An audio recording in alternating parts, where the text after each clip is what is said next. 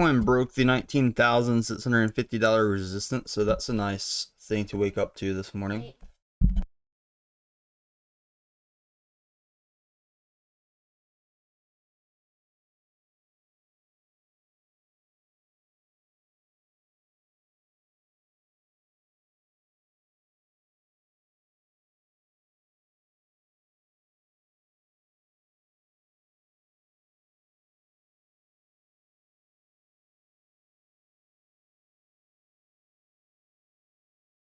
The SPY is also uptrending quite nicely this morning as well.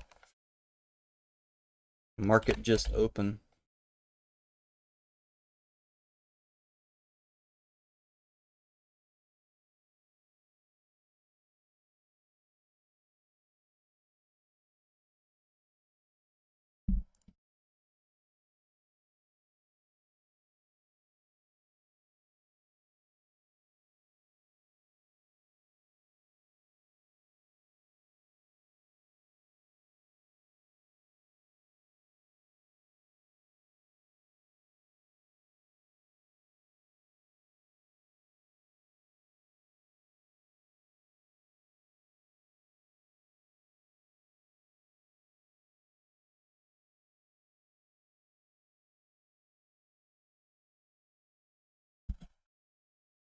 Good morning, YouTube. How are you guys doing today? So, first thing I noticed is that the stock market's opening quite nice this morning. I'm looking at the SPY, it's already at 372, so Bitcoin's breaking above 20,000.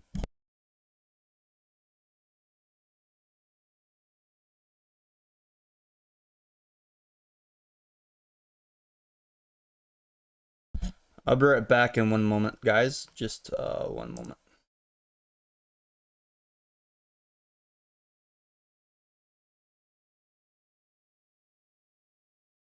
But Bitcoin is running here. Bitcoin is running.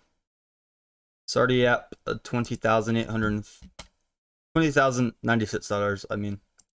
And this is helping ETHW get that run up here as well this morning.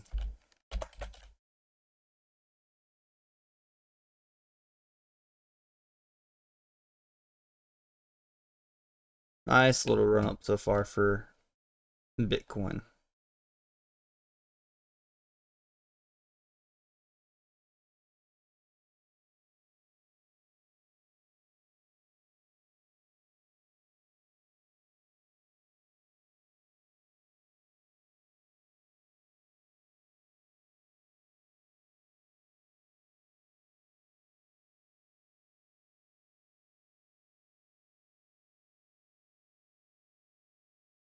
A lot of people were not anticipating that Bitcoin would run. They were very bearish in my chat yesterday. Hopefully some of those bears did not get liquidated too hard on their positions, because watching Bitcoin here is coming up to liquidate a lot of these short positions already this morning.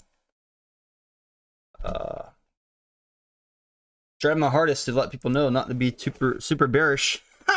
They went against the money printer. You have to not go against the money printer in America. You go against the money printer in the markets, you're going to be a bag holder, or you're going to be liquidated on your position. That's just the cold hard truth. Bitcoin still has liquidations to go up to $20,300.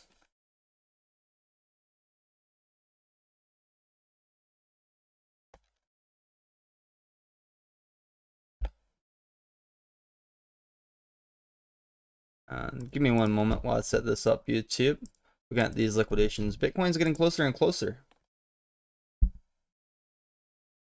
You're welcome, J Dude.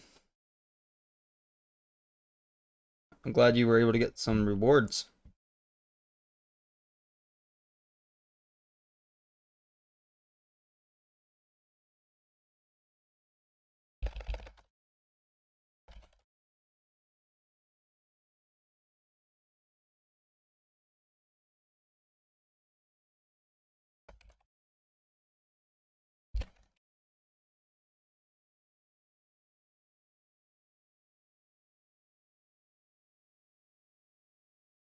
Watching Bitcoin on these liquidations early this morning. I'm multitasking, so I'll be right back, and then we'll check this out.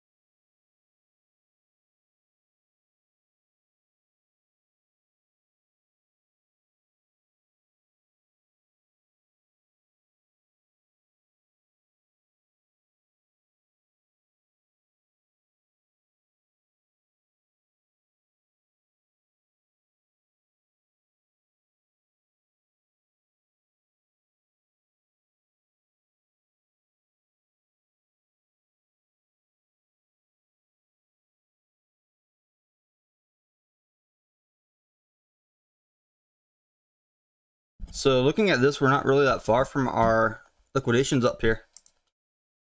Not really that far.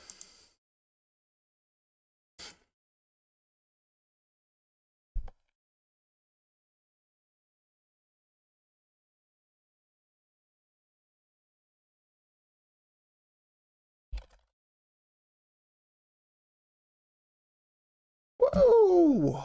Good for Bitcoin this morning.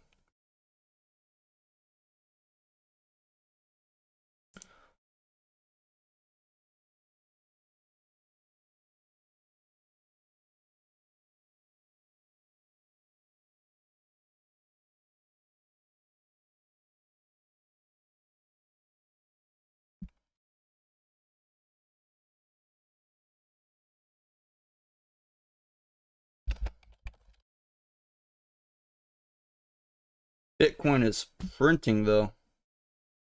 I'll tell you.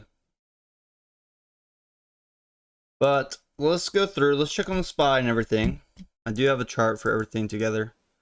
No classic still suffering here. Look at DXY 110. Wow. US 10-year bonds went up a lot though. Let me hide the face. Look at this. We had the SPY. The SPY was uptrending very strong this morning pre-markets. This when market closed yesterday and then pre-markets today, the SPY shot up. But if you look at NASDAQ went down a lot and then started getting a little bit of uptrend this morning, whereas the 10-year government yield is climbing. My God, look at this 10-year yield. It's already at 3.63%. And even while the 10-year yield is climbing up here, Bitcoin is still breaking through liquidations. This is all the crypto charts together that I'm watching. Bitcoin, Ethereum, DOGE, Ethereum proof of work. Ethereum proof of work is the one that's trading most sideways around this $10.50. But Bitcoin's getting that uppity, should pull it up. If you look at Bitcoin this morning, we're well over $20,000 now. And while Bitcoin did a run up, Ethereum did a run up as well. So watching this 10-year treasury note go up is very interesting. Let's look at these more on the hourly so we can get a better picture. So this is SPY 10-year US bond. So on the hourly, we see it came down yesterday, and the DXY is coming down yesterday as well. So as everything was coming down yesterday from the DXY 10-year, we saw NASDAQ and the SPY start this uptrend. And we have resistance on the SPY at 383 up here today. Looking at ETHW, we're still in the sideways range. So we did drop as low as $10.32. We didn't exactly hit that $10.30 support. And then went as high as $10.58. So we've been in this tighter range for ETHW. We haven't really seen a tight range like this for ETHW in a long time. So that's what we're looking at so far this morning. And as we see Bitcoin, we have resistance at $20,300.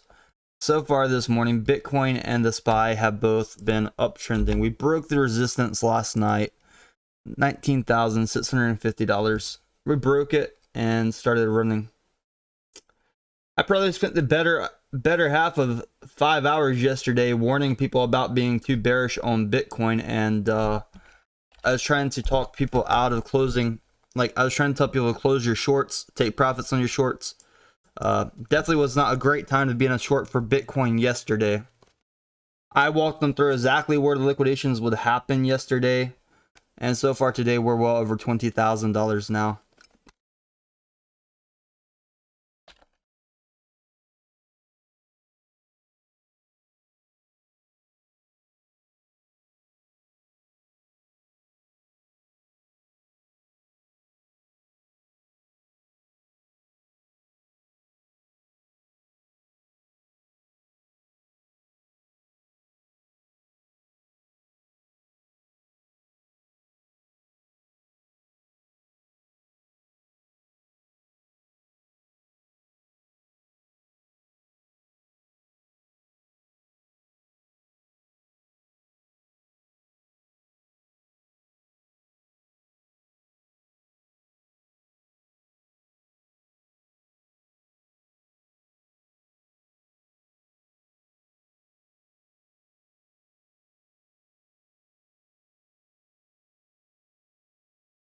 Yes, sir.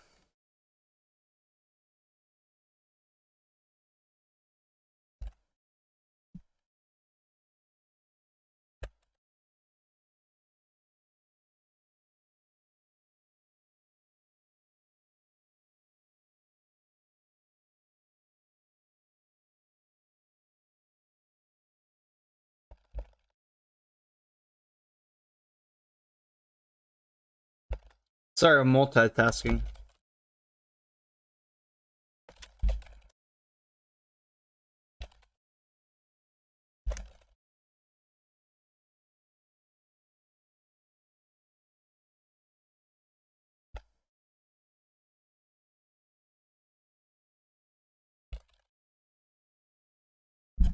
I literally spent like most of my stream yesterday talking about ETHW and how Bitcoin shorts would be liquidated. So very nice waking up and seeing this type of action.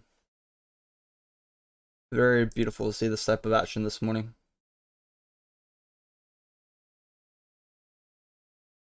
Yeah.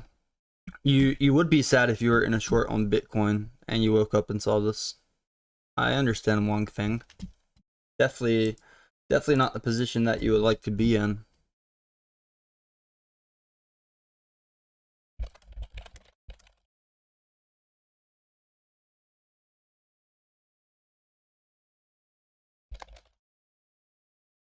A lot of bears were liquidated last night. Tell you. Why did you short, Wong Feng? I try to tell people, when we turn the money printer on, that's when the bears get demolished in the markets. That's when the bears are destroyed. So here we are. We're watching the SPY this morning. We're at 374. Let's put this on the shorter time frame just so we can watch it a little bit closer. See these patterns. So we have the SPY down here on the bottom. We're gonna have Bitcoin up here on the top. Generally, Bitcoin likes to follow the SPY, but we had this area yesterday where the market's not open. Cryptocurrency never shuts off, so Bitcoin ran while the markets was closed, and generally if Bitcoin is running this far when markets are closed, it's a good indicator. It's a good indicator that Bitcoin and the markets are going to open bullish, and that's what happened this morning.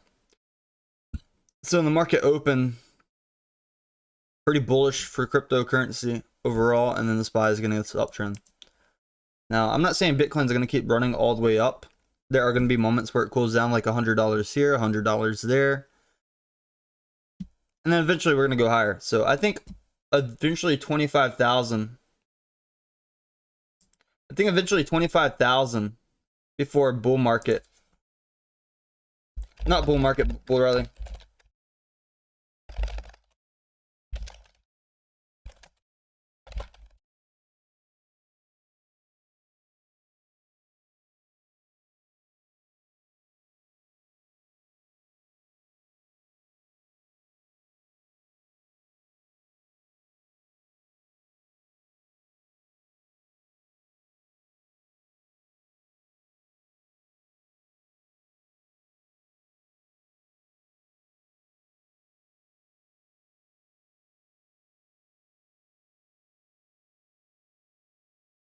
I mean, I spent 5 hours warning people.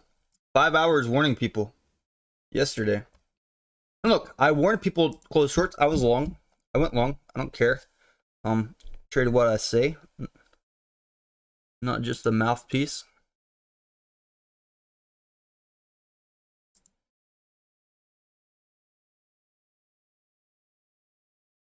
But hey, look, if your liquidation's like not that bad, keep your trade. Other than that, I'm up 225% on my Bitcoin long from yesterday. My entry price $19,201. So I'm very up in profits for my Bitcoin position. A lot of people are down on their shorts.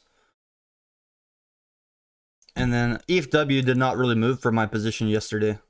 ETHW barely moved yesterday. It cooled off while trading sideways. Look at this chart. This last like 4 hours has been trading very sideways for ETHW. We still don't have the Coinbase listing or the other fundamentals that will help pump up the price of Ethereum proof of work yet either. So I'm very stoked about that. I'm stoked that Bitcoin made it back above 20,000 while I was in a long.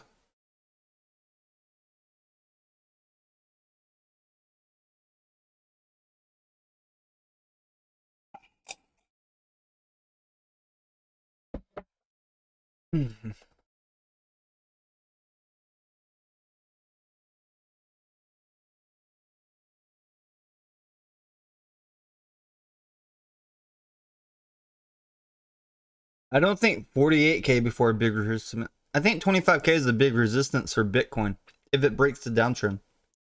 So if the let's look at just chart. So this is Bitcoin on the bottom, and then we're gonna put DXY on top. But as DXY was downtrending as well, it was helping things like Bitcoin. And these volume candles are pretty decent. Like a 5-minute candle for Bitcoin over 3,000 volume. That's a lot of volume for Bitcoin, 3,000. So definitely getting some decent spreads for people that are scalping Bitcoin. I mean, if you've been in a good long since 18.5 to 19.5K, great. You don't need to scalp. But if you missed out on the positions, if you were stuck in the shorts, you're probably going to have to scalp to get your bag back up.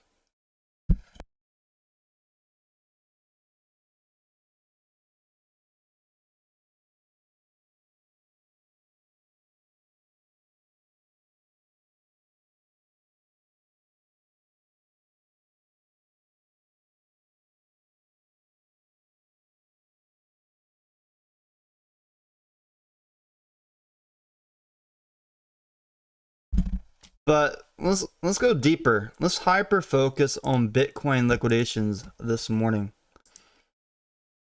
because the shorts are not safe. The shorts are not safe. We're already at $20,100. This liquidation chain on the short term can stop at $20,355. And one thing I noticed, yes, Bitcoin was overbought on the hourly. It was overbought on the hourly before the emergency Fed meeting. But if you look at the hourly now, it was able to cool down. We were able to cool down on the RSI when Bitcoin went down to $19,500.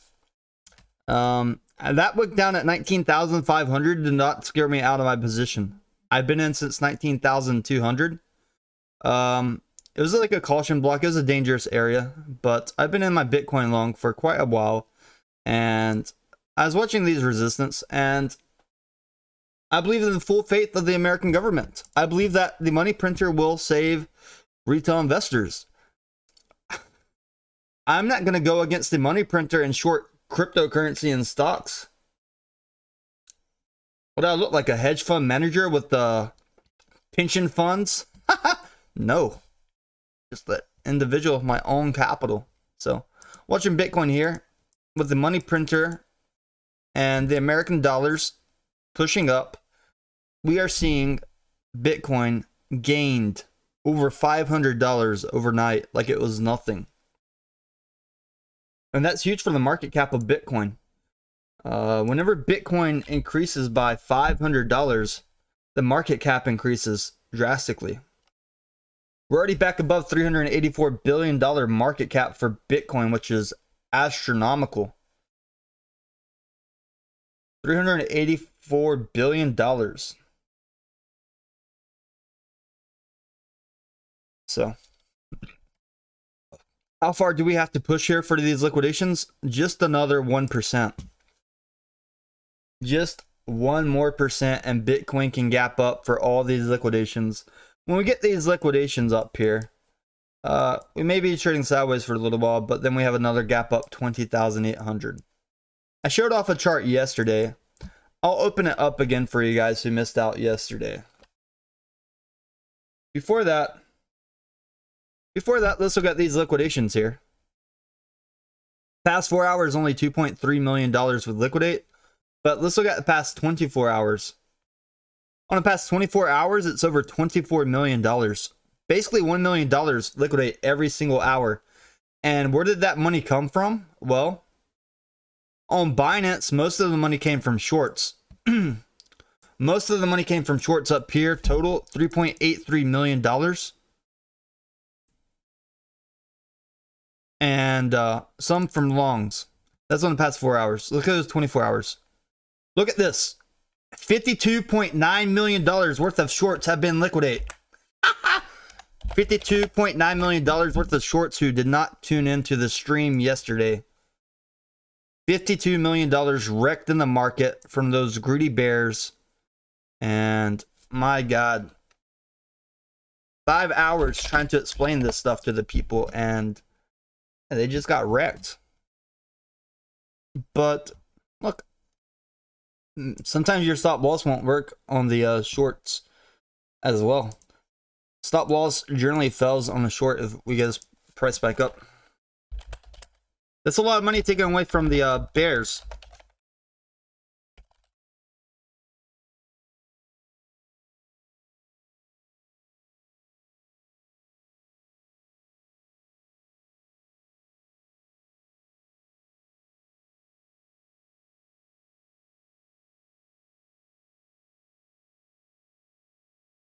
All right.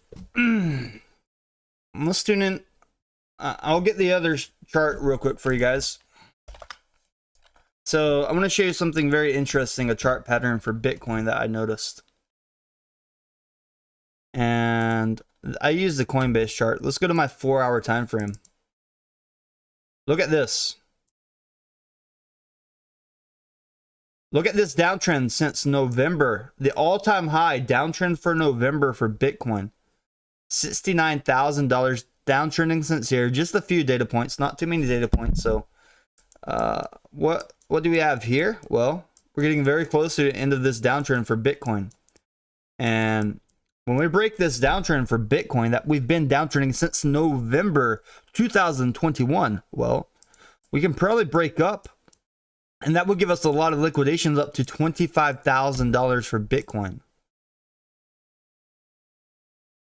And it's really only a 25% push after we break here. Not that big. 25% push after we break here.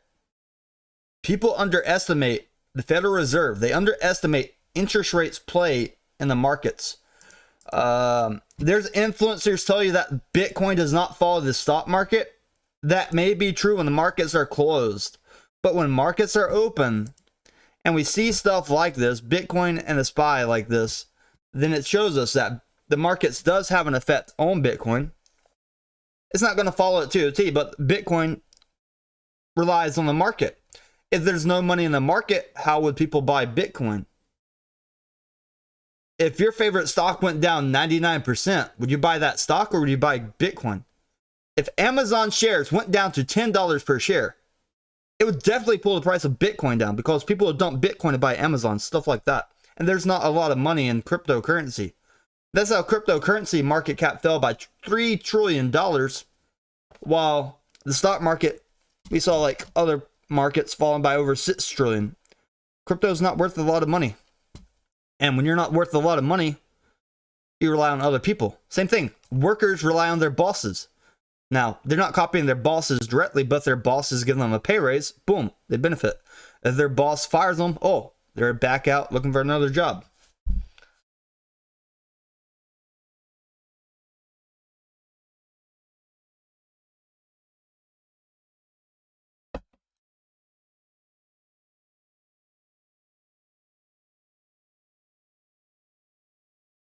So we're still watching cryptocurrency here. We're watching the SPY. We can go over some stock tickers as well. I'm going to look over NVIDIA real quick. I like to look at NVIDIA charts because NVIDIA plays a huge role in the future of cryptocurrency and the AI market for companies like Tesla. Look at our 4-hour chart for NVIDIA. It's finally coming back up on the 4-hour.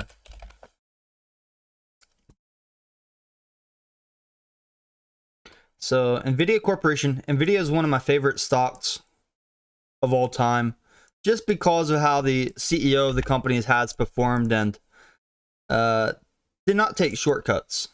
They did a really good job at NVIDIA so far, because if I look at NVIDIA for the 1-day chart, I see also NVIDIA likes to follow the technicals pretty well that I'm used to. Relative strength index. Likes to follow that. When it's completely oversold, we get a nice little bump up.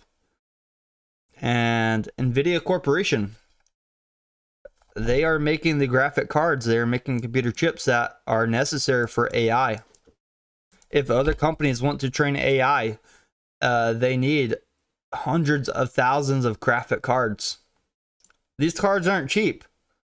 Maybe NVIDIA will do a batch order for like $800 per card for like the higher tech cards, but overall, NVIDIA has a future in the markets.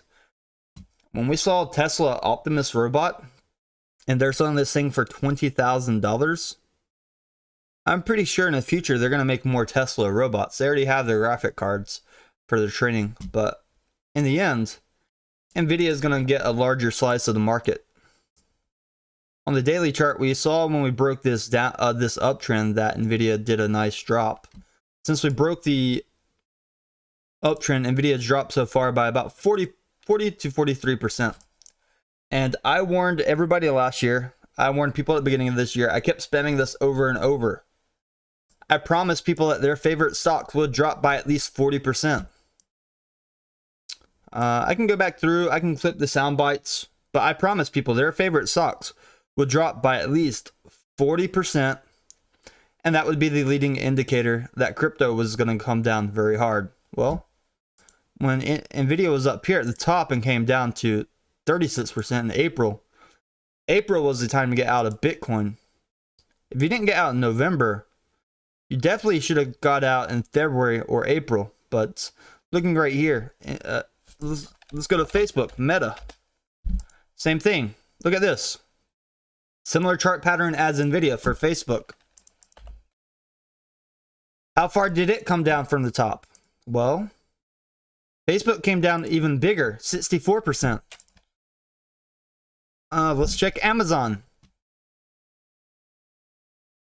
From the top, Amazon came down as far as 45%. Well, isn't it odd that your favorite stocks went down 40%, 50%? Let's see how bad Bitcoin did. Let's hide the drawings. Let's see how Bitcoin came down from the top to here. 71%. So Bitcoin actually pushed down a little bit more than markets. And that's probably because Bitcoin was pumping a lot harder than the markets in the past year. Because on this run up, let's see how far this run up was for Bitcoin. Over 1,585% since 2020. So Bitcoin did a big run up. So for it to fall down 70% instead of 40% makes common sense. Now, let's see what happened. November had a spike up. Let's see April. If you would get out of Bitcoin in April, you would have still got out around above 40,000.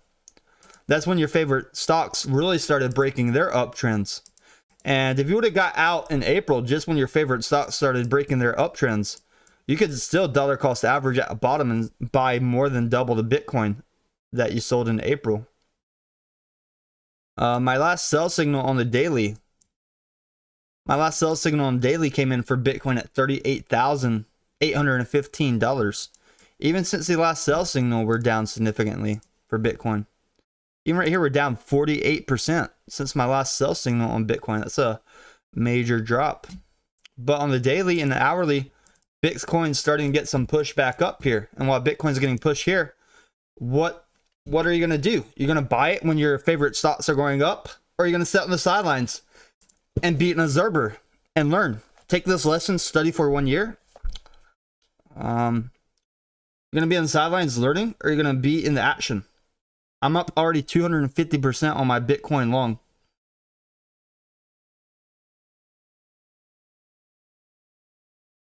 Already up over 250% on the Bitcoin long. But look at these big price shifts up here. Like, this is a pivotal moment. People failed to realize how big yesterday really was, and their shorts are getting stomped, liquidated.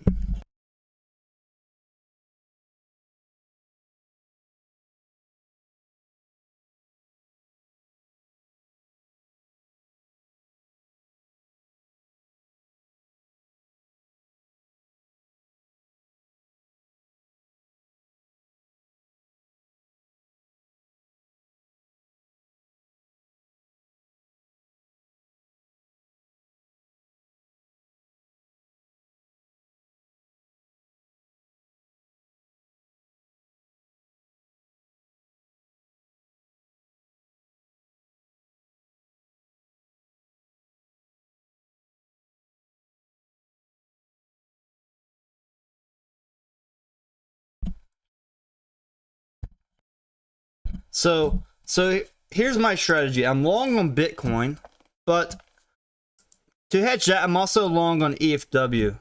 ETHW is an altcoin. It's fairly new. So it makes sense for me to be long on this coin while Bitcoin, if Bitcoin has room to go up, then it's going to help this coin go up. Whereas Luna Classic, sometimes Luna Classic has a little bit of time running up. Like, look right here. This is Luna Classic. Even though Bitcoin is going up, Luna Classic, for oddly enough, this garbage chart pattern, Luna Classic is going down. Now, eventually when they burn more coins, this could go up. But I don't trade this on futures because it's so risky. Luna Classic's downtrending while everything else was kind of ripping up here. Ah! So if you think Bitcoin is going to go up, don't naturally go long on Luna Classic or you could get wrecked. Pick something else. Dogecoin, Ethereum, ETHW, XRP, Litecoin. Don't go long on Luna Classic if you think it's going to pump because Bitcoin pumping, because you could be drastically wrong. You could be drastically wrong. So looking down here at the bottom, we have a lot of these charts running. So we have Bitcoin up here. We have Ethereum. We have Doge. And then we have ETHW. And so far, Ethereum W has been trading sideways while Bitcoin is burning up. But that's also because it's up significantly from the $4 support line. So I'm long on ETHW. I'm long on Bitcoin. Just watching these things ride. And let's go through. Let's look at these Bitcoin liquidations. Also look at DXY. DXY is bleeding out. DXY going down is why Bitcoin goes up.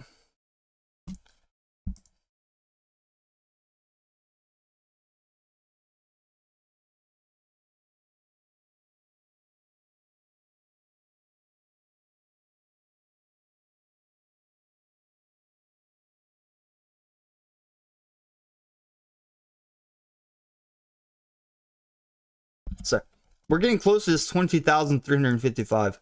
I think I spent ample time warning people about the dangers of shorting yesterday and potential for $25,000 Bitcoin. So I don't have to go over that today. We're just going to watch the action. We're going to watch the shorts get liquidate. In my eyes. Ah! I'm watching the longs push up. The longs are in super profit. Yeah, Halloween. We see over $53 million taken away from the bears. How about that? Woo! Wrecking the bears. My God.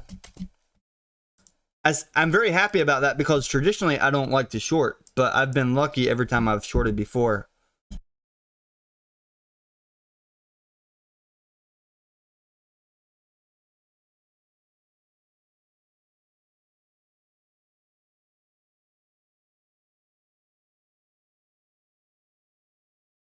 I realize that I trade on what I see, and that's the best thing. Trade what you see.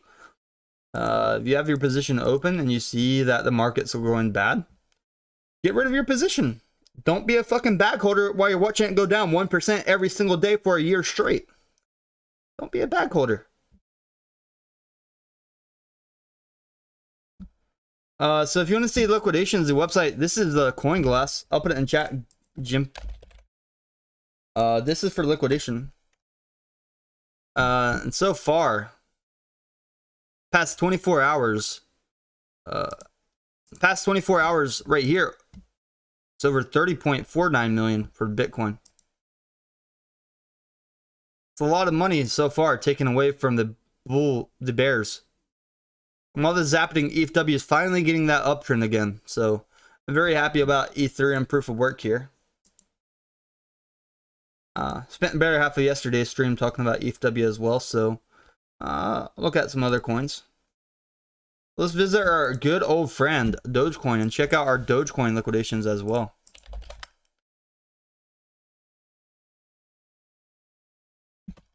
So we're gonna go to Doge. Look at these Dogecoin liquidations.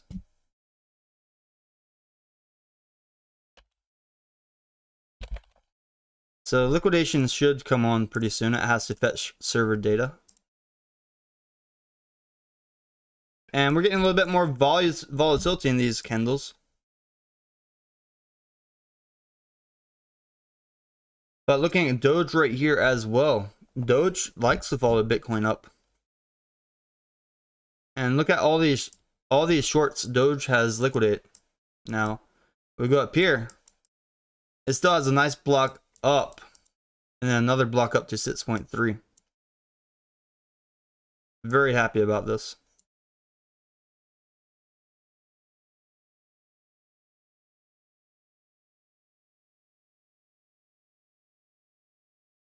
The other night, I closed a lot of my longs. I took profits on a lot of my longs, especially the high leverage ones. Because if I didn't take profits, they would have whipped down to my intra liquidations, and then I re-entered again on a lot of those positions. And this now, I'm writing up my Bitcoin and ETHW long while watching the price run.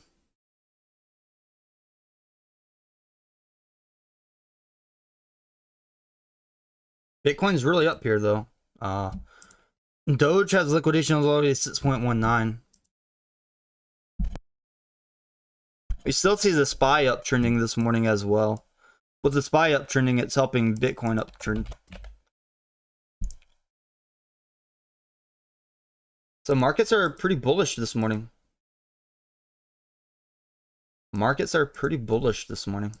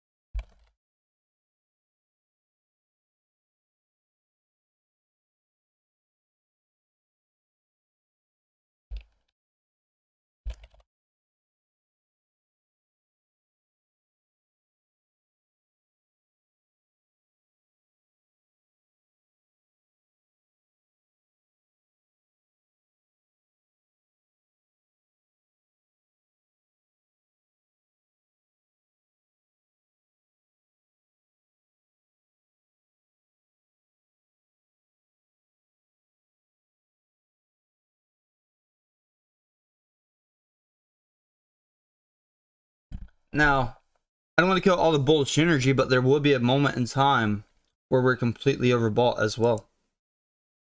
There will be a moment where we're completely overbought, and when Bitcoin's overbought on the daily, that's when you should be considering taking profits or your strategy. So, I rarely ever see Bitcoin get overbought on the daily and not come down. So let me give you a lesson real quick on love. You learn the fuck to love Bitcoin when we're in this area oversold. Love Bitcoin when it's oversold right here. Start to hate Bitcoin when it's completely overbought up here. If you're a retail investor on Robinhood and you only know how to buy green, start loving Bitcoin when the price is down and start selling when the price is up. That's really the only secret for cryptocurrency. If you just follow this simple thing, you could make profit in Bitcoin and crypto trading.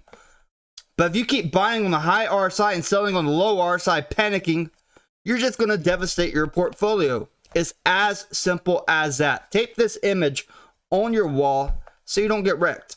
It's that simple. It's that simple. This is the daily RSI chart. Love Bitcoin when it's oversold. Hate it when it's overbought. Love it when it's oversold. Hate it when it's overbought. It's that simple. Super simple. We are heading up towards being overbought. So in the next few days, I'll go ahead and set alert. So I'll add alert on TradingView. Once we're above 80, or I'll say once we're above 79, it will alert me. And then I can start watching the RSI. And I can start watching for patterns of downturn on the daily when we get completely overbought. And we still have a little bit more gas to go. Still a little bit more gas to go for the RSI to get all the way up there, completely overbought. And while that's happening, Doge definitely has room to go as well. That's the daily chart, OB. And let's look at the DTC and everything else together. Look at the DXY. DXY is still downtrending, with the SPY uptrending. Look at the NASDAQ. NASDAQ just had a big push. That's really bullish for the markets right there. I think this is going to help Bitcoin right here. This big push on the NASDAQ. By the way, these are the hourly charts. These are the hourly charts. Let me pop this into the charts channel on Discord real quick. All right.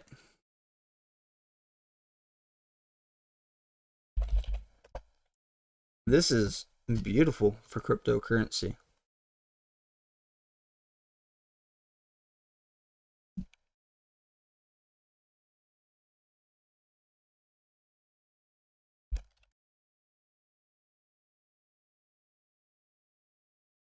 But when we look at the patterns, like when we see DXY is coming down and how that's helping the SPY uptrend, NASDAQ uptrend, and then we go over here and we look at Bitcoin to DXY, and also Bitcoin's uptrending while DXY is downtrending. So it's getting a nice run up there. And then when we get these other charts like this, we see Bitcoin uptrending help Dogecoin and Ethereum proof of work uptrend. So it's really nice. Now, I think Ethereum proof of work today is going to outperform Bitcoin. That's my prediction. And if you want to trade ETH proof of work, I will put that link in the chat. If you want to get in early, there's also futures bonuses on there as well when you're signing up. I just gave you that link in the chat. I think ETHW would outperform Bitcoin. When Bitcoin's running to 25,000 on the way there, I think ETHW would outperform it. And I'm not just saying that because I've been long on the ETHW since $6. This thing still hasn't been listed on Coinbase, still not on Binance Futures, KuCoin Futures. It's on METC Futures though, if you want to trade it there. Put a link in the chat for you.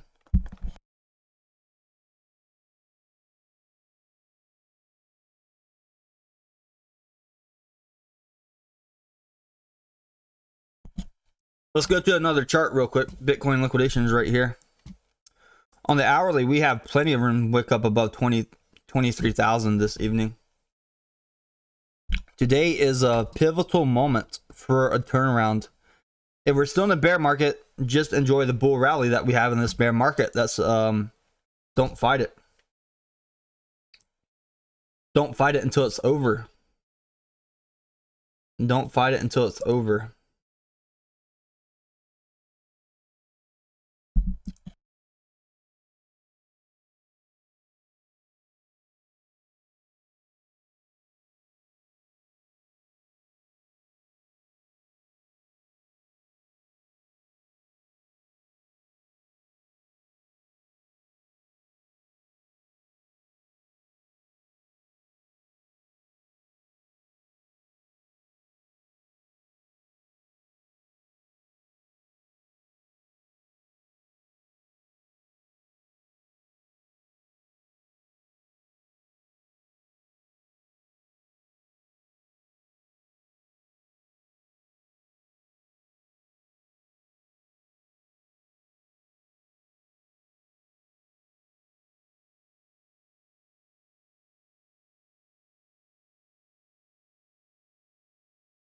So watching Bitcoin and the SPY uptrend here. It's been a big run for cryptocurrency.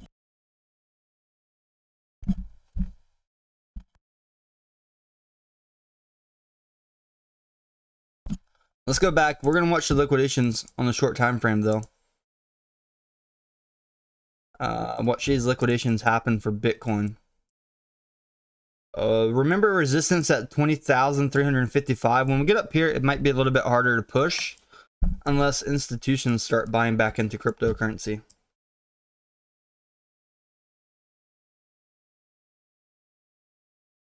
You can call it a bull trap if you want to, in games, but it's only a bull trap if you buy in on the bull trap. If you've been in early and then take profits, whenever you take profits, great.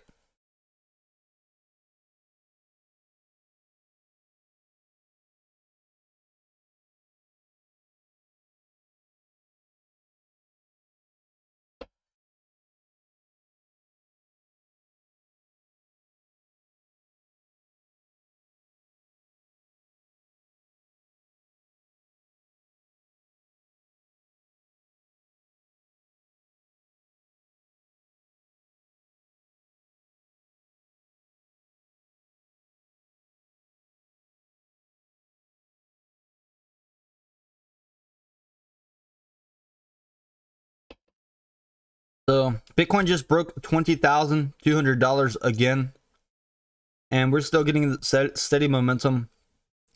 Our average 1 minute candles are around 300 volume, which is very good. Very good for these average volume candles.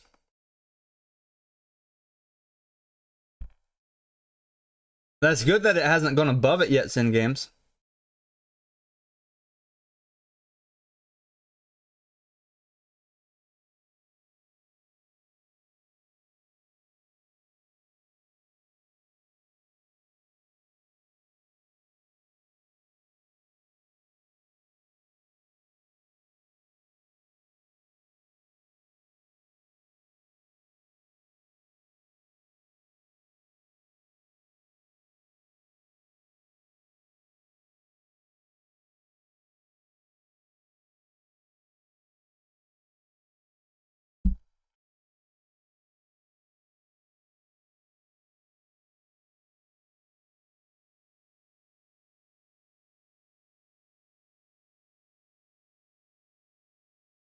While this is happening, Ethereum proof of work is still getting us uptrend about $10.58. If we look on the 5-minute chart, we can also see that uptrend is potential to break us out of this range for ETHW.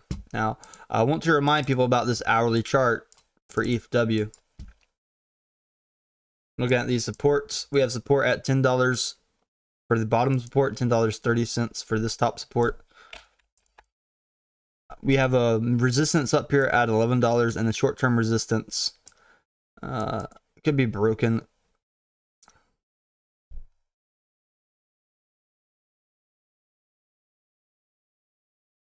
We're at a very, very odd moment though, because remember, my moving average is about to cross under my 200 EMA.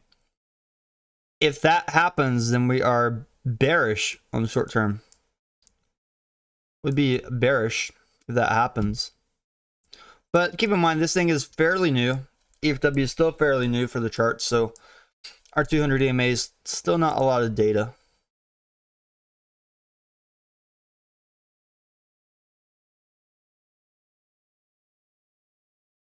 Let's rename this to potential double bottom. Potential double bottom down here for $10.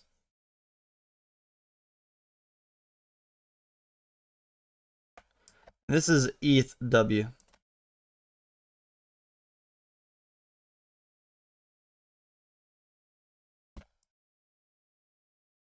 All right, just wanted to grab a screenshot of this real quick. We're still above $10.50, but I haven't seen this coin trade this sideways in a long time. This is very sideways for ETHW.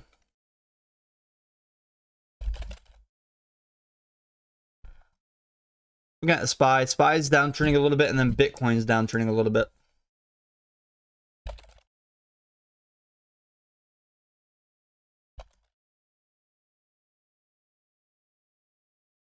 All right. So this Bitcoin does follow the markets. The markets don't follow Bitcoin traditionally. Bitcoin follows the market.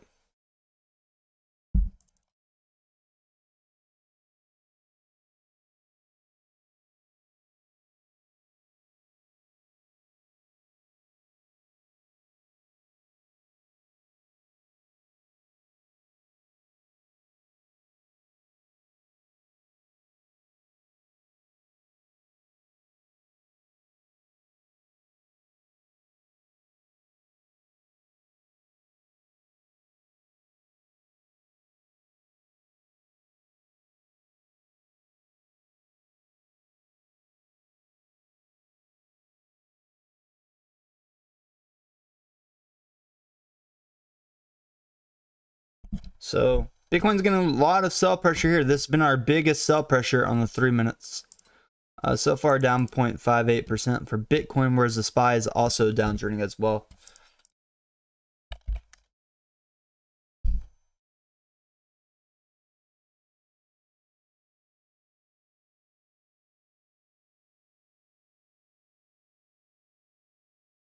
Let's look at the other conditions together real quick. All right, so Bitcoin 1 minute sell signal popped in here. Difference between buy and sell signal, not really that far. Difference between buy and sell signal is only about 0.8%. We are definitely crossing under that moving average for Bitcoin up here though. While this is happening, DXY is still downtrending. So Bitcoin is downtrending with the DXY downtrending here as well. So it is getting that overbought range on the short time frame. That's why Bitcoin is downtrending on the short time frame. I don't see it downtrending on the longer time frame yet though. I don't see it downtrending on the long time frame yet. ETHW is still in this range. Look how many hours we've seen this price hit so many times. We've been back here for like 2 days. And then let's get cryptocurrency across the board here. Bitcoin sell signal. DOGE sell signal came first. Ethereum came about the same time as Bitcoin. ETHW just popped in right here. So from the top up there, Bitcoin's down by about $200. That's roughly 1%. Roughly 1% for Bitcoin on that drop up there. So short-term drop. The DTC is not increasing while this is happening. And I'm looking at the SPY. SPY is still technically uptrending on the hourly. It's at 376. NASDAQ still looking quite healthy here as well. 10-year bonds have been dropping. DTC has been dropping. So I think this is just a short-term drop for Bitcoin since it was overbought. And let's look at the RSI levels real quick. On the 4-hour, I already see it's like overbought up here. Bitcoin RSI is at 92. On the 4-hour, that's way overbought. So I think it's cooling down on a short time frame because it's overbought, and we'll get some knee-jerk reactions. I would probably wait on the 5 minutes to cool down as well. So 5 minutes cool down. That 4-hour is going to take a while to cool down. But it's not coming down because of DTC or the markets. Bitcoin's just coming down right here because it's overbought. SPY is overbought in a short time frame. But with the DTC, 10-year bonds, they're still downtrending. So I have hope that Bitcoin will still come up and break this $20,355 resistance. We still have room for that. Look at this volatility for Bitcoin. We went down 1%, and from that bottom to here, we've already spiked up by 0.28%. Good morning, Tam. Did the Federal Reserve come up with any news? No, but the SPY opened. The SPY, NASDAQ, and everything is really good this morning. Bitcoin broke above $20,200 so far this morning.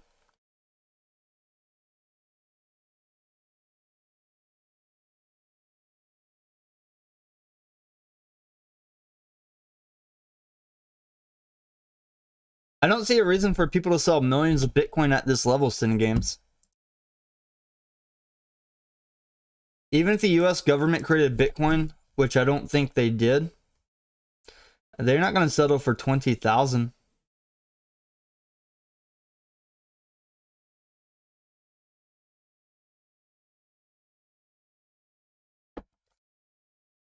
But that Fed meeting yesterday, they just posted an article about debit cards. Bitcoin has a lot of liquidations to come through today, though.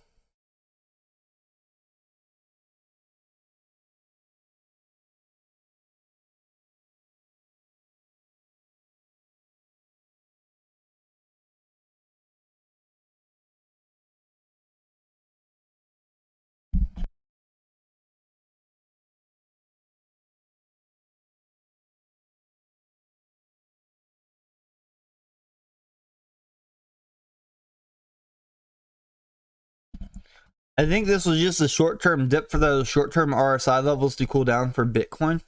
And it's going to eventually we have room to go to $25,000 for Bitcoin. People don't want to hear that cold hard truth, but we have room to go to 25,000 on Bitcoin.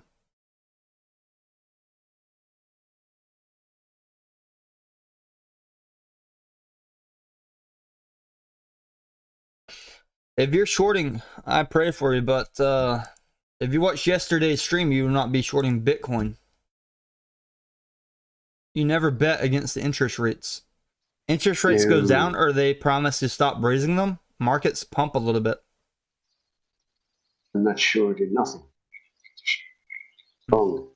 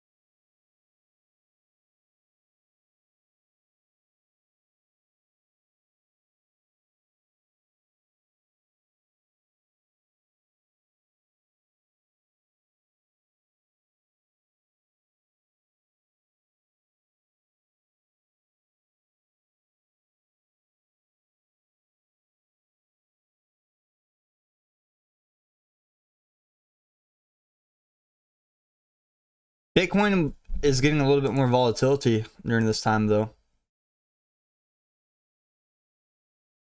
I'm looking at the SPY and Bitcoin. SPY is still at 376, some change. But the DTC, NASDAQ, in your bond on charts, showing that markets are positive. And the DTC, even on the short term, though, short-term DTC was rising a little bit. It did that yesterday too. Just when it rose a little bit for about 1 hour, Bitcoin downtrend just a little bit. And it scared people out of their positions yesterday. Like this time yesterday, it scared people out of their Bitcoin positions. They sold it right here before we ran up by a significant amount. If we look at this on the hourly, we can get a different picture as well. Look at this on the hourly. Imagine DTC gets a little bump up on the hourly. You sell your Bitcoin 19,100. A few hours later, we're up 5%. So DTC can have those small bumps on a short time frame. Very possible DTC has those small bumps on a short time frame.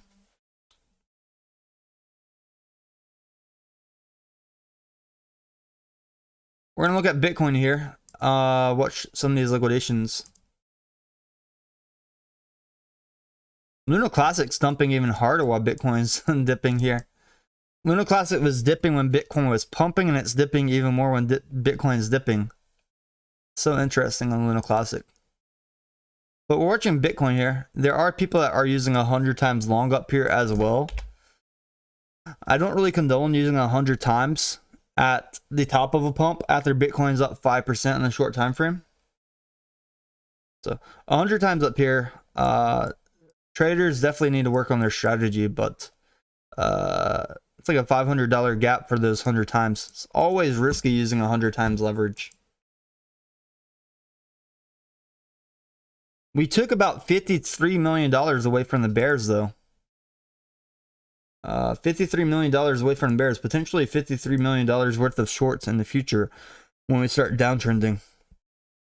If they didn't cash out. But I don't think they cash out because they just go in other positions in their trades.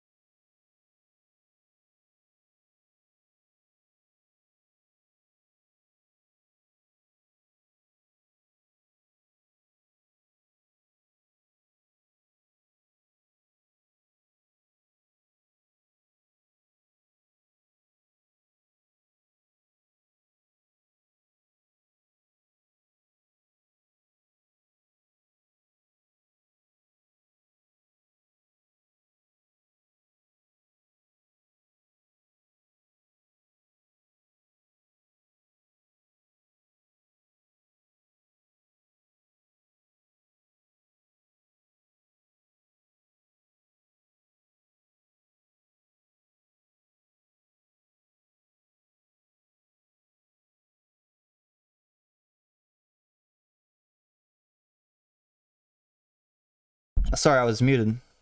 I believe the market has a bigger effect on cryptocurrency than Bitcoin when the markets are open. People trading their altcoins can react directly through without having to rely on Bitcoin. And then when the markets are sold, markets are closed, Bitcoin is going to be that leading factor for a lot of these altcoins who are not capable of doing their own thing. On the short time frame, that DTC coming up a little bit is what's pulling that weight on Bitcoin right now. We're already up just a little bit on the 5 minutes for the DXY. Not a lot, just a little bit. But That DTC uptrending just a little bit when Bitcoin's overbought. It's helped pull Bitcoin down by 1%. We're still up over 3% in the last 24 hours. XRP is up over 5%. Even Jasmine had a little bit of uptrend throughout the evening. A Luna Classic though, Luna Classic's that tough one. But I'm watching Bitcoin here. I do think that if the DTC stops pushing up here on the short time frame, it's going to wreck a lot of people that get trapped into shorting, and they're going to get liquidated on this high leverage up to $20,300. And when Bitcoin pushes up here, it's going to help altcoins like ETHW. Look how volatile this is. If you would have set a buy order on the support line, if you would have set a buy order on support,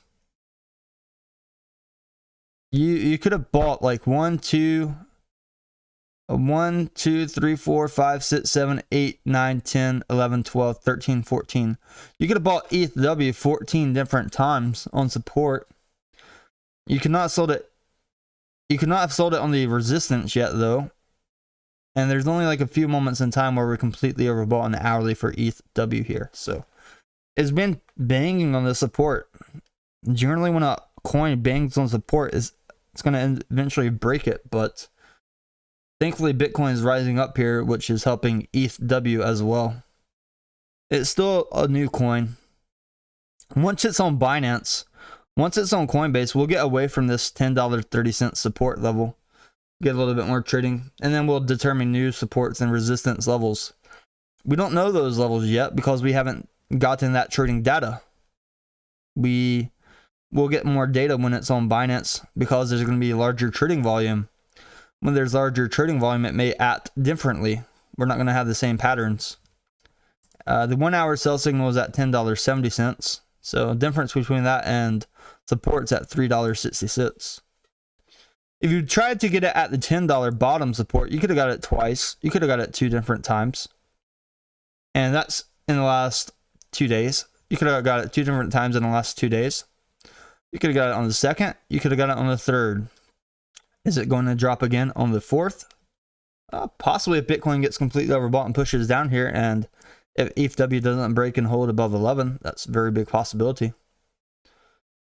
All right, so 10-year bond's already coming back down. The SPY looks like its parabolic SA are uptrending here. The DTC was uptrending here as well, though. So looking at Bitcoin and a DTC, it's a fight right here. If that DTC comes down, it will help Bitcoin. And watching the SPY here, SPY's still not giving up. SPY's still not giving up. Bitcoin's still above $20,000 right here as well. We're going to be watching some of these liquidations this evening though.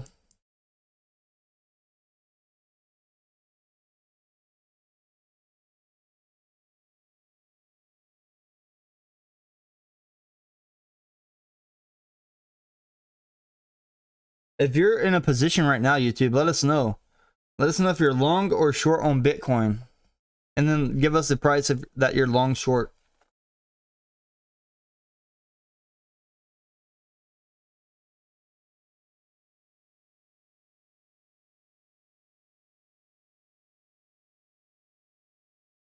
Sorry, I'm multitasking as well. So just tell me the crypto ticker, the price you bought it or shorted it, and then if you're long or short, or if it's on spot.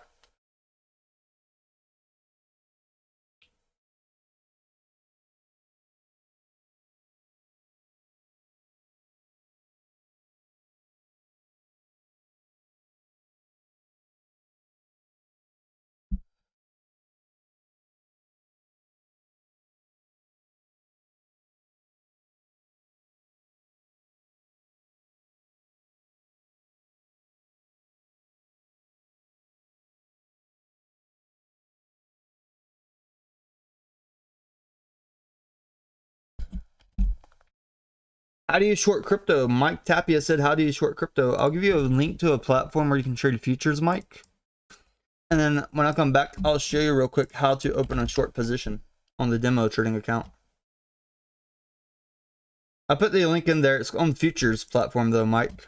And to remind people, earlier I did a Bitcoin. This was my Bitcoin position. My entry was at 19,200 and something. So that's what you're looking at right now. I'll open up the demo. You can do demo trading as well, Mike, on there. Let me show you real quick. So this is Metsy. This is, I have the demo account popped up for illustrations on YouTube.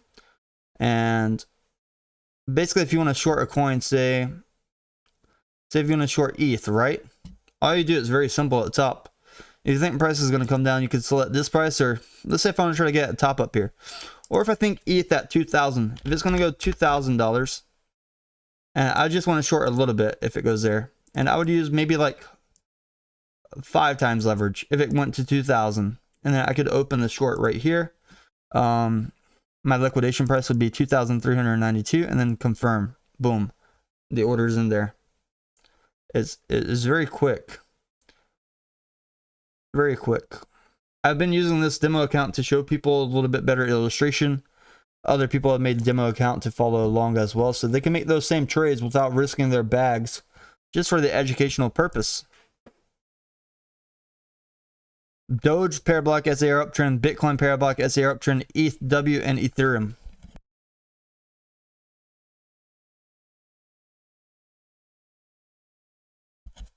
All right.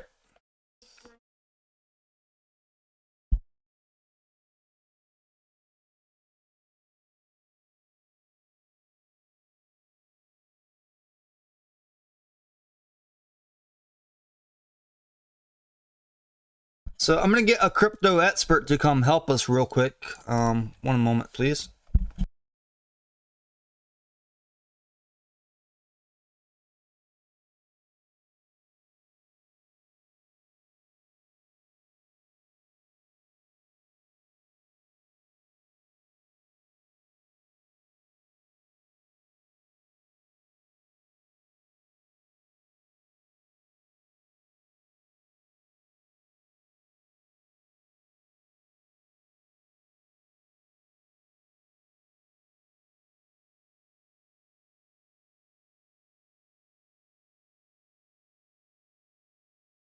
All right, I found the crypto bear. He's here to help us real quick.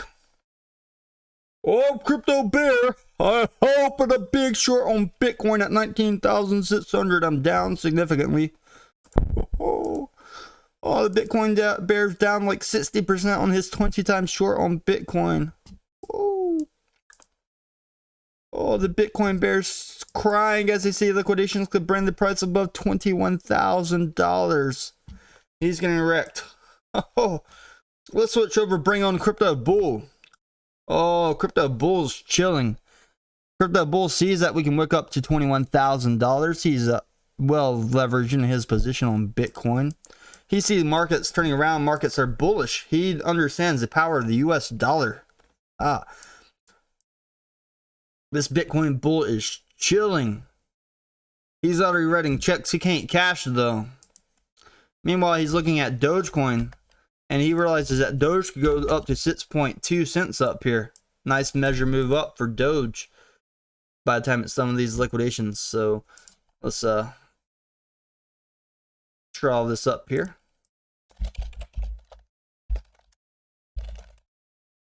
All right. Chilling.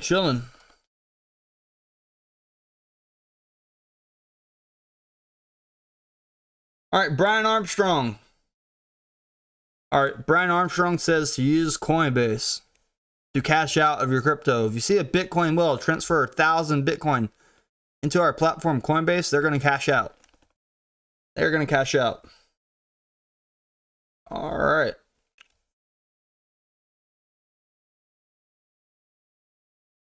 Go Doge.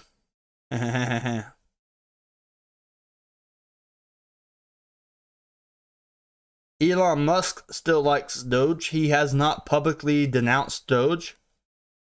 He tweeted before that he's still buying and supporting Doge as well. So it's a great altcoin. That's why sometimes it outperforms Bitcoins in some of these runs. Oh, my time machine broke. Oh, my time machine broke. ETHW is still only $10.40. It's not $50 yet. What happened? Wow. Wow. There we go. And Luna Classic still suffering up here. Still a little bit of suffering up here for Luna Classic.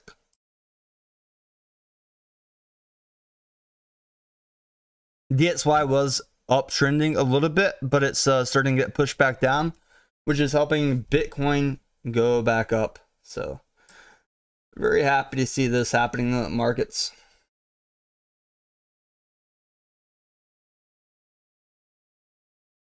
Very happy to see this happening.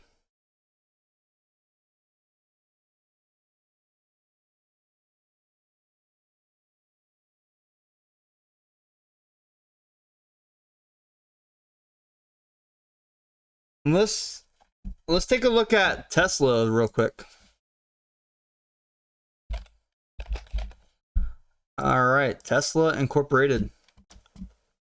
So Tesla had a nice wick up to $250 earlier. Now it's at $255. Tesla on the hourly, it still has not broke its downtrend yet. Oh, but still bullish on Tesla. I was bullish at $266. We're down about $10 on Tesla. Still pretty bullish. It looks like it's trying to make its run up to recover from that drop. We saw institutions dropping some Tesla as their portfolio became over too many shares. So by regulation on their investments, they sold some Tesla shares. And currently we're seeing Tesla already recovering from that drop. So Tesla is still running up here. Long term, I think Tesla has potential. They just started making more cars in history. So Tesla is getting there. And then they have the Optimus robots. I'm not a big fan of the Optimus robot. I don't see the big need for it. For me, I feel like more disabled people need robots. Older, elderly people need robots. Young, healthy men like me, we don't really need robots too much. Although, because my daily life, I don't know, I don't see where I would need a robot in my daily life. Now, a company that serves me, maybe a restaurant would benefit from using a robot to cook meals. Or maybe a company at the grocery store could have a robot stocking shelves for them or doing the shopping for them. There are stores like Walmart that now you can order your groceries online. Their workers go through, get their groceries, put it in your cart. But maybe the robots can make that a lot faster. Imagine a grocery store. I'll save this one. This one needs its own dedicated video.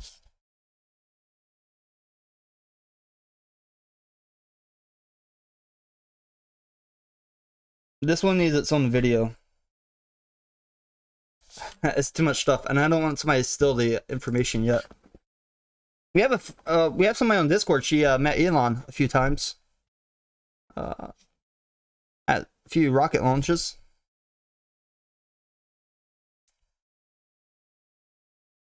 Natural gas is up, heading into the winter. That's good, Darcy. I imagine natural gas would be up heading into the winter.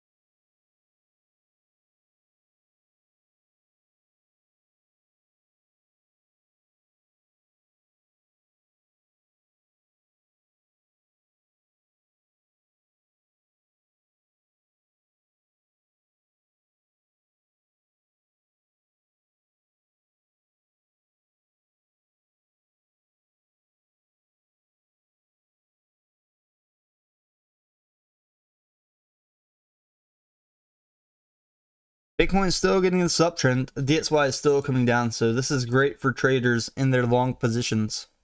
I'm not going to be here all day, YouTube. I'm already in other positions. I'm multitasking today. It's going to be sunny here for about 5 days, so I like to get at least 3 hours of outdoor time. on days leading up to the winter. So I was just on here opening, market open, showing you guys some of the patterns why Bitcoin's climbing, why the SPY's climbing.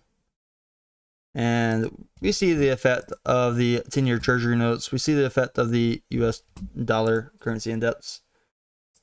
We see that the NASDAQ is starting recovery. NASDAQ is potentially forming a bull flag up here as well, which is worth looking at. So on the super short time frame, and looking at Bitcoin with the SPY, we see Bitcoin.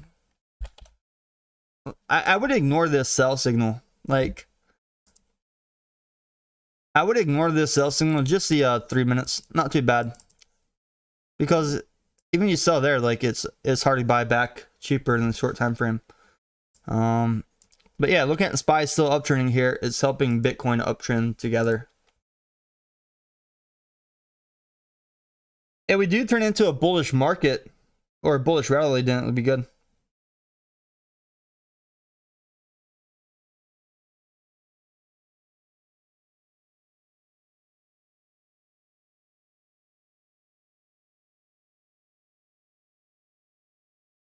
My guest room opened up in my place. I thought about letting people come stay at my place for like a few days, maybe weekends. They stay for a few days, hang out, do some trading, do some charting, see the city. I need to I have like an L-shaped desk in there. I have fiber internet. They could bring their laptop and stuff, but I need to get a bed in that room. So I'm looking at Amazon and stuff for pretty good bed frames, nice mattresses. 17 minutes ago, over 3,000 Bitcoin was transferred to Fitrix. That was interesting. SPY is getting a little bit of a downtrend right here as well. Let's check on the other things real quick though. All right, so the US dollar DXY is getting a little bit of, actually let's leave it like this. The DXY is trying to get a little push here, just a little. It's pulling on the SPY. I want to remind people that this Friday we still have that trading competition on my Discord for the METC futures trading competition. It's at 8 p.m. Eastern, so it's not bad. And then on Saturday, I have the guy from Taiwan on the stream that's going to give us an update about what he sees happening in Taiwan and China. So it's going to be an interesting weekend. And then on Sunday, I will probably not be streaming, and then Monday try to get on market open. So trading competition Friday, news about China and Taiwan on Saturday. Monday market open. Sunday I will not be streaming more than likely.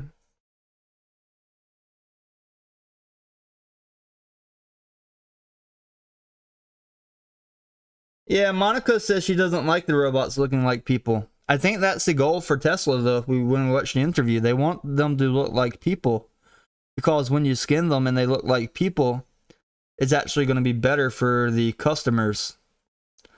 People are very polite to other people. Now, if it was me, if I was at Tesla, just because I see how dogs walk, dogs can walk very well compared to people. I would make some that look like dogs because, one, they're easy to balance. Two, they're easy to walk. A dog has way better balance than a human being. Three, people love to talk to a talking dog robot. So it depends on what you're using them for. But Elon said for the human versions, you can skin them and make them look however you like, and you can even put outfits on them, and you can even put equipment on them as well. So there are some people out there, they're going to use them as sets robots, whereas you're going to have other people out there, they're going to use them as cutting down trees with chainsaws. You're going to have them laying down floor, piling up bricks. So it really depends on what you want to use them for.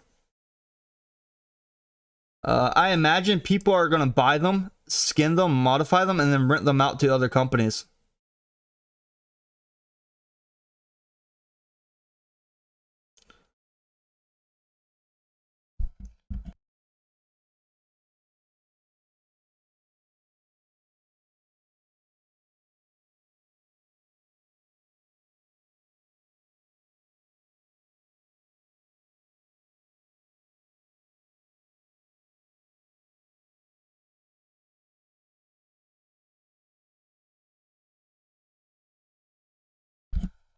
So as people skin their robots and make them look more human-like, it really creates a scenario about profit.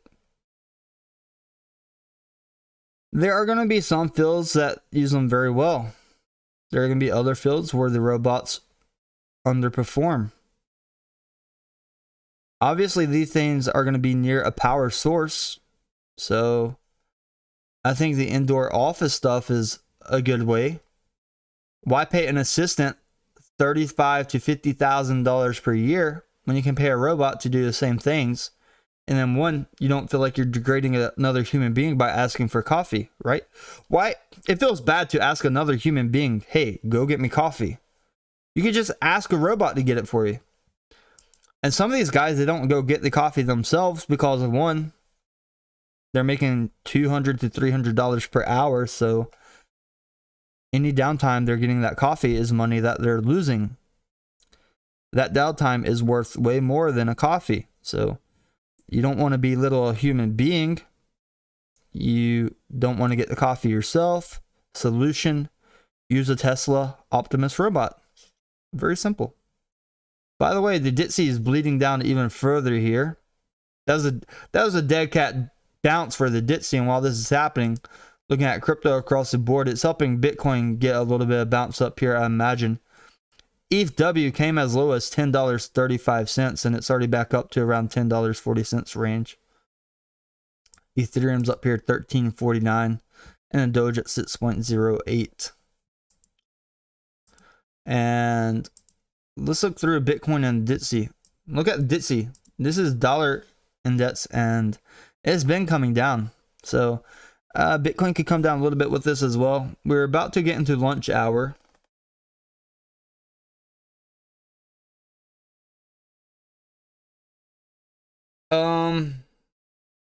I'm sure people use the robot for sets though.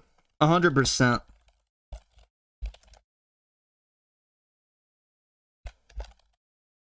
Like 100%.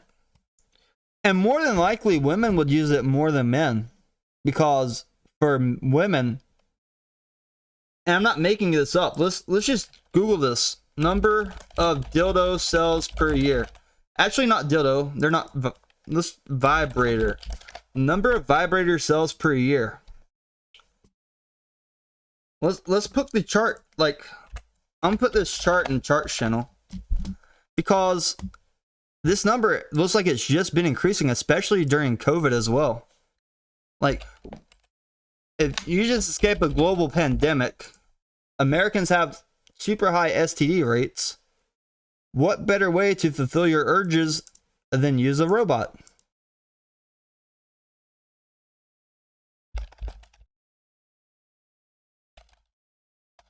All right, and then let's put this up here on the stream. Look at this chart. Size of sex toy market worldwide from 2016 to 2030 in billions US dollars. I gotta create an account. I literally just put the chart on my Discord. Let's here. This is the chart. Look at from 2016, we went from 10 billion until now 2020. We're already up to 33.7 billion, and it's expected to be 80 billion by 2030. Tesla's not advertising as a set spot, but you're going to be able to modify that robot to do things that you want it to do. That's all I'm saying with that. And it would probably help Tesla's share price as well.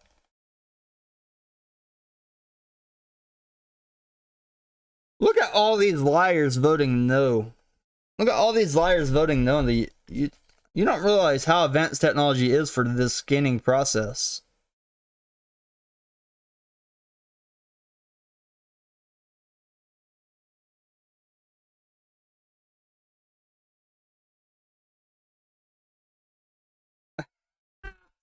Man, my God, all those people voting no.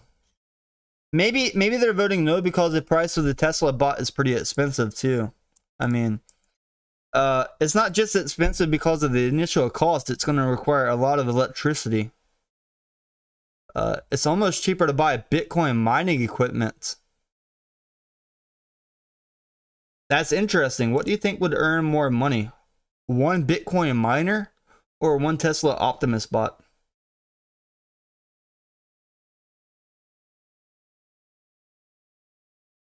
Sin Game says, what is it? I said, would you use Tesla bot for sets? Yes or no? Maybe they would use it to make money for other things. But imagine this, like there's brothels in like Las Vegas and stuff. I've never been to that place yet, but there's brothels in America.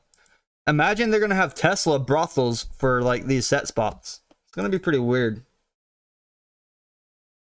It's like something you would see in like a TV show, like totally bizarre, but it has room to happen in our future. I feel like Bitcoin mining would be a little bit more profitable than Tesla Optimus bot, but at the same time, I see people renting out Tesla cars right now, and they're earning a decent amount of profits per day. But I think Tesla car will wear out a lot faster than a Bitcoin miner.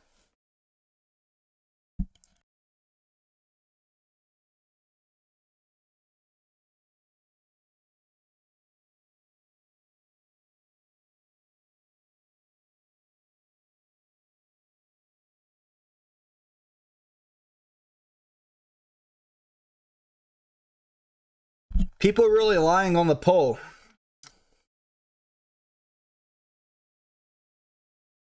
Like, if that Tesla bot can look like someone you're really attracted to, smell the same, look the same, feel the same, I'm pretty sure you would smash that Tesla bot. Speaking about smashing, you can smash the like button, but it's not really necessary.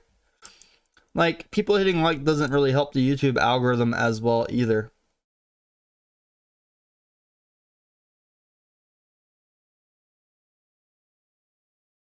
Huh.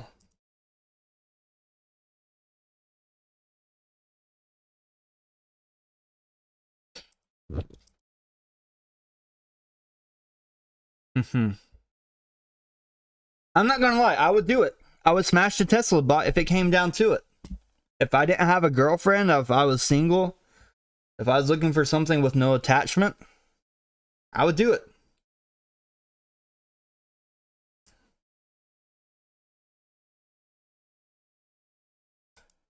You're telling me I can spend $20,000 on this robot? I can probably pay another $10,000 to $30,000 to skin it exactly how I want to, and I don't have to buy anything else for it in the future?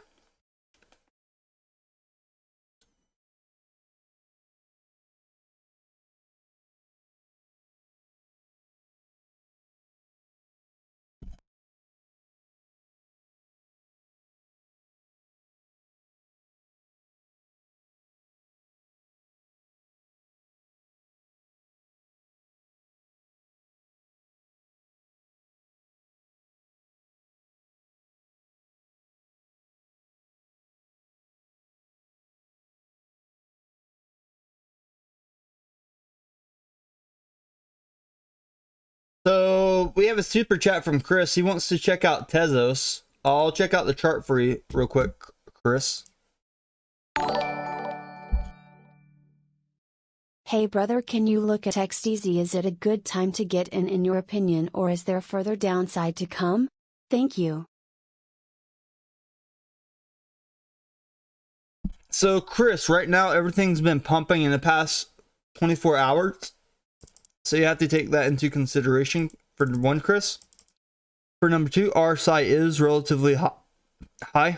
My God, got some burpee. What's happening? I keep swallowing air when I talk. That's why.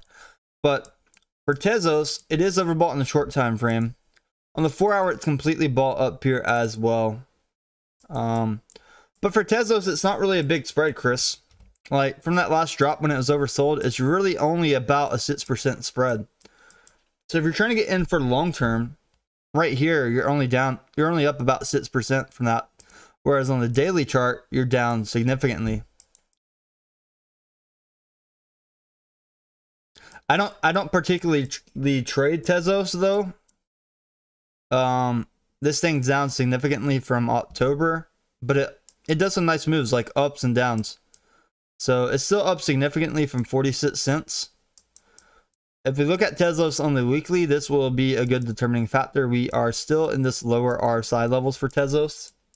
So I think on the weekly, it could come down just a little bit more before running up. We're still parabolic SAR downturn on the weekly.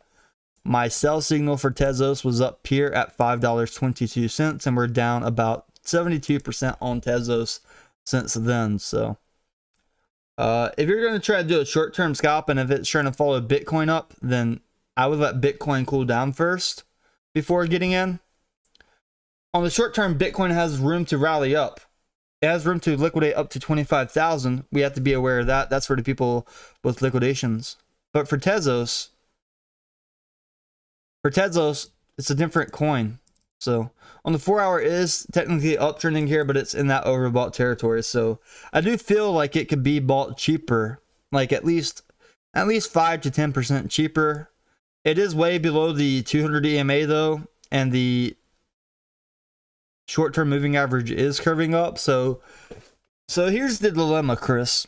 I feel that if people bought Tezos here, from a technical standpoint, I don't know anything about the fundamentals. From a technical standpoint, probably in a year's time frame, they could sell it for a little bit more profit.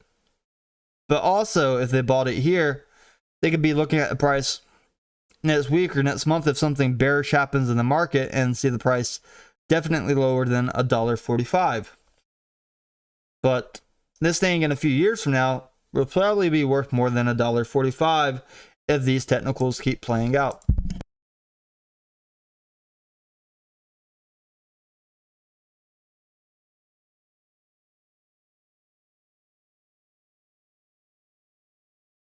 Let me show you something right here, Chris, for Tezos. Like, this is when it became super bearish for Tezos right here.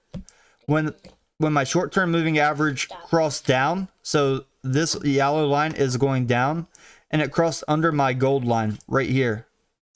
So when the short-term crossed under the 200 at like $3.94, that's when it became super bearish for Tezos.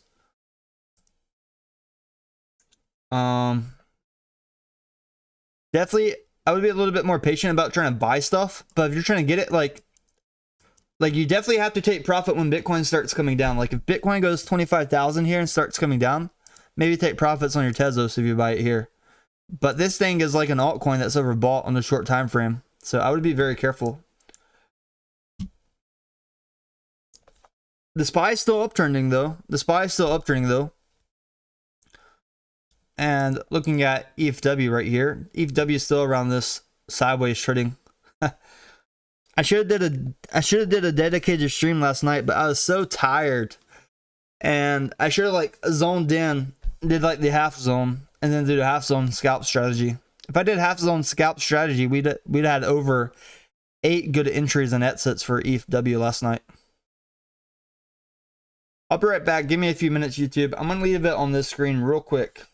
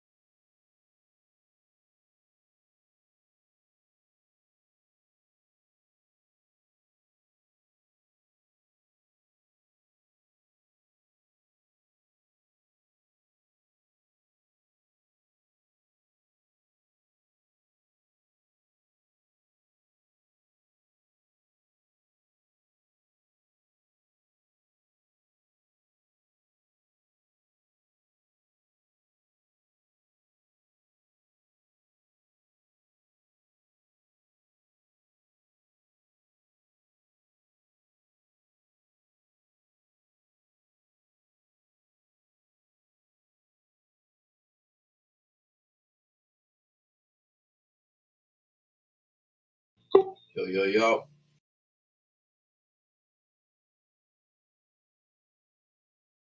I need TA. I need Bitcoin TA.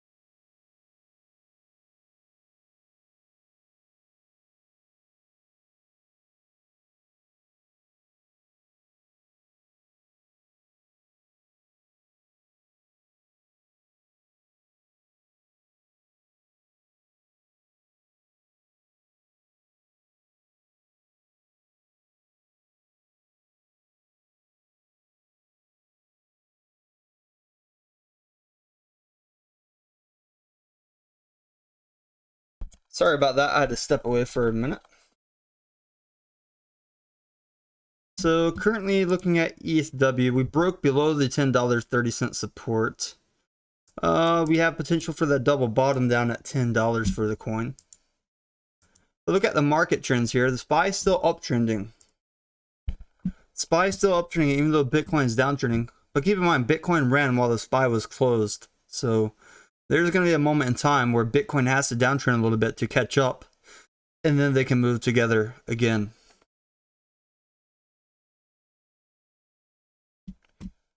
When we look at Bitcoin here, we still have these liquidations that we can gap up to eventually within the next 24 hours. The dollar DXY is downtrending. Bitcoin's downtrending the short time frame. So when Bitcoin gets oversold again, then we'll get those alerts. I'm going to turn my alerts on the other account, turn them off this account so that when I'm away, it doesn't pop up on the stream. But look at the 10-year. 10-year treasury note has been curving up today. While 10-year note's curving up, DXY is still downtrending. Now we're seeing a little bit of downtrend on the NASDAQ as NASDAQ is getting closer to this moving average up here.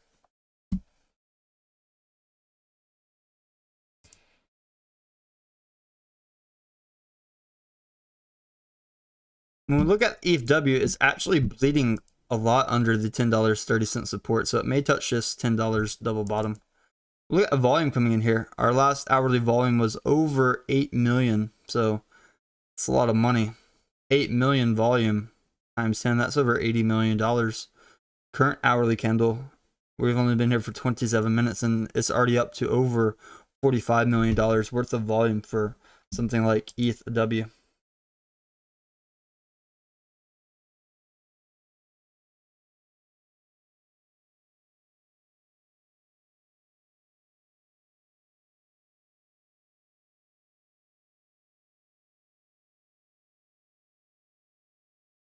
If we can hit this double bottom, that might be another good entry for ETHW. A little bit worried that it might hold this support and climb up though. When I look at this on the 5 minutes, I see this is pretty big sell pressure. So it's not a big gap down. I mean, if Bitcoin's cooling off on the short time frame, it's not a large gap down for something like ETHW. Looking at Bitcoin and SPY though, on these shorter time frames, SPY is still holding up here while Bitcoin is just cooling down. It hasn't done a major dip yet. We did $200 from the top up there, but from the sideways trading, like we're still in this range for Bitcoin. So no major retracement.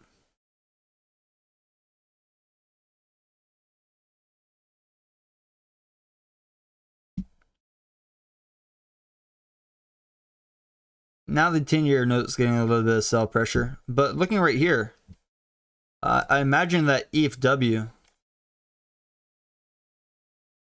that double bottom at $10 could be a decent entry for something like ETHW. Now, we saw similar sell pressure yesterday, well, super early today, and it brought us from a higher price, $10.70, down as low as $10.20. So around this current price. But yesterday's drop was roughly 4.3%. If we have a similar drop from today's price, 4.3%, it would bring us right down here to this $10 double bottom. So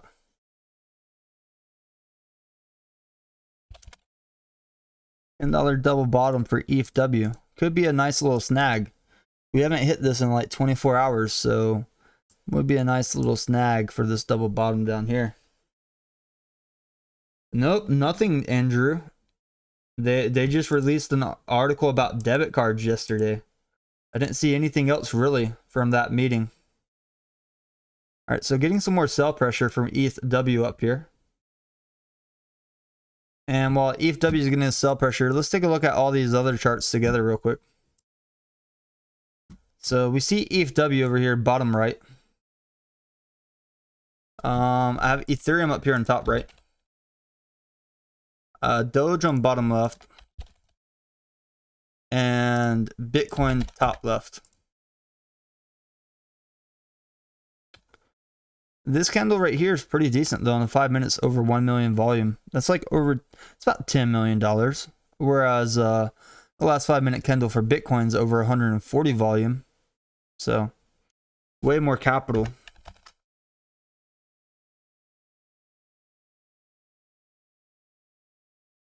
I mean, it's like $2.8 million for the Bitcoin candle here. So in the short time frame, we see Bitcoin is getting a little bit uppity, parabolic SAR uptrend here.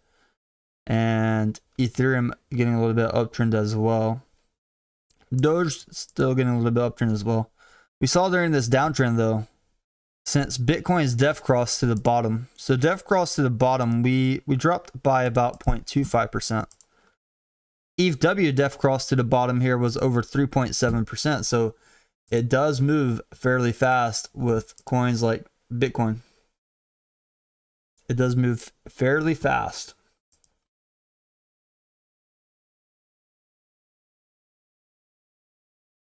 I didn't say short to $10. I never said that, Chris. I just mentioned that the $10 would be a double bottom for ETHW. We get closer to $10, retail investors start buying a little bit more ETHW basically in that area. That's what I was implying.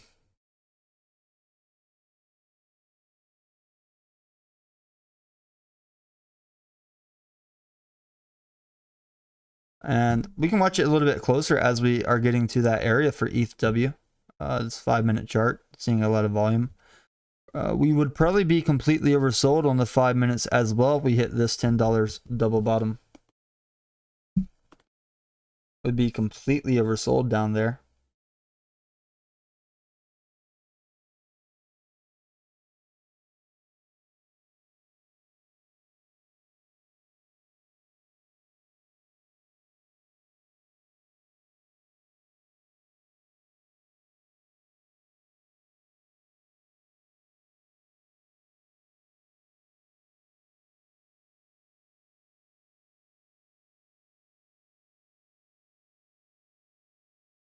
Still working down here a little bit.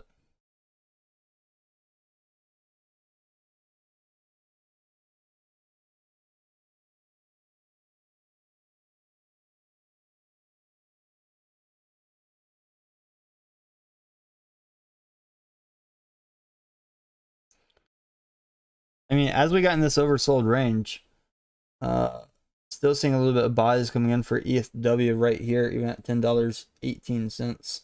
So it's going to take us a little bit longer to get to that double bottom, if that's what we're waiting for.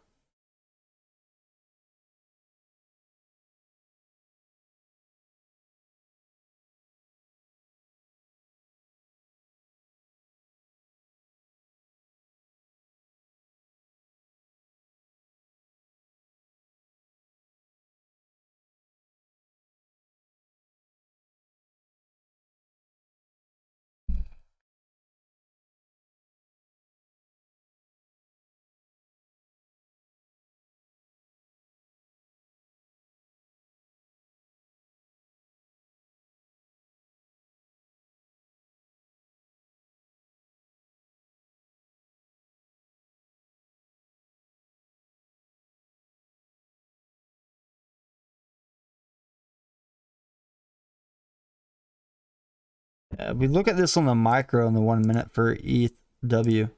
Right here, this is when the R size gets completely oversold on the 1 minute and starts curving up. Just on the short time, let me draw it for you. Right here, this is on a very short time frame. And while this is happening, Bitcoin's still holding above $20,000. And our parabolic SAR is coming in here for ETHW at $10.18. So watching it here. Let's just draw this area between the I think this is a block where retail investors are buying into ETHW. Seeing this candle right here is over 346,000 volume.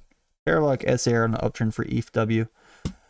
From the current price, sell signal to current price, we're down by about 3%. So 3% is a pretty decent move for something like ETHW for scalping.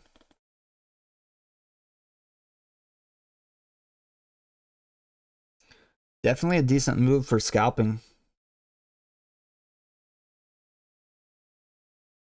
All right, why can't you get into the Discord, Chris?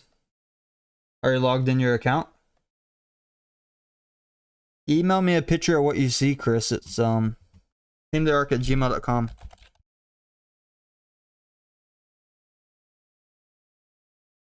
If you're in the Discord, it's very simple. You just log in the Discord. And on the Discord, this is the voice chat down here, 420 basement.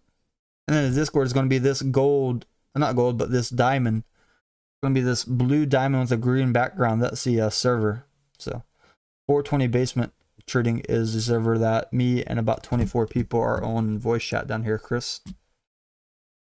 So ETHW is getting a little bit of buys up here. A little bit of buys rolling in here. And while this is happening, let's check the charts all together. Look at regular Ethereum. Regular Ethereum's getting some uppity. Bitcoin's getting a little bit uppity after that last wick right there as well. Doge not really getting that much uptrend. So you said you cannot get on the Discord. Just send me an email, a picture of what it says, so I can try to help you real quick.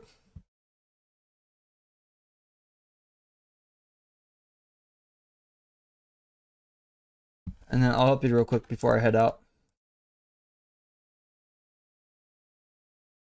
But if you're logged in, and if you see that server icon, and you're logged in the same account that you registered on the Discord, you should be able to get in. Okay, you're in? Alright, that's good. Alright, so looking at ETHW here, looking at Bitcoin, it's looking pretty nice. Retail investors buying back into ETHW on this dip.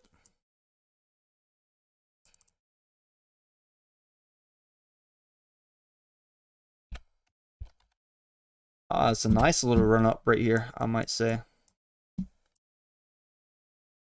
A good little run up for ETHW right here.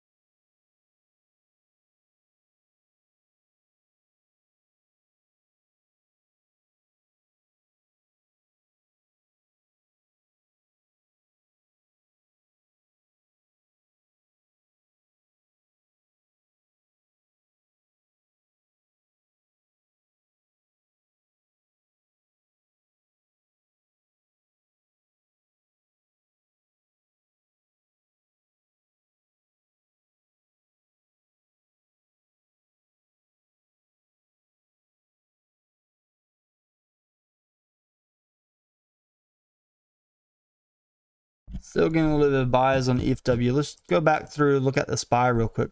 So I see Bitcoin downtrending just a little bit. It's almost done with that downtrend. And while Bitcoin is almost down with that downtrend, the SPY start dipping a little bit.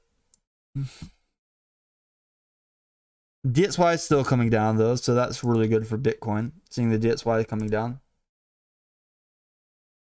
And looking over here at the other cryptocurrencies,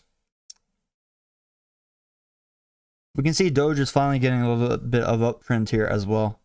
We have to keep in mind that Bitcoin is in this overbought area. It's very important to realize how overbought we are on that 4-hour and 1-hour time frame for Bitcoin. So generally, if we're going to continue this uptrend and we are so overbought on the 4-hour, then there's going to be moments where we trade sideways for like a good 3 to 5 hours. So when we have these nice little push-ups on coins like ETH or Doge, appreciate it. Like ETH just did a 0.5% gain right there. Bitcoin, even if we measure from the bottom, it's only 0.25% gain. Whereas Dogecoin from the bottom of that dip there to now is 0.27%.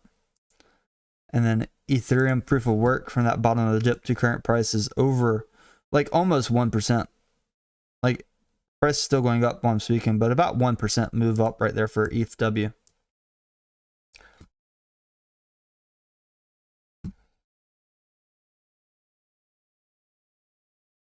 Yeah, just the debit card release is what we saw yesterday.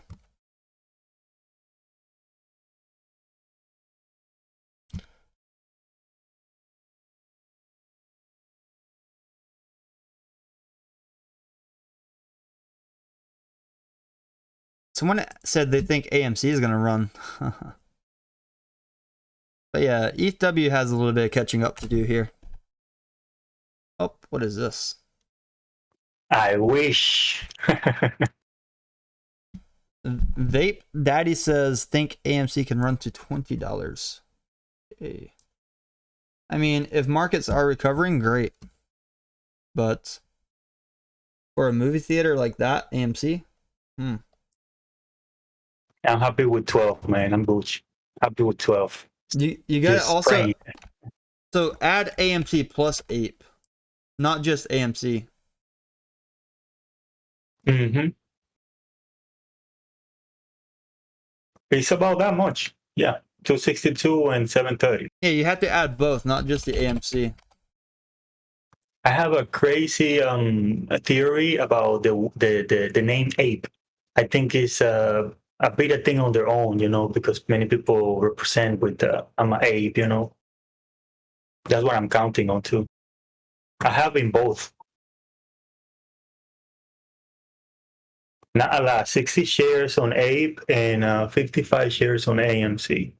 Not entry price, average price. I'm a little F, you know, 863. And on ape, I'm ashamed it's 364. And I'm just here holding on.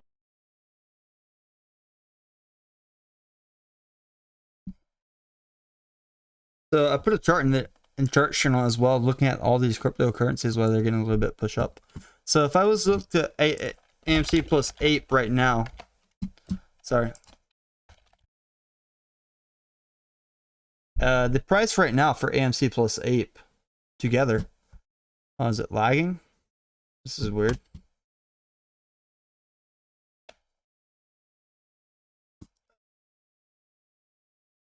Do you think there is a possibility that all of those shares that were taking synthetic share or whatever the name is, do you think there is a possibility that these people just wave all of that out through dirty move, you know, like, oh, we wash our hands, you know? Do you think that's possible? I think it's less possible during that, but a lot of those shares not even sold yet. And here's the problem. I've said this many times with altcoins. Here's why I don't trade Jasmine. It's not because they're synthetic shares, but because all the volume is not on the market. When you have all the volume on the market or majority of the volume on the market, you can see where the price is going up or price is going down. Now, for stuff like AMC, when they have millions of shares on the sidelines that they can just dump on the market. Like, look at this. I argue with people about AMC and my sell signal at 14 up here. Now, I'm going to buy at like 31% price difference. And then my buy and sell last time was at a loss. But even from the last sell signal, we're down 15%. But AMC, I warned people that the Ape share was going to dilute their stock. Look at this. Ape is like $2. Those people probably mad. They were mad at me. They were mad at Meet Kevin. And I even warned people in Discord. I said it's going to dilute AMC. And I warned them that, like, look, they're going to have like 4 billion of these fuckers that they can just dump on the market. It's like free cash for AMC while they just devalue your stock that you're holding at the same time. So I don't like the CEO of AMC. I think this stock split was horrible. It definitely lost the value on the stock as well. The only reason they did it so that they could raise money to prevent bankruptcy in the future. That's the only reason they did this move. And probably a quick cash grab. That cash grab to prevent bankruptcy or to buy their competitors' assets if they really have to. But looking at AMC right here on the 4 hour, it's finally getting a little bit of bounce up with the markets, but still. We're like almost levels before the pre-pump before for AMC. Like GameStop outperformed AMC. And I've always told people, I prefer GameStop during the squeeze than AMC. I'm glad GameStop didn't issue like worthless shares. Well, to be fair, Ape's not worthless. It has a $2.50 price tag right now. So, not worthless.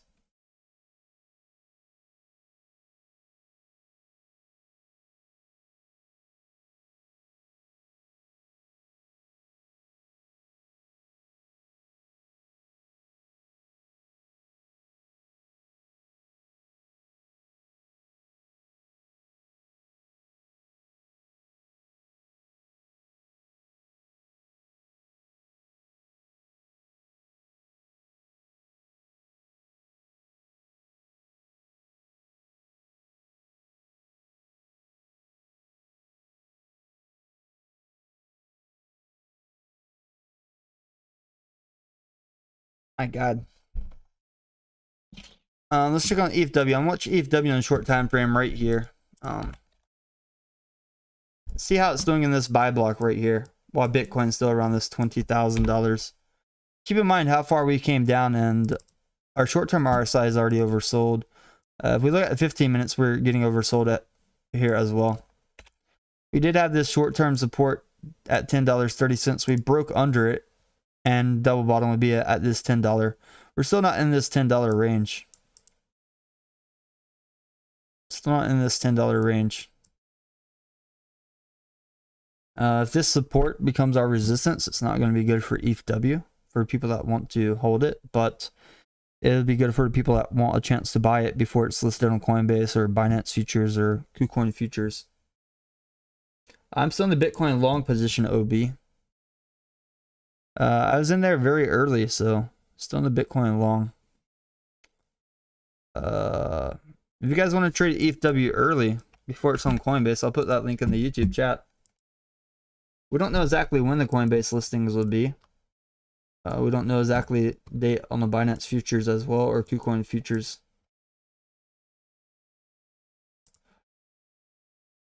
We don't have that data yet, so it's early. I mean, if we had that data, the price would be a little bit higher than right now. So generally for this type of stuff, you try to get in as early as possible by the rumor, sell the news. And then you try to get out when the news comes, when you see the prices spike, stuff like that. I think ETHW is going to make it to this double bottom down here at $10.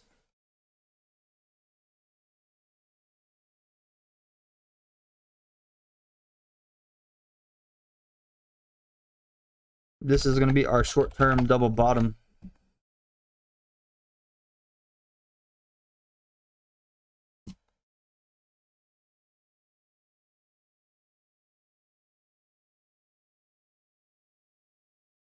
So this is our 15 minutes. 15.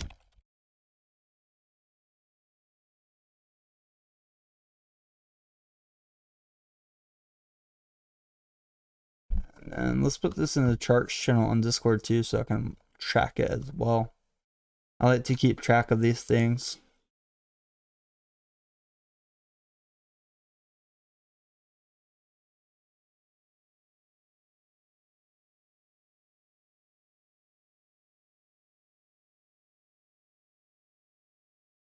So this level bottom at $10. If we hit this, it'd be great.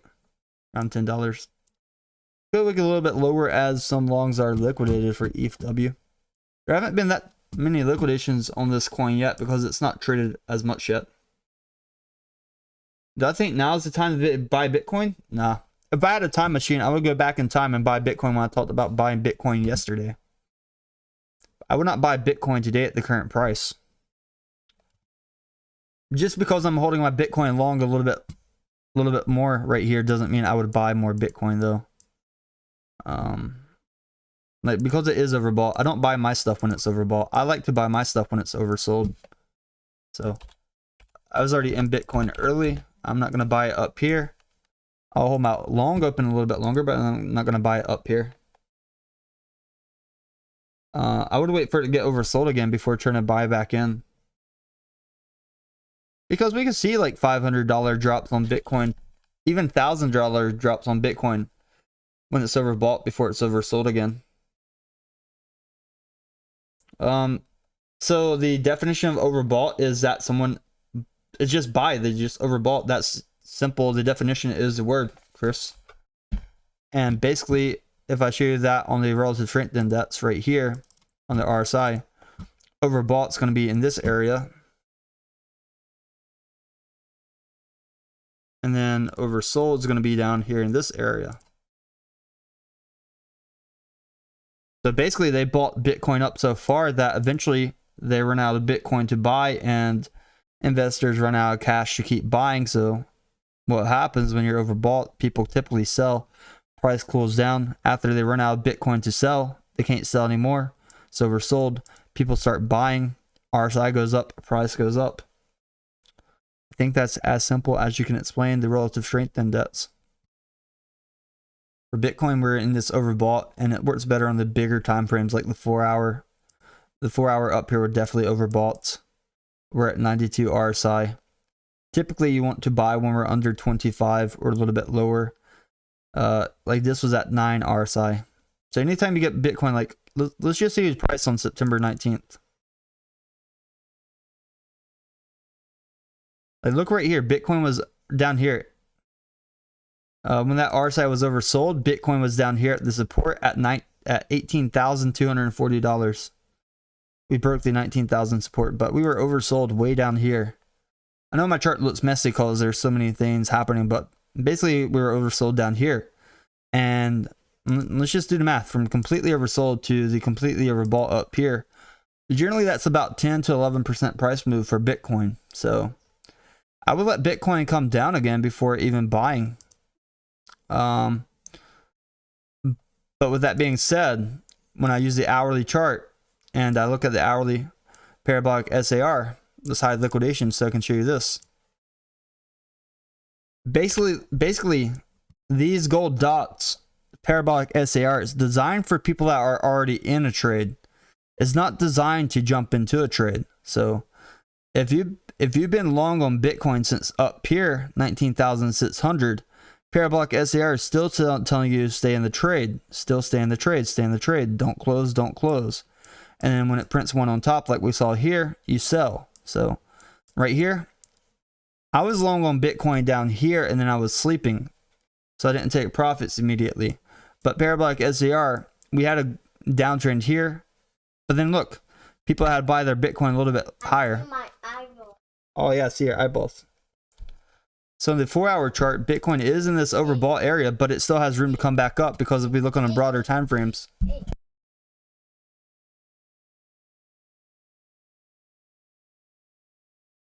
On the 4-hour chart, we were overbought, but on the weekly chart, this is our 1 week chart, we're still closer to this oversold range.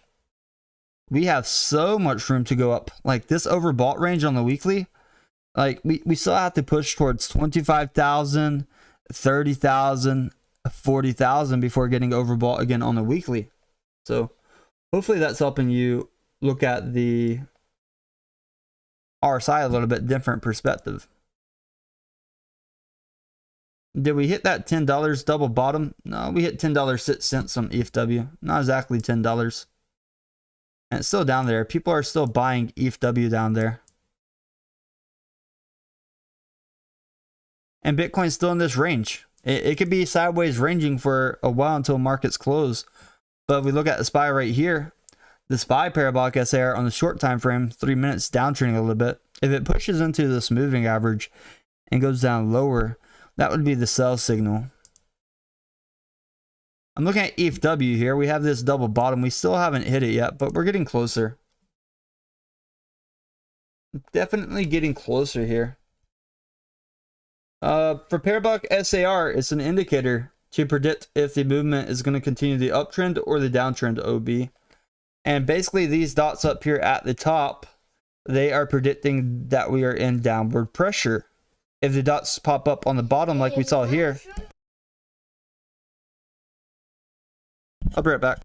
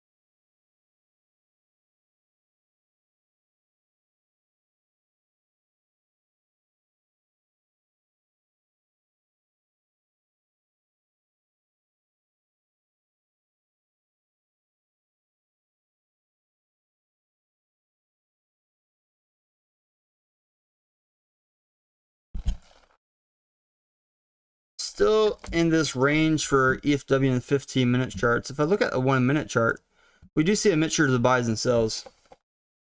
Basically, on the 1-minute parabolic SAR is showing that we're uptrending. It shows that we broke this downtrend. We also had the big hammer candle here as well.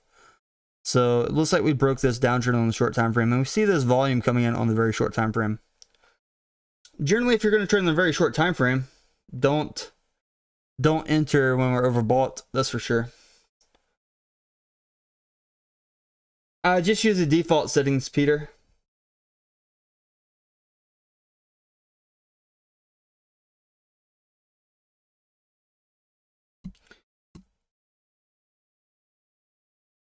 Let's look at the DXY. DXY is still downtrending, pushing down. This is helping Bitcoin sustain.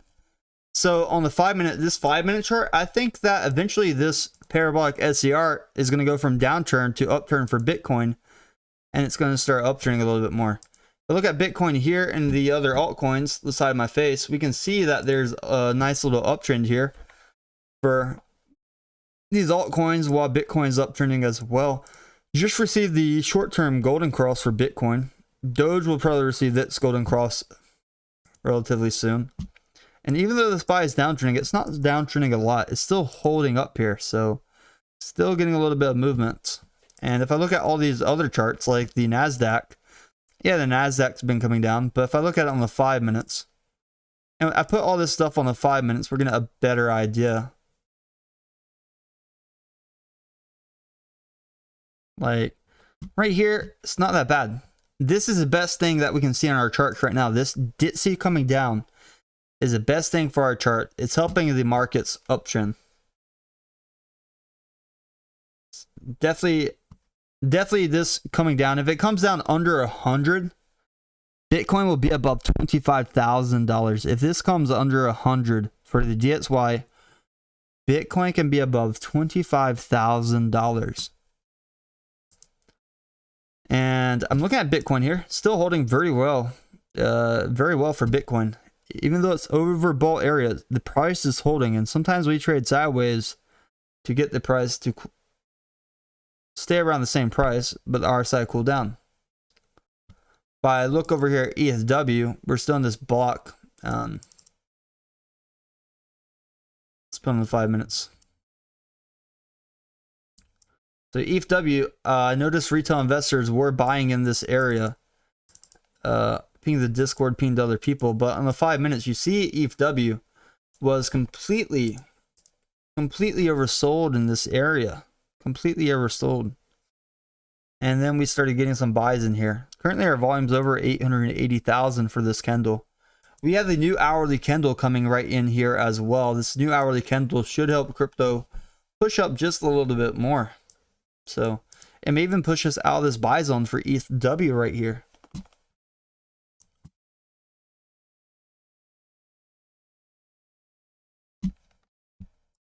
If you want to trade ETHW, I'll put a link in the chat. It's been very well for trading, scalping in and out of trades. We'll go look at Bitcoin on this hourly candle right here as well. So Bitcoin's still getting a little bit uptrend on this new hourly candle, whereas the DXY is getting a little bit of downtrend. Now, if I put them both on the hourly candles, we're going to get a different little picture here. So this is what our hourlies look like for Bitcoin. Parabolic SAR is still uptrending for Bitcoin. MACD says we're losing a little bit of bullish momentum, but we're still parabolic SAR uptrend for Bitcoin. And I think it's going to only get better as the DTC goes down. DTC goes down like another 10 points. Bitcoin is going to be chilling up here. Meanwhile, Luna Classic bounced off this support that we had at 3086. But how far did it wick down under there? 1.3, 1.25% for Luna Classic. And currently we're only up about 1.3%. Luna Classic's good for the spot. It's good for the spot, not so great for the futures. And the ETHW is still chilling up here around $10.20.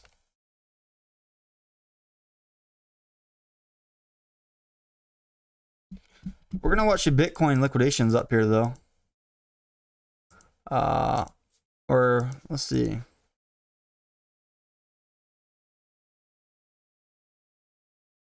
Look at Bitcoin up here. buy signal just popped back in for ETHW. Let me hide my face real quick. Yeah, buy signal popping back in for ETHW at $10.21, but Ethereum did a run up here as well. I'm noticing Bitcoin is getting a little bit of sells. And these are small spreads, like $20 to $30 spreads.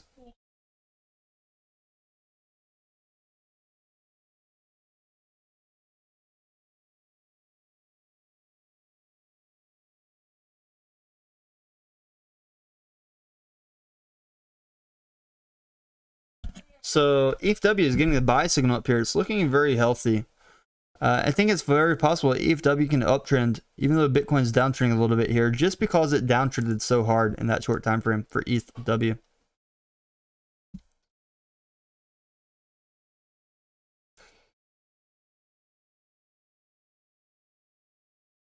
Sorry, I am multitasking a little bit here right now, YouTube. Trying to look over the charts, trying to keep up with everything that I see. We're in this $10.23 range as well.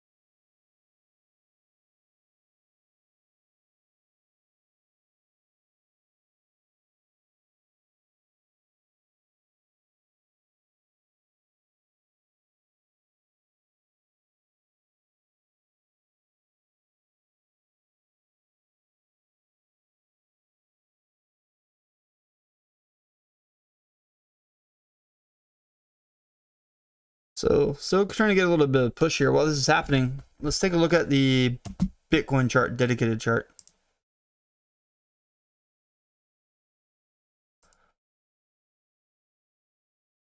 And we're going to turn on liquidations again for Bitcoin.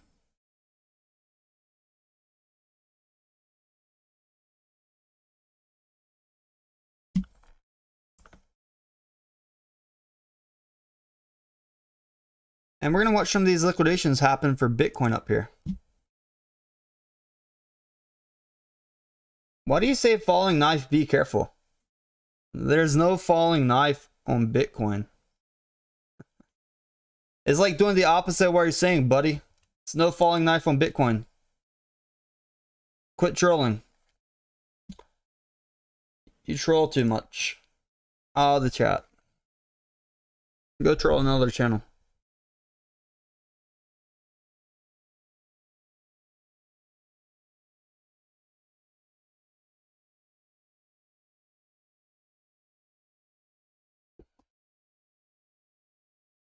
Core i9s might be cheaper right now, Mazier.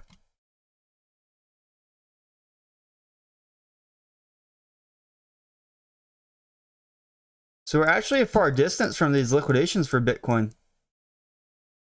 Definitely these bears are not safe for Bitcoin, though. I will say that.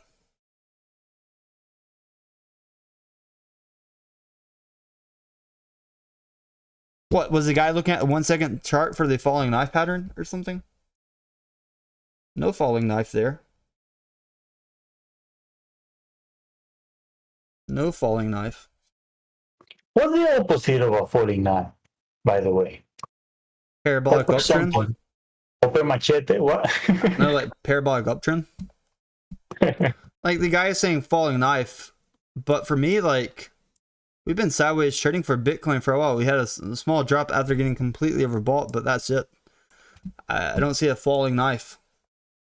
But you get it? Swinging machete, the opposite of falling knife. Yeah. Swinging. I'm surprised Bitcoin gets this much volatility during this sideways trading. Like, look at this.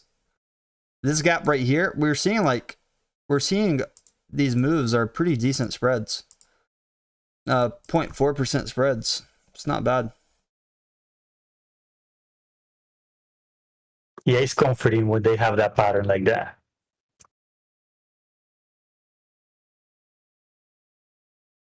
If I look at, people say Doge is pumping, but we're gonna go to a Doge chart real quick as well. Doge has a lot of liquidations that it can do. Yeah, Doge is rocketing up here. Look at this. Doge is already up 1% on this push up right here. You just liquidate all those positions, and our resistance was at 6.2. Let's see if we break this resistance. I mean, it just liquidated that whole block. There, 6.2. Liquidate the whole block.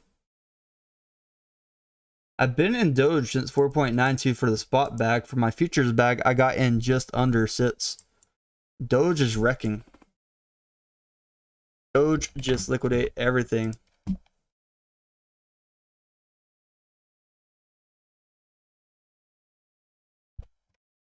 Like Pac-Man eating away. It just liquidate all those things. If you replay the stream, YouTube, replay the stream. I mentioned Doge is going to outperform Bitcoin today.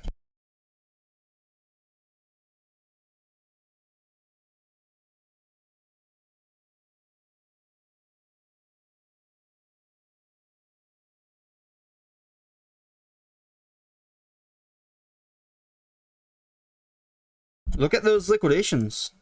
Pushed it all the way up to 6.2. We broke the resistance up here. Broke this resistance up here for Doge. Very beautiful. From the buy signal till now, we're already up significantly on Doge. We're up over 5%. Doge is 6.4. Doge is going crazy right now. Let's see what this volume's like. Wow, 38 million, 46 million. People know something about Doge that we don't know. Woo, that's a big run up for Dogecoin. My God. That was a big run up for Doge. That is a big resistance that we broke.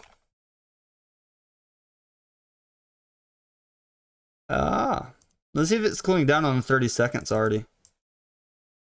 Still not really a big sign of slowing down. Not a major sign that it's slowing down. But definitely seeing that volume is huge. So that was like 5% move up for Doge.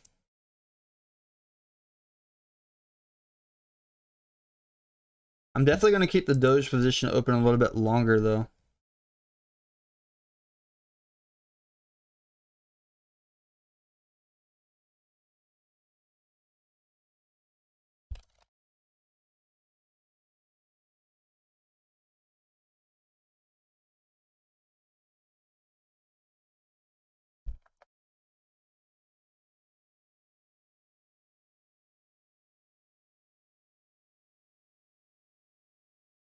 I'm still seeing volume, but not like crazy volume.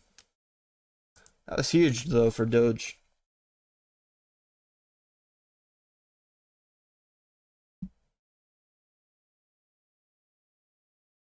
That was giant for Doge.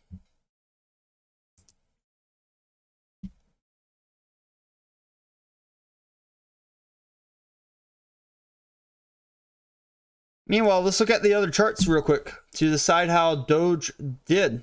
Well, Doge outperformed everything else. Doge outperformed everything else during this time. That's what we like to see. Never short Doge. You short Doge, you deserve to get wrecked. You short Doge, you deserve to get wrecked.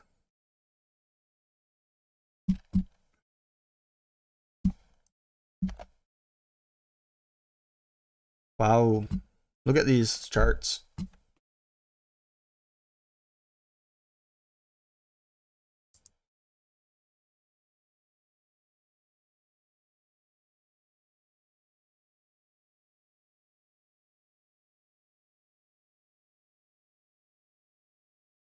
That was a big purchase on Doge right after that. Trading bots went crazy. And then the algorithm, like people were liquidate on the way up there too.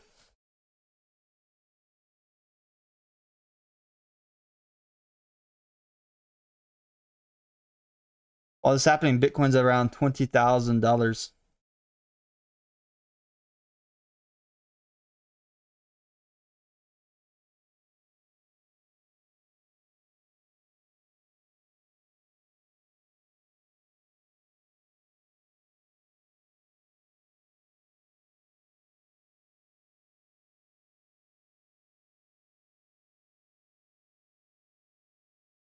So after Doge did that pump up, maybe it's gonna pull down with Bitcoin coming down.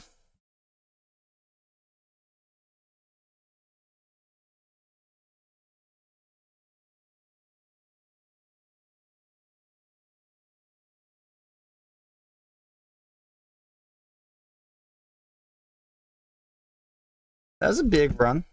Huge run for Doge. My God.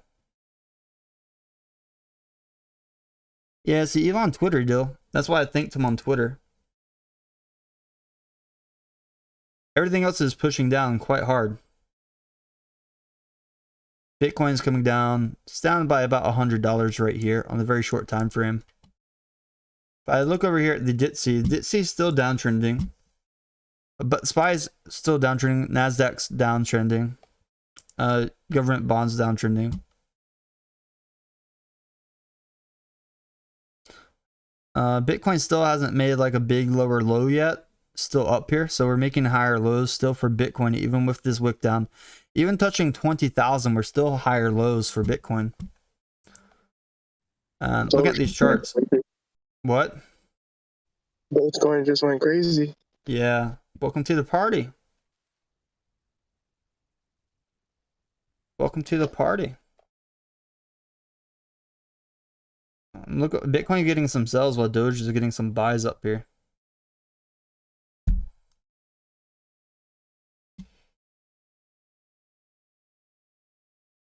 That's a big run up for Doge though. People are already taking profits on the news from what I'm seeing.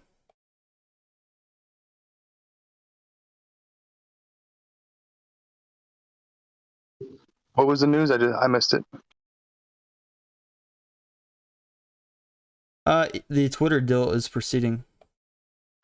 Oh, okay. And generally, like Elon buying Twitter would be bullish for Doge.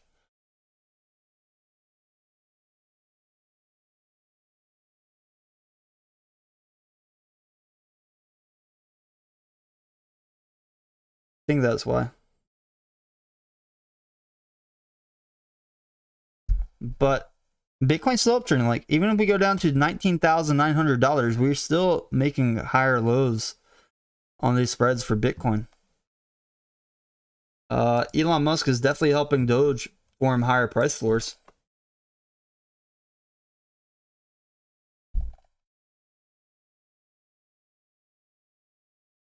I don't think they were right about the dump, Sinlos.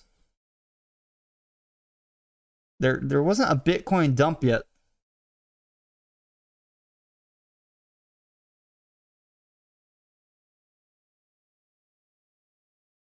And that BB person spams the chat a lot, Sinlos. They do the same thing. They said the same thing when Bitcoin was $19,200. Now look at us. We're at $20,000. That guy just spamming and fake crystal ball garbage shit.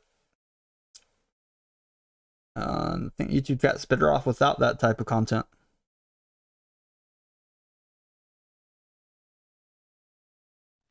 Wow, look at Doge. Sheesh. Yeah. Sell signals popping in on 1 minute right here, though. Of course. Yeah. The Elon Twitter deal may be proceeding, which is really bullish for Doge. And if we look at Twitter stock, we can already see their stock price jumped. It's already halted as well. Look at that. We went straight from 42 to 47.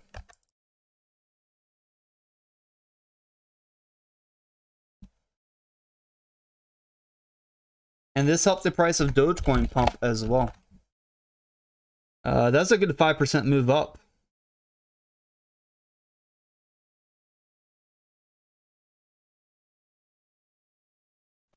Hey, what are your overall thoughts on ETH? I feel like it hasn't done nothing since the upgrade. What do you mean since the merge it's came down by $700?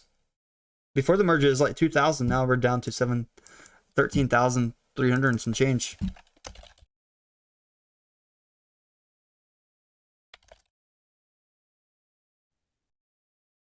I mean, don't say it did nothing. Let's just say it didn't pump, right? It didn't, it didn't pump. Look It came down. It came down like a lot. $700 is a lot of money for something like under $2,000. But it came up a lot as well when Bitcoin came up the other day. ETH has pretty decent price moves. Let's look at the Ethereum chart. If we look at this hourly chart, and we see down here, we've been in the sideways pattern for ETH, but we kept finding support at 1261 for ETH. And since that 1261 support for ETH, we're already up 6%. 6% is huge. If you're 20 times leverage, 6%, you're up 120%. That's like the people on the spot buying at 800 and price goes to 2,000. You have about the same profit as those people. But it started this uptrend again recently. But after the merge, it kind of destroyed it. Yeah, I've been in it since 1400 mark. Yo, Tank, do you see another coin reaching 40,000 besides Bitcoin? Yeah, in the future, they're going to make some like very scarce coins. Like, do you see Ethereum ever, going 30, 40? Or BTC was, for me, I've seen, the way I'm seeing it is like the 1 minute, like the 4 minute mile. Somebody have to do it Do you think first. SHIB is a good buy? I'm not, no formal, none of that, but just concept. Like maybe BTC was artificially pushed so high, so it brings this much attention, and then in all of the other coins, then they became valuable, and okay, this is working. What do you think? So, if you want like a very scarce coin, like they can make, there can be some funds in America, they can make a very valuable coin, but they have to peg it to something. Right. Like let's say they have a bunch of gold bars that they peg it to, and they have to expect that company not to rug it. Thank you for the super chat, Barry. Barry wants to know, do I think SHIB is a good buy? The game is coming. So I can't tell you if it's a good buy or a good sell, Barry. I really cannot tell you that. I don't give financial advice. I'll look over your chart for you, Barry, but I do not tell you if it's a good buy or sell. I just see that it's spiking up with Doge spiking up. It's following Doge very closely here because SHIB has that SHIB Dogecoin pair. And trading bots are automatically aligned to it. That's why SHIB's up 1.97%. But if that game does come out and does create some good burning, then maybe SHIB is a decent coin to hold.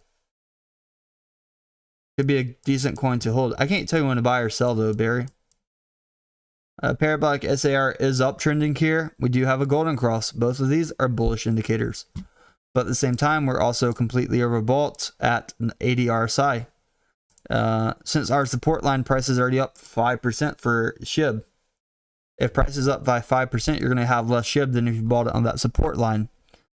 And also, price is up significantly right here. So, at this current moment in time, I would probably let SHIB cool down at least another 2-3%. But then again, I can't tell you when to buy. I can't tell you when to sell. I just know it just ran up. It completely overbought in the short time frame and the long time frame, which is a recipe for the price to slowly depreciate on the short time. Bitcoin was completely overbought up here. That's why we're seeing a little bit of dip in Bitcoin. And Dogecoin, now Dogecoin is overbought not only on the high time frame, but very short time frames. So Doge could be a recipe for a downtrend a little bit here as well. I'm just curious if we're going to get that double bottom $10 on the ETHW.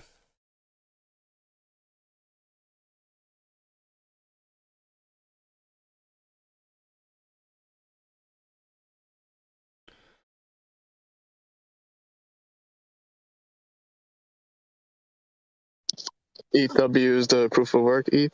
Yes, sir. So you're more like bullish on that than ETH? Yes. For price appreciation, yes.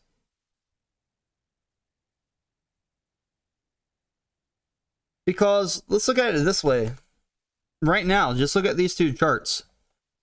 Which one do you think has a bigger market cap if they have the same amount of coins?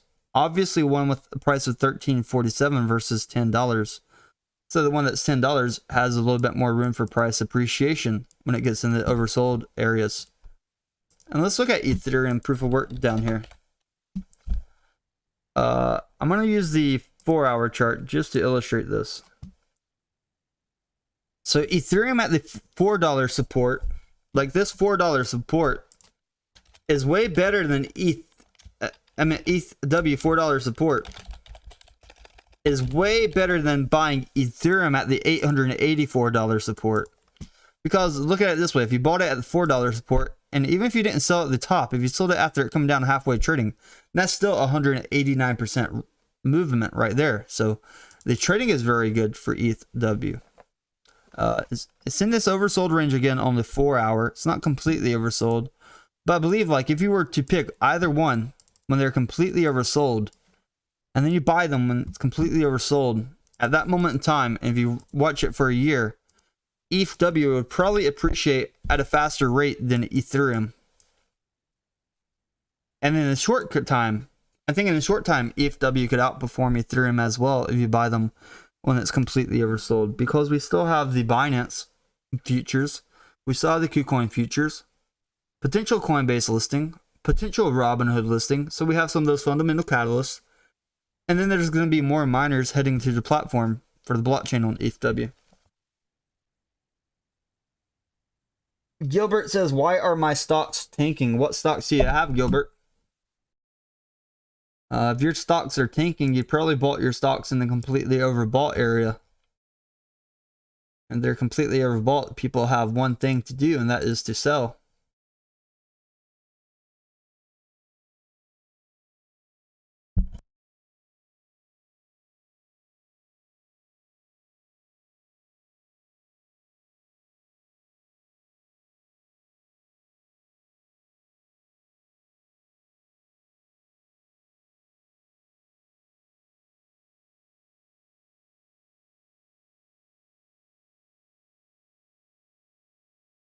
But look at this. Look at the charts.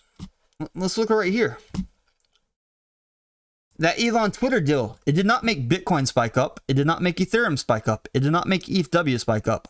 What did it make spike up 5%? Dogecoin. And there's really idiots out there that are betting against Elon Musk, and they are still trying to short Dogecoin. They're trying to short Dogecoin at the bottom, right before this deal could go through. The power of the richest men in the world. That's why we get these big price movements. Also, the power of Elon Musk. When he got rid of his Bitcoin on Tesla, my God, $20,000. Whoo! We dropped from 30,000 to 20,000 very fast. He was able to liquidate a lot of positions on Bitcoin. So, don't bet against the richest man in the world. He will get stuff done. Don't bet against the guy working 80 hours per week when you're just fumbling your thumbs, spending 30 minutes to enter a short position on Doge. Don't be that idiot. Unless you want to donate money to the bulls, don't be that idiot.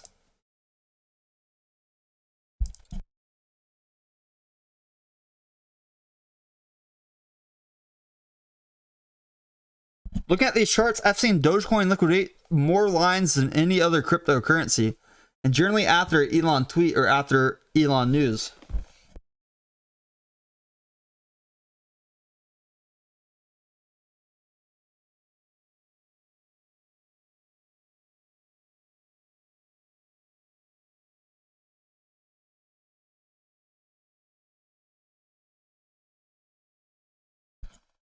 ETHW is getting closer to this $10 double bottom, by the way.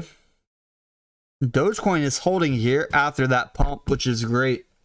Can you imagine paying to tweet in Dogecoin so there's less bots and so there's less garbage and content engaging on Twitter? Wouldn't that be great? That would be beautiful. By the way, if you want to trade Dogecoin on futures, I'll put a link in the chat. If you are dumb enough to short Doge right before Elon tweets your stuff, I'm very sorry. At least learn this, like learn the risk parameters. All right, let's do this as an example. So Elon related event caused Dogecoin price to pump 6.5%. Well, 6.55 to be exact, divided by 100. That's a big price move up. If you were using 15 times leverage, you would have been liquidated. If you were 15 times shorting Doge right here at 6.06, you would have been liquidated. And you just gave all that money to the bulls.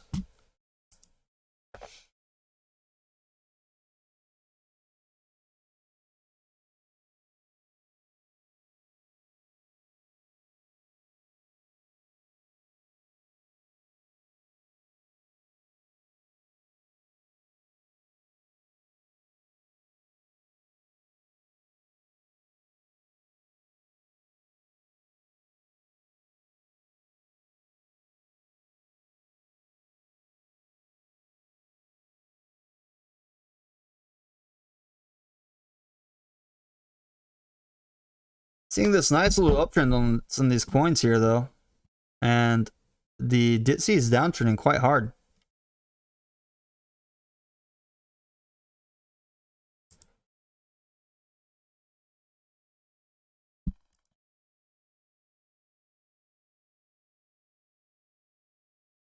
Like, imagine if you took a short position on Doge when that idiot in the YouTube chat was yelling falling knife. You would have been wrecked. You'd be sitting there twiddling your thumbs, looking at your position down maybe 50% or even liquidate.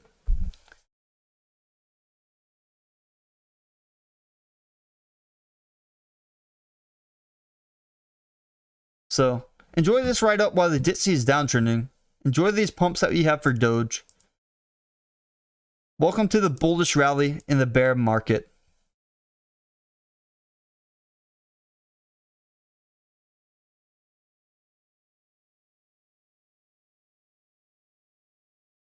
Welcome to this bullish rally in the bear market. Shorts are going to get wrecked. Their money is going to be given to the bulls. Hopefully the bulls, when they get the money, they use it wisely. They don't over leverage. They play the game smart. If you're a bull out there and you just want over $50,000 today, don't waste that money on 50 times or 100 times or 25 times or 15 or 10 times leverage. Play it very smart. Absolutely only buy in the oversold areas. Do super low leverage or spot so you can keep that money from going back into the hands of the bears. Play the game smart. Don't high leverage after something's pumped as well, or you risk giving that money back to the bears. Let's keep as much capital away from the bears as we can during the next 2 weeks. As long as people don't over leverage and they play the game smart, and we deny the bears funds for 2 whole weeks, they will cave. They will close even more of their short positions. We can get bigger spikes up on cryptocurrency. Play the game the way it was designed. Pretend like you don't even know that 5 times or any leverage exists, and just do spot trading until then. Don't be greedy. And we saw SHIB follow Doge. SHIB followed Doge up here because of the SHIB Doge trading pair on exchanges. It's a very interesting trading pair that people have adopted using. And look at all these coins. They're uptrending while ETHW is still having trouble getting momentum up here as well.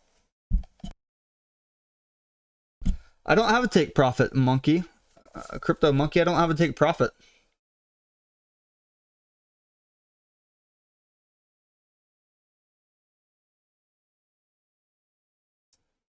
Yeah, if you need practice, definitely trade on the demo account a little bit further. Trade on demo account so that you can see how bad you would get wrecked if you're wrong. Demo account can save you time, can help you learn a little bit faster.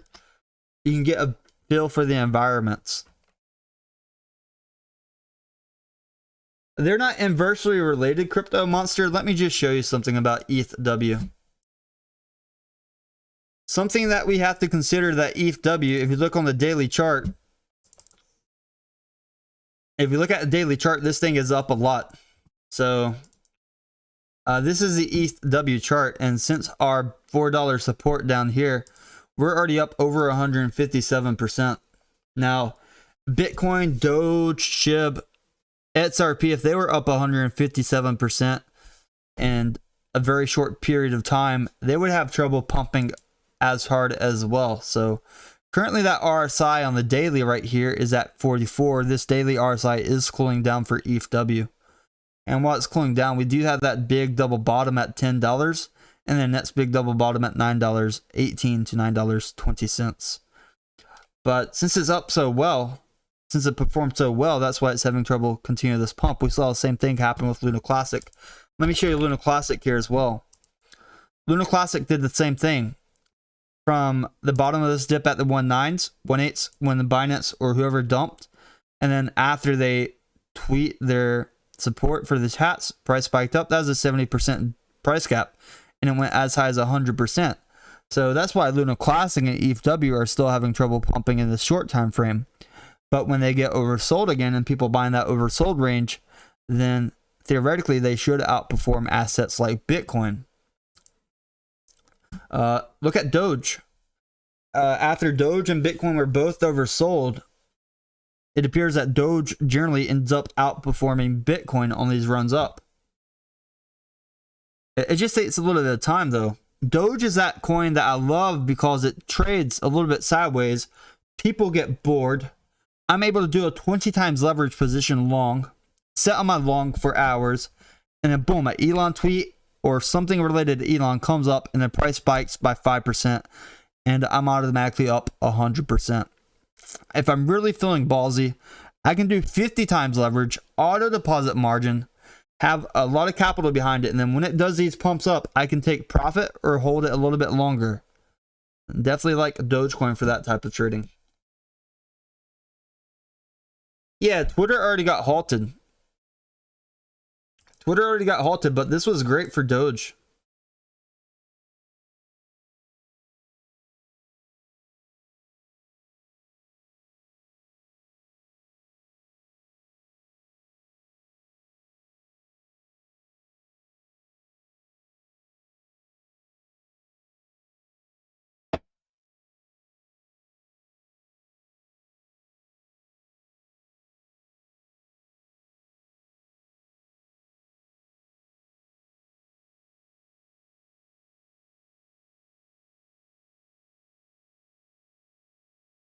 But Twitter got halted.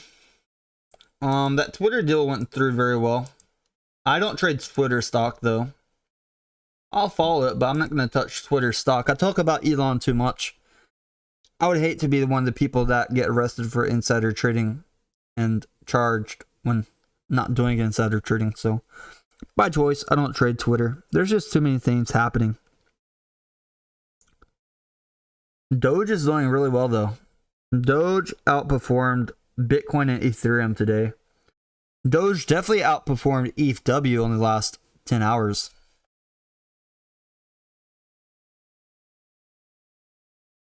And I think the DXY is downtrending, DTC is downtrending because other nations are trying to counter their inflation. And then this will help America work out ways to counter it. So in the short term, they were dumping American dollars and buying up their dollars. And if you're dumping American dollars and buying your dollars, like if you're in the euro, then you're going to make the DTC go down. Bitcoin's still holding above $20,000. Doge has a nice little run up here. Elon buys Twitter. He's probably going to tweet a little bit later as well. I mean, it's going to be his platform. Only bullish for Ethereum. Not Ethereum, but for Doge. Blah.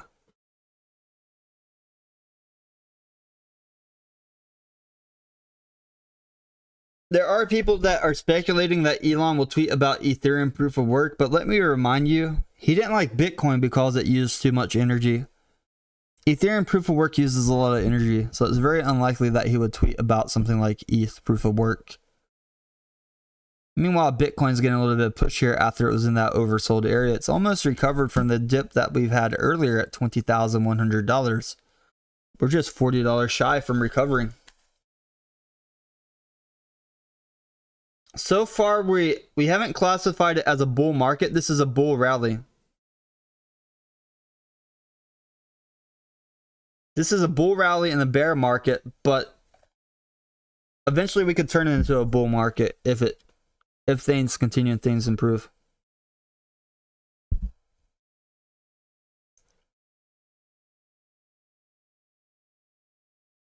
A bull rally in a bear market is still very much appreciated. Gives people great scalping opportunity. Heavy scalping potential.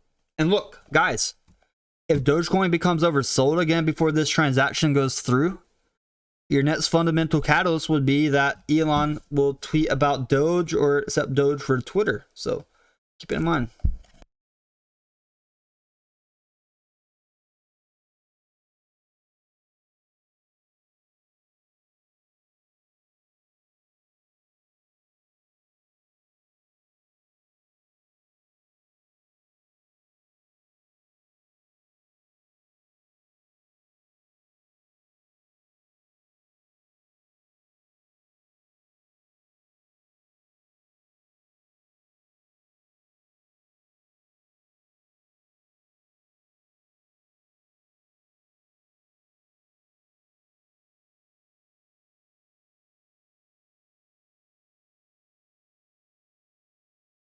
Yeah, CNN's going to talk about it as well. Very interesting. Actually, really good.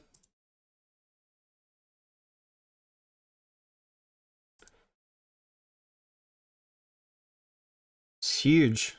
Huge for Dogecoin. It's huge for Elon Musk and Twitter. Hopefully we get rid of these Twitter bots.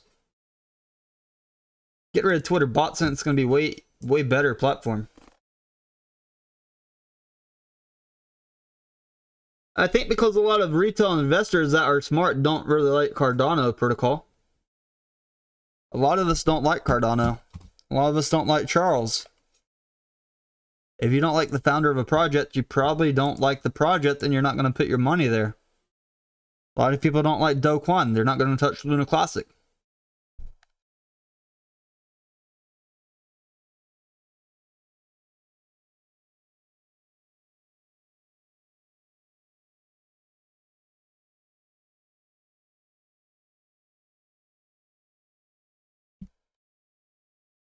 And while Elon is choosing to buy choosing to buy Twitter, Tesla stock is still rebounding from the dip that we've had earlier today.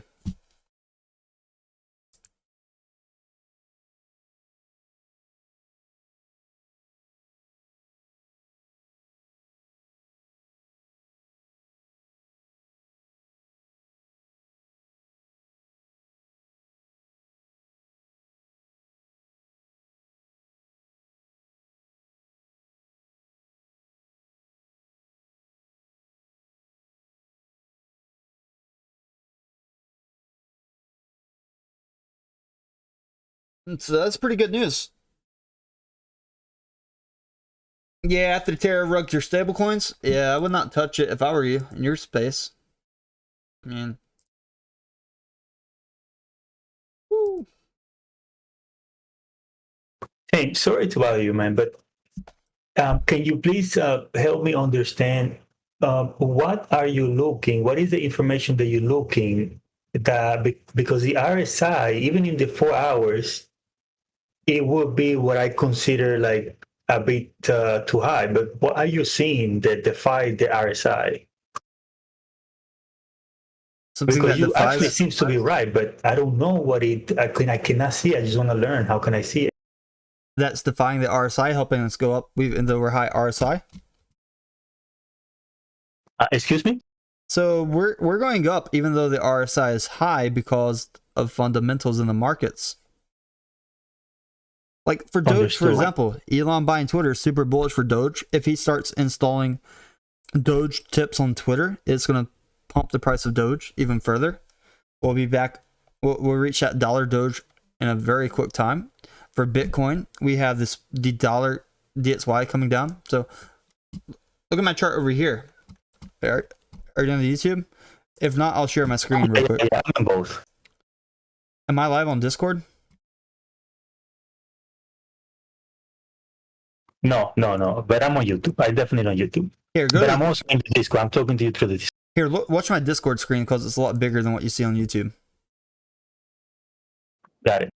So basically, if we look right here, saw the SPY was coming up, saw the NASDAQ was coming up today, but the dollar, DXY is coming down. This is all three of these were bullish catalysts for Bitcoin.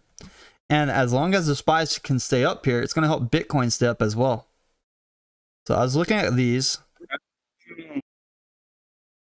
And then people are still... So maybe you could be expecting one of those days in which the RSI can climb up all the way up to maybe 80, right? Well, I've seen sometimes on Bitcoin when it's pumping, like when we turned the money printer back on 2021, we sit at 97 RSI for hours. And I'm talking about on the 4-hour chart. 4-hour RSI was up there for hours.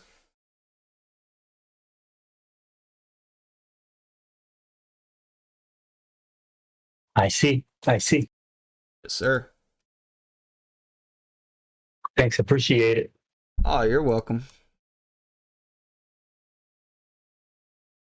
But this is only bullish for Doge. Like what's happening with Twitter, this is like only bullish for Doge. People don't want to realize it. They're just looking at technicals and trying to short it, but you have to open your mind. You cannot just use the technicals to do a position. You're gonna get wrecked. So if Elon does go through Twitter and then they start accepting Doge as tips on the platform, then it's only bullish. I think that's also one of the reasons why he say things from time to time. Maybe he don't want to get associated with insider something or manipulation, which is smart. Mm-hmm. Can you imagine if you buy a little bit of Doge, it's enough to move not just Doge, everything else? That's too much power, man. Mm-hmm. I don't think a human being is capable to understanding those levels of power truly and fully, and the devastation that could happen. Like, we're not built to own the world. Like, a single person is not mentally built to own that much. Where we going, basically? That he say where we go. I wouldn't be comfortable having that much power. That's all I can say.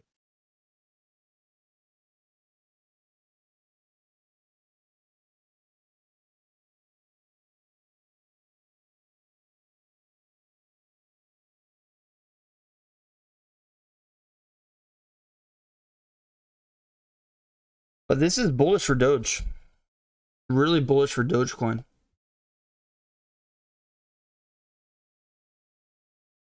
Look at ETHW getting some buys as it comes down right here as well. ETHW is still in this buy block area. Still in this buy block for ETHW. And if we look at SHIB was following Doge. But SHIB's not going to get that bounce that Doge has if Elon accepts Doge on Twitter. It's actually going to help Dogecoin market cap expand drastically. And not just the market cap, it's going to help the audience expand. Look how many people are on Twitter. Imagine this. You get rich. You buy Dogecoin 2020, 2021, 2022, you buy Twitter, and then you force all the users on there to use your currency to tweet or to pay for ads stuff. It's just brilliant. Just brilliant. And this is going to help Doge get to that $1 a lot faster as well. So, really happy about that. So, Doge spiking up because Elon's agreeing to go through with the deal shows that other people out there also have that same frame of mindset about how big this is for Dogecoin. Eventually, this will be a bigger event than Saturday Night Live because it creates a big utility. Utility is always bigger than hype.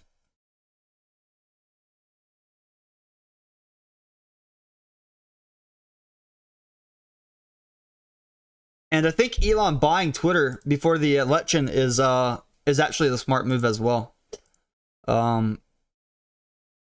Getting Twitter before elections is great, because when do people tweet a lot? People are very, very much on their phones and Twitter during the elections. So it's going to be like right before the big traffic coming as well.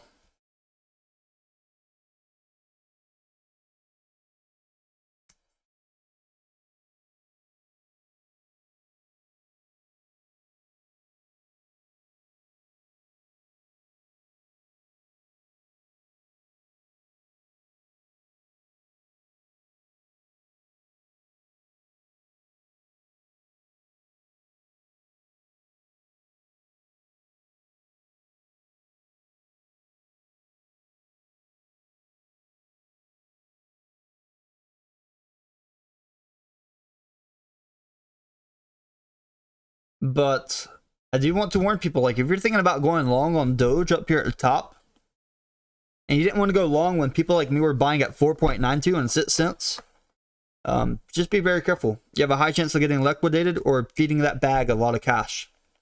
Use a stop loss if you're going to go in up here. If you're spot trading, you don't have to worry as much. But Elon Musk destroyed these shorts. These shorts were wrecked because of Elon's Twitter deal.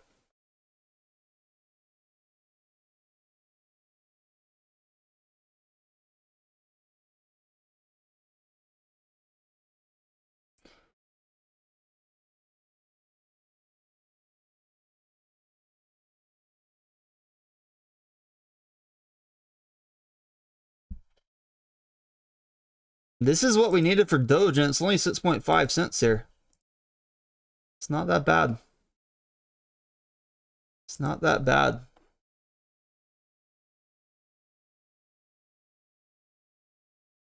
Let's take a look at the other charts while this is happening. Look at Doge. Doge is climbing. Before you move from Doge, I saw another a spike of volume about the same size around 8/16 of 2022. 8/16. Don't give away the secret, man. Okay, I'm guessing stuff. Come on, buddy. Come on. Got it. My I God. don't even know. I'm asking.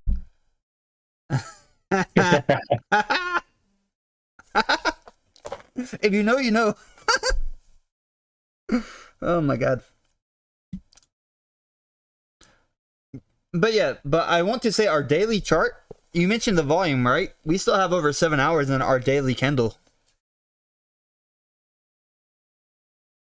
I wonder if Doge is going to keep pumping even if Bitcoin does the downtrend here. Are people going to be swapping Bitcoin and stuff for Doge in this situation? That would help the price of Doge climb. Doge is like, look at Doge. I think one of the first sentences I said today on stream is that Doge is going to outperform Bitcoin. And so far, especially since the 1705 candle, we're up like 7%. So versus Bitcoin 705 candle. Bitcoin 705 candle, we're down. We're down by about 0.5%. So Doge is running here. People don't realize how big this is. Like, this is bullish for Doge.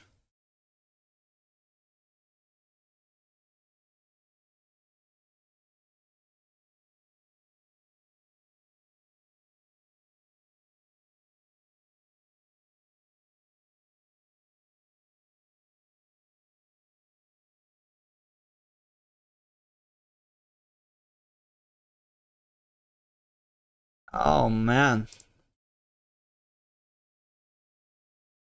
Look at that.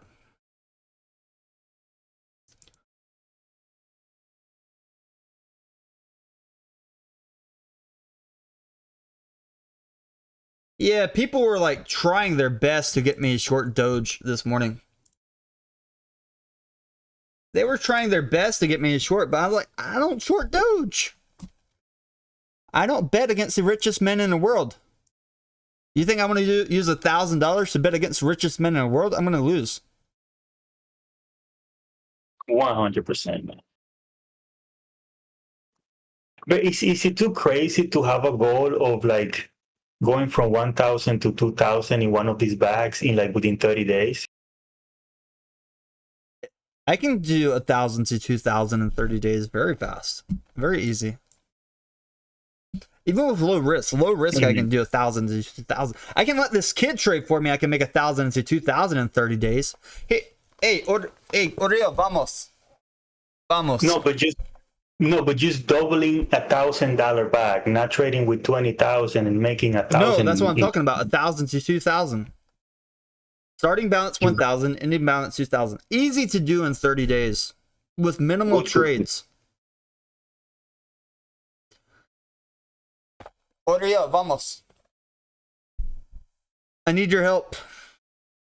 Been trying to do it with $100 to be safer, but it's difficult. I just can't do it. Like literally, I still cannot do it. It's just like a dance, couple of steps forward, couple of steps back, and it's just like. So what are you doing wrong? Are you buying in the overbought areas? What's your strategy? I was doing some newer strategy on Luna Classic. I've been trading Luna for the last week and a half to 2 weeks exclusively, like only that chart in all of my screens.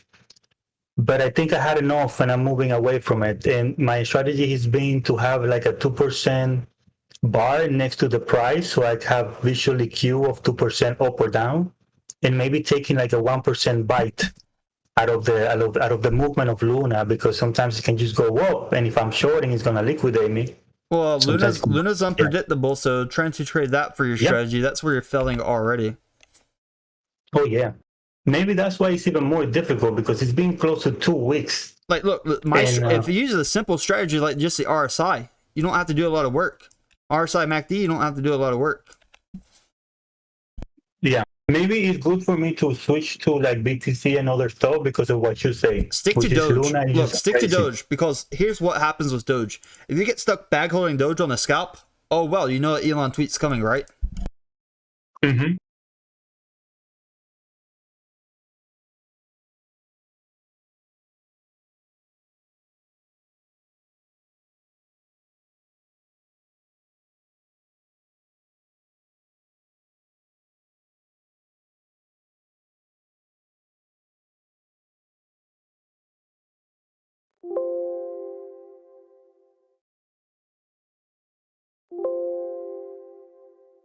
Like, Doge has been the best coin for me, scalping wise, generally. But in the short time frame, ETHW has treated me well because it fits the technicals that I trade on my strategy as well. So over the long term, Doge has treated me well for the past year. Like, I'm able to live a very comfortable life because of Dogecoin scalping.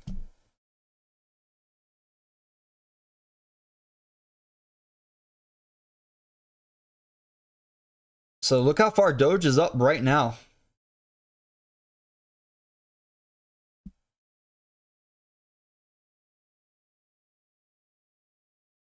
Before the article came out, I was looking at the order book for Doge. For like these order books, and people were kept buying right here. And that's what triggered my buy signal. So my buy signal popped in down here on the 1 minute. This measure move up since my buy signal has brought Doge up significantly. Like, we're already up 8%. Maybe Federal Reserve want to go all in Doge. Ah. They changed their logo to a dog.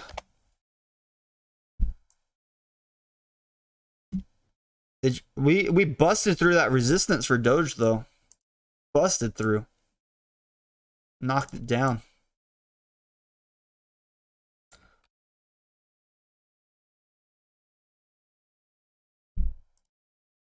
But yeah, this is what we're looking at here.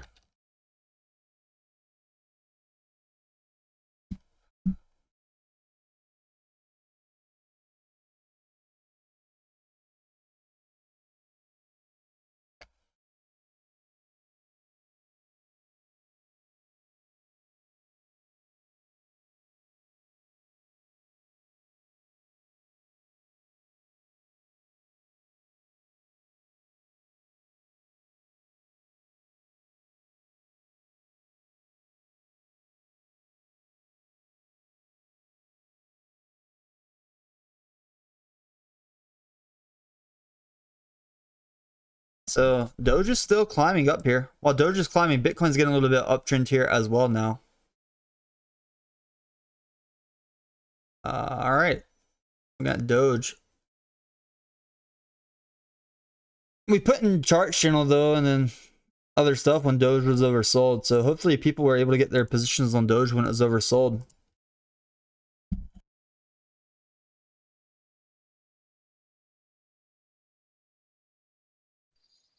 Where's Drew today? Is he in Doge?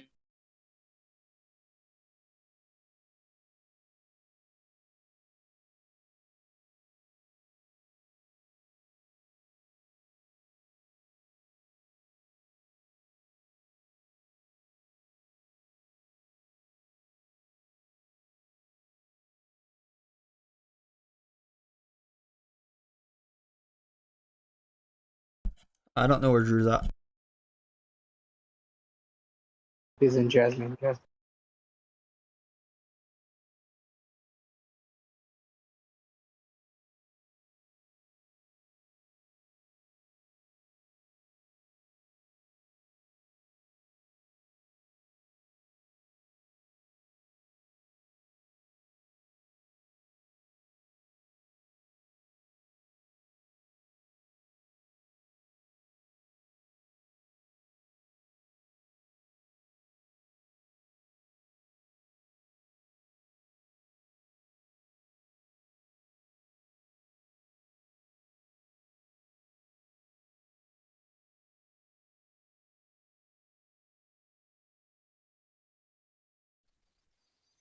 Yeah, definitely. If anyone's taking long position on Doge, use a stop.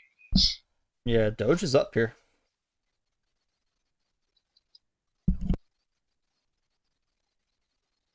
You never don't underestimate Elon. Always tell that to people. And people was spamming my YouTube chat short earlier. They got wrecked.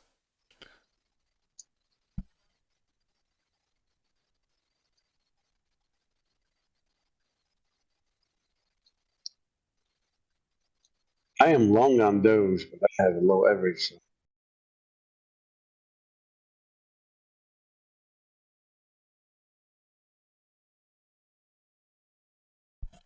Yeah, I've been long on Doge since like 4.8 to 4.92, and I dollar cost average into that bag. And then my spot bag, I've held it since 4.92. I didn't buy more on the spot bag. I don't feel a need to buy more on the spot bag though. Just my logic.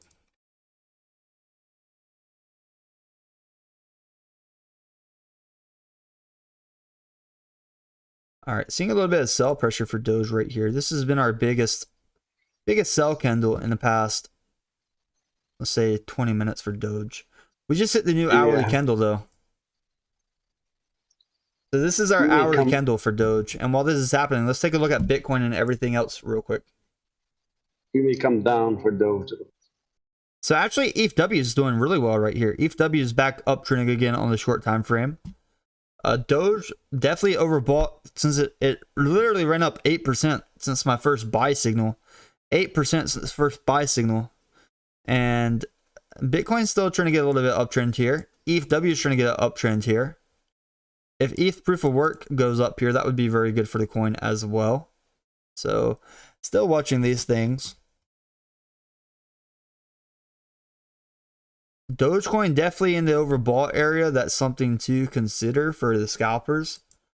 But the long-term holders, good news for long-term holders, we'll make it back to 10 cents relatively soon. When this deal goes through, when they start implementing Doge on the website, or if we get more audience into Doge, 10 cents would be very, very soon.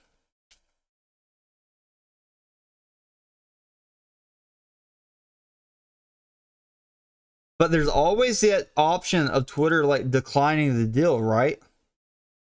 What would you do if Twitter declined the deal and they're like, no, we don't want to?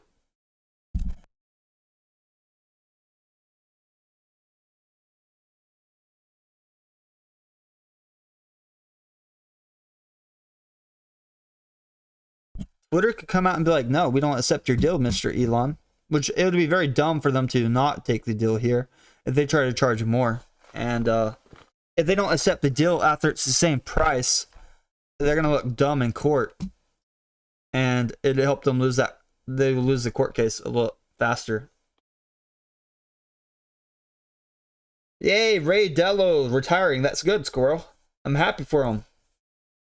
Ray Dalio wrote some very good books.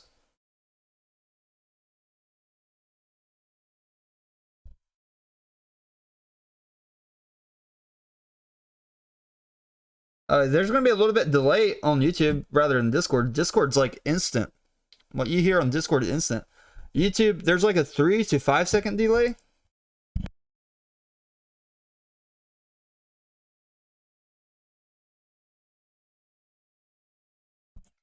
Yeah, definitely a delay though.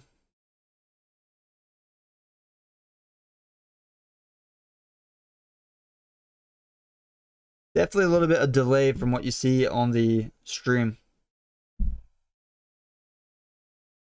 So let's check on the ETHW right here too. ETHW still looks like it's trying to uptrend down here at $10.12.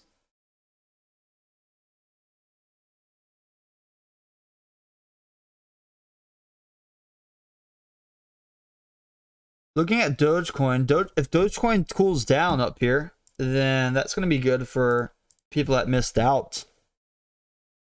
It'd be very dangerous for people to try to short Doge up here though. Super dangerous.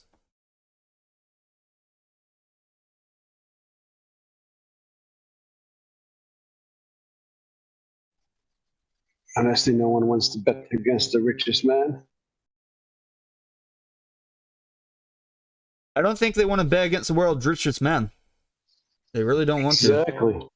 You never know when he'll pump this shit. Right.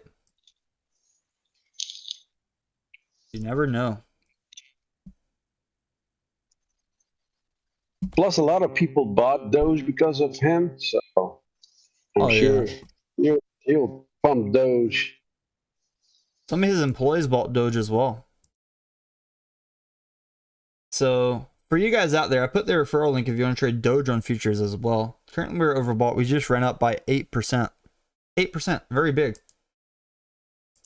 Big run up for Doge.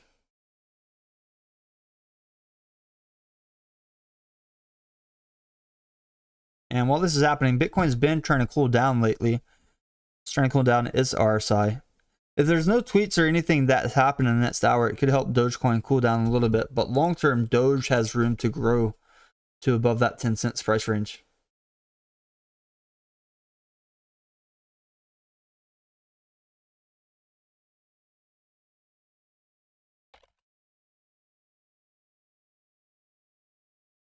So that is something to look forward to.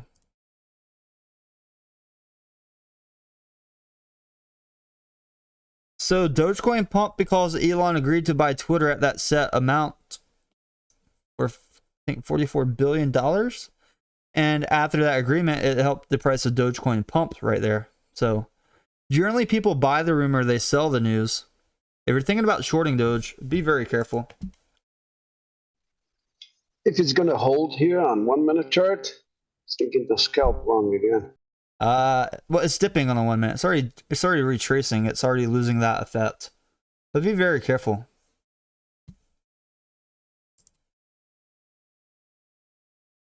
Be very careful.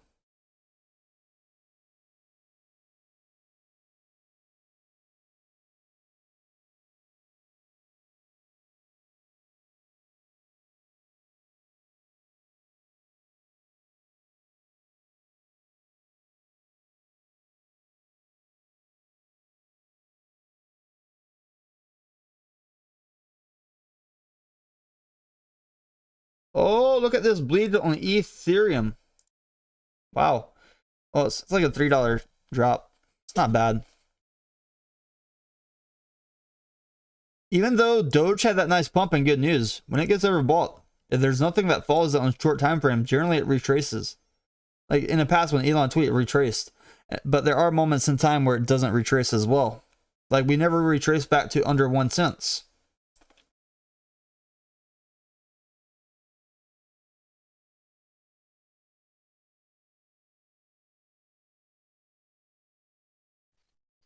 Me personally, I don't think we'll ever go below 4 cents. You don't We think could so? touch 4. I hope not. I'm gonna have to step away for a little bit, guys. I've been trying to get away from the stream for like over 2 hours now. I have to go multitask, do something else. Let's make sure all these are on auto, and then you guys can watch the stream. Bitcoin's getting a little bit of a bleed down right here, though. Quite a big bleed for Bitcoin. My God. All right. All right. See you guys later. I'll leave the stream running with these buy sell signals on a short time frame, and I'll leave Discord on. Thanks, man.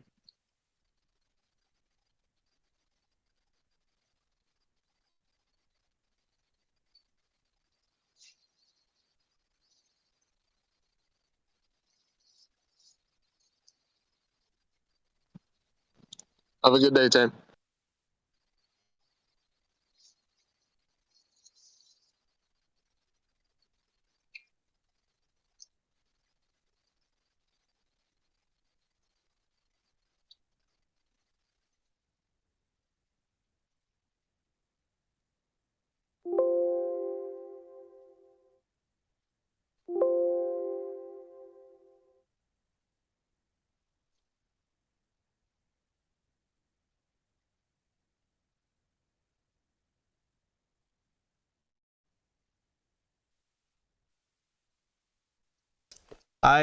My God, somebody's dumping ETHW. Wait. Un momento, okay? Un momento. Yeah. Un momento. Aquí, look, mirando aquí. Is aquí. We have a candle right now over 16 million volume for ETHW. We're at under $7.50. Look at this thing bleeding. My God. Literally, it's gonna hit my $6 entry again, possibly. My God. Yeah, I know. We're hungry. We're both hungry. I already give you food. Un momento, okay?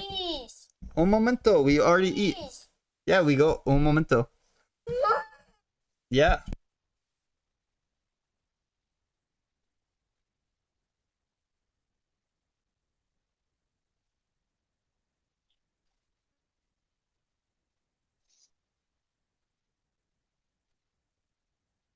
Get your profit, Dane. No, I did not get my profit.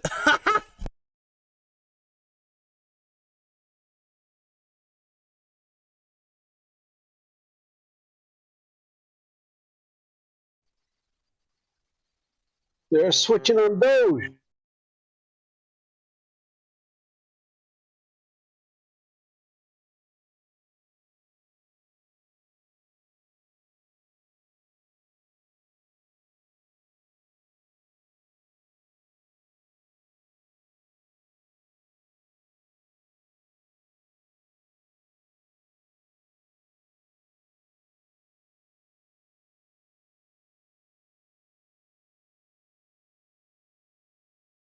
My God, it did not come down to my $6 entry though. That's very good. I guess Robinhood's not going to list it. Was that the bag that Robinhood received?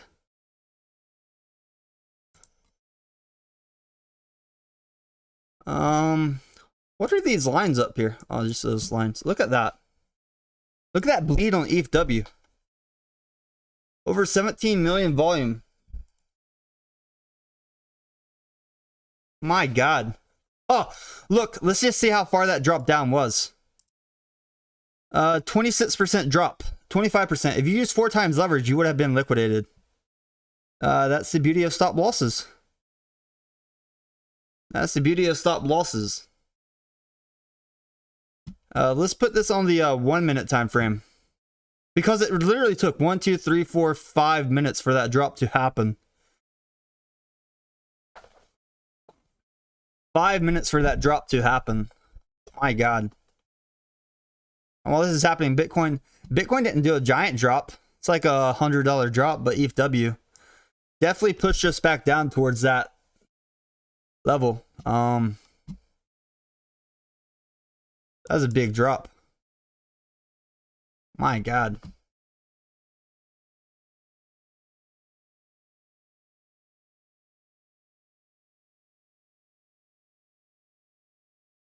Let's see if the price starts uptrending from here. That was crazy. I've never seen a big drop like that for a coin.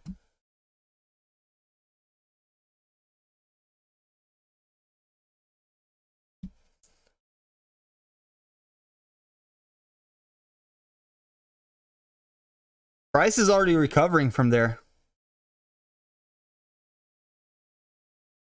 Price is already recovering. It's very volatile now, though.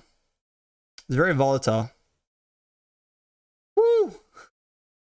Maybe I can add more to the dollar cost average bag now. That was a big drop. Wow, that was good. I'm glad I looked back at the computer. Like, I could actually dollar cost average add a little bit more to the bag right here. Look at all the buy orders that came in after that big drop, though. Like, from the bottom of the drop to current price, we're already up 17% on ETHW. Did you use a stop loss, Crypto Monkey? Oh, you did 10 times leverage. Wow. Bitcoin is dropping right now. You never go into a futures position without stop loss. Like, I'd rather get knocked out of stop loss, lose like a few bucks, and be wrong and be liquidate on a position.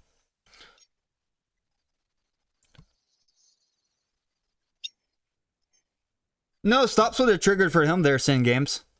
Let me show you why the stops would have triggered. Look at this. Literally, within the first 30 seconds, your stop loss would have been triggered. We only fell down 4%. That first 30 seconds, they would have been stop lost out of the trade. Like, you would have been stopped out. The second 30 seconds, we're down 10%. So that took over a minute time frame. So if you have a type stop loss, you would have been stopped out. Now, the people that did 20 times, yeah, they would have been stopped out 20 times. 20 times is hard. But yeah, that was crazy.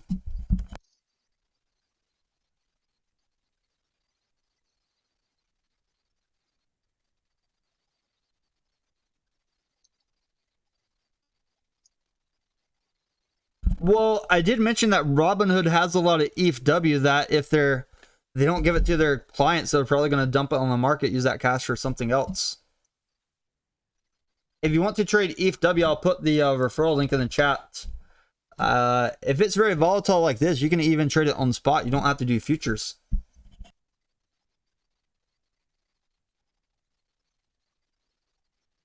But that was a nice drop and it's already started uptrend, so look at that.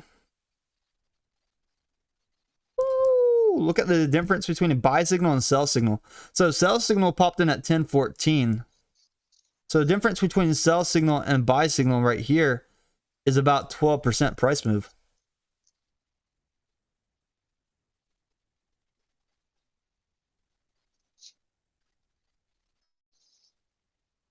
Definitely use stop loss. Always use a stop loss when you open it, and you can actually put stop loss where you're entering your position as well. You don't enter a position, set a stop loss after. That's dangerous. Anything can happen in those first few seconds after you open a position.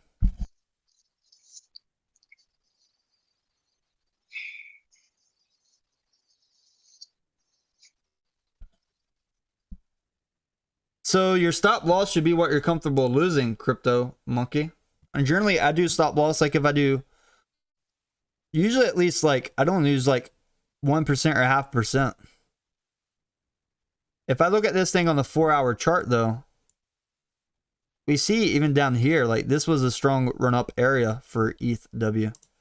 But we just broke that uptrend that we had, and our def cross was the previous candle. So for ETHW, I guess when it's oversold on the daily, which that run's still not oversold on the daily, I might add, then eventually we could start getting a more consistent uptrends. But right now it's very volatile, the coin. Like this thing is super volatile. Like look at this on the 30-second chart. We had a big drop down, came right back up. Woo. Since the small buy signal down here, we're already up over 3.9% though. But yeah, it moves a lot. It moves a lot.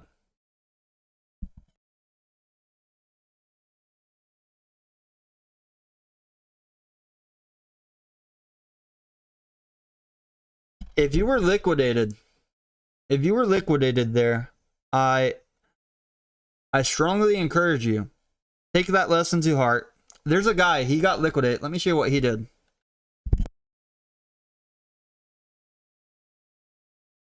There's this guy, he was liquidated, and one thing he did, he wrote the words, honor your stop loss. He put it on a piece of paper.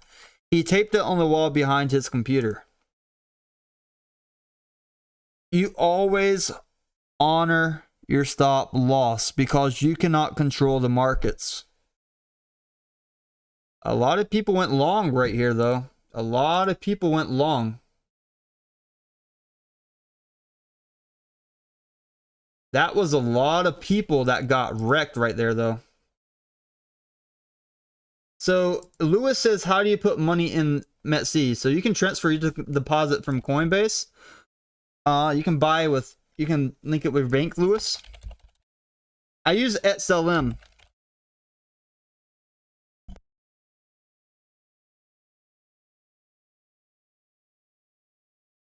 Definitely put the memo and address. Do a test amount, like send $1 worth to make sure you're using the right amount, Lewis. $1 worth, make sure you're sending the right amount.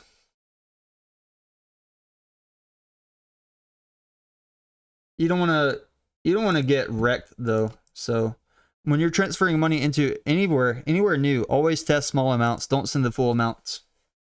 But yeah, right here. Woo, that is very big. My God. Let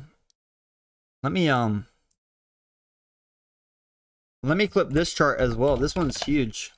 Put this one in Discord. That's a giant drop. Huge drop down. It hit that $9 and whew, how far did it go ultimately? Like $8 and some change. It just liquidate like this drop right here.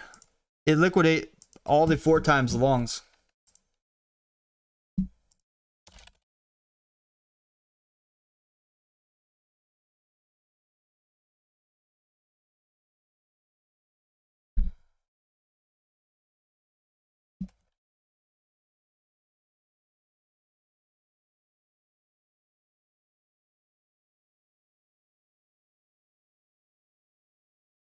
How much was this biggest candle?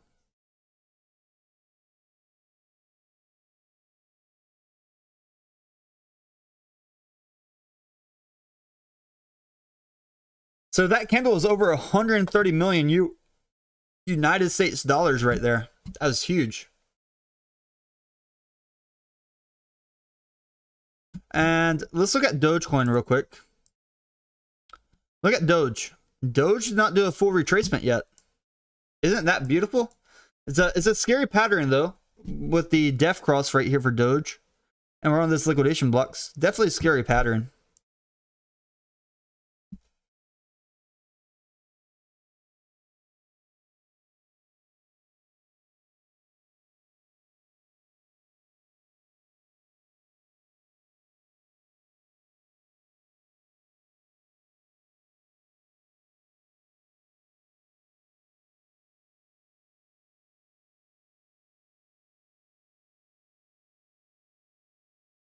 But yeah, look at Doge, like the whole Twitter deal, like if we ignored the charts for a while, it's still pretty good for Doge, that whole Twitter deal.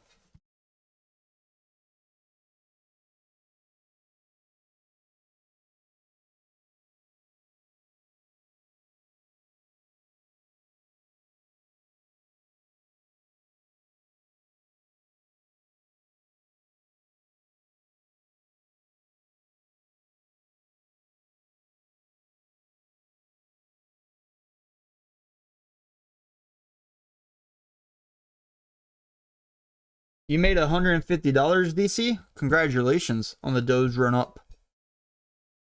Doge is looking pretty good though. Let's look at all these other charts together.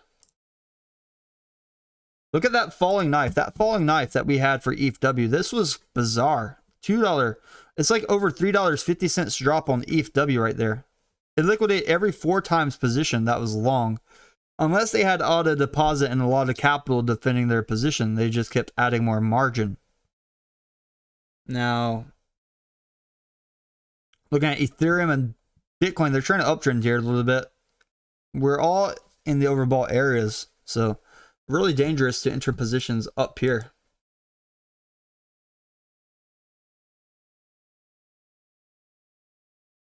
But that's a nice run up there. Congratulations to everybody that made profits on your Doge plays today. If you were going long on ETHW, you were probably stop lossed out and then given an opportunity to get it at a much cheaper rate. And that's the value of stop losses. Not only does it knock you out when you're wrong, but if you're wrong and then price drops drastically, well, you get a better entry. And then when the price runs up after your better entry, you make more profits. So that's the power of using a stop loss. I don't know why some people don't like to use stop loss. Every time you're placing a position open, definitely have your stop loss in there so that if you're wrong, you're out of the trade. Isn't it a stop loss the opposite of a taking profit situation? You can Like set your take profit and stop loss at the same time. I see.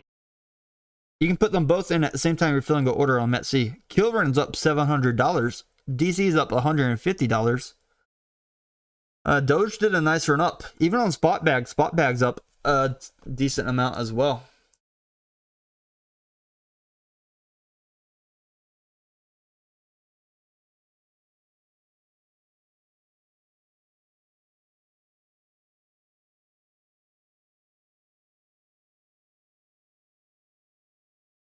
By the way, make sure you eat, okay? Yeah, I'm trying to go eat. I wanted to come back. I added a little bit more to the ETHW Spot Bag. I'm a little bit sad. My entry for the futures bag like $6.05, and it it came from like $1.50 away from my entry. My God. I told the YouTube a few days ago, I was like, I will let that bag come all the way back to my entry and stomp me out of the trade before I close it. Just because I got in early. Now if we go back to $6, it really has me thinking, do I want to add more to the bag or keep that original bag? It was crazy how it happened right when you was about to leave the computer. It's crazy coincidence right there, man. The second I left, and the volume, 130 million US dollars worth. I know when you saw that, you did some number, you punched some stuff over there that you will feel uncomfortable if you wouldn't do it. No, I added more to the spot bag. Oh, I see.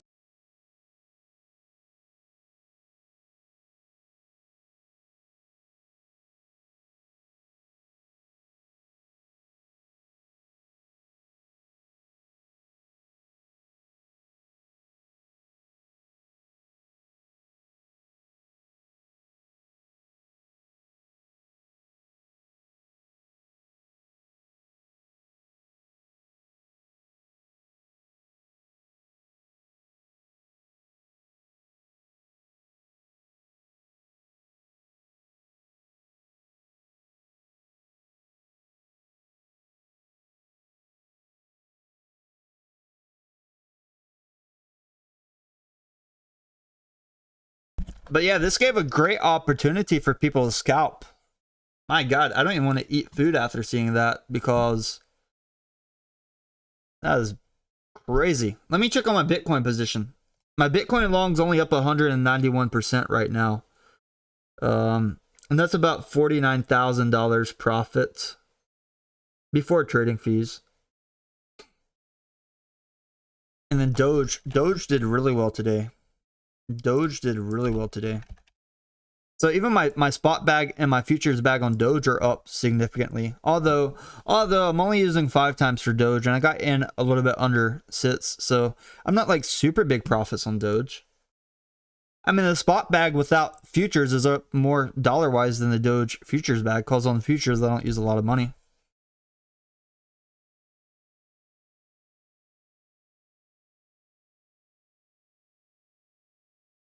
I did market buy killing. I did market buy on ETHW when it dropped, and I was able to get it about $8.70 average. $8.70 average on the ETHW. Currently, it's up like 20 cents on that position.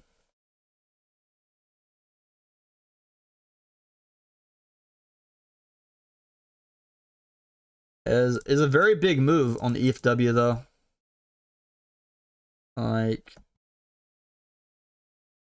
Like holding a position when the price is at $10 is one thing. Entering at a position at $10 is a different thing, because those guys' liquidations are going to be a lot higher than liquidations at $6. And that's where stop losses come in. Dogecoin. Look, the people shorting Doge, if they had a stop loss on their short, it didn't run up like super fast. They would have had time to get out of their position. The people shorting Bitcoin yesterday that did not get out of their Bitcoin positions, they could have got out with a stop loss yesterday. I saw people manually in the trade for like over 3 hours yesterday. It's rough being in a losing trade for 3 hours on a psychological level. You feel that stress. Your breathing changes. Your heart rate changes. And like I was talking to those people, I was like, now is your chance to get out. Now your chance. And look, we're already up like $400 per Bitcoin. ETHW is already trying to recover from that big drop there. That was a big drop. Like if we recover, this is going to be a whole $1 spread gap up. That would be a 11% move up on the ETHW. Definitely gave some hesitation on the coin though, because that was a big drop.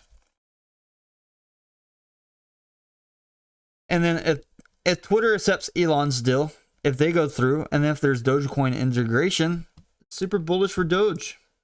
Super bullish for Doge.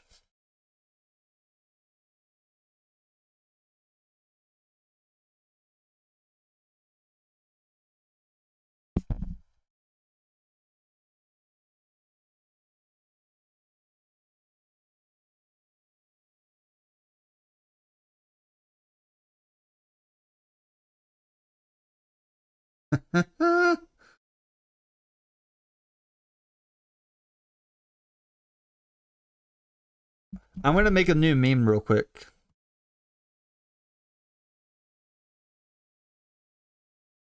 Let me make this meme.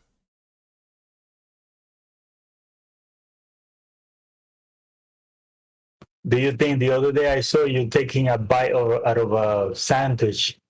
But that's it. It was just one bite, and then like 2 hours passed. Talking. I'm like, no, finish it. Yeah, I talk a lot sometimes. I'm only mentioning it because it happens to me. Like I have my plate right next to me, so I'm saying it for you, but also I'm saying it for me so I can finish this goddamn thing.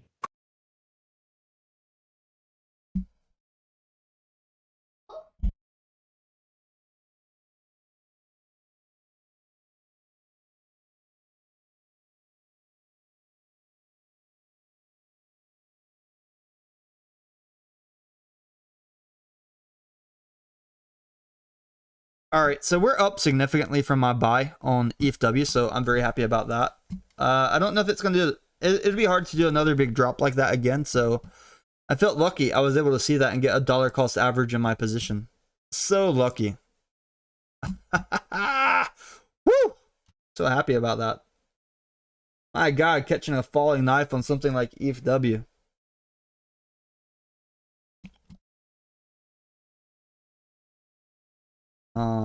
I'm very happy because I'm in the coin early. This gives me opportunity. Like, because I've been making a lot of profits from my scalps lately. And this gives me a place to put some more money. So, I'm really happy I was able to get it under $10 again. Because if this goes to $50, every dollar I get it cheaper than 50 is huge profits.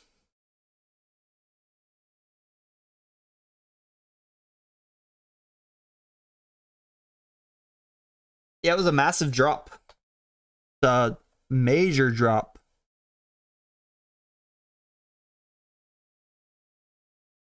So, Lewis, where do you have the cash at?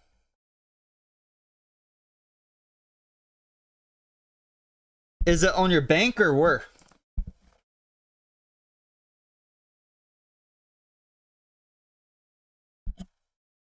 At the very top, METC has a button called Wallet. And then on Wallet, you can deposit, withdraw. They also have fiat account, fiat assets.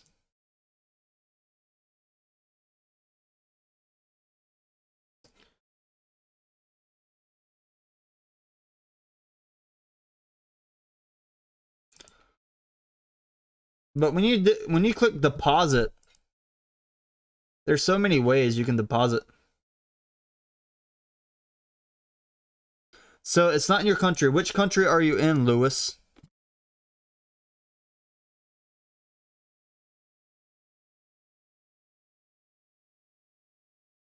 Which country are you in?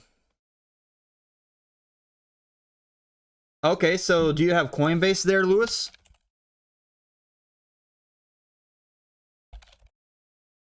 Do you have Coinbase or Cash App?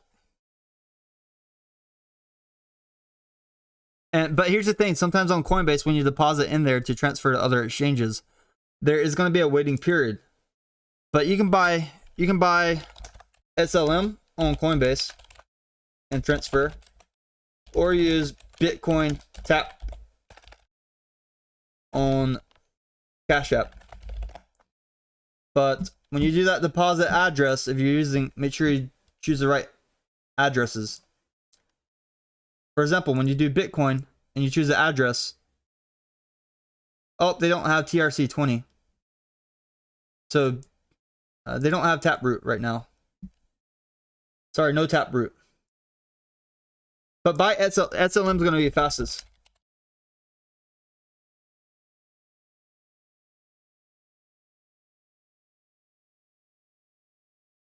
But Coinbase may restrict your transfer for 7 days as well, depending on how you pay.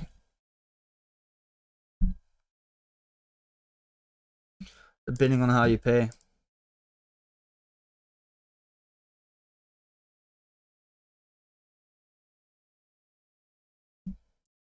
Seeing this bounce up though, that's huge. $7 up to $9. Woo!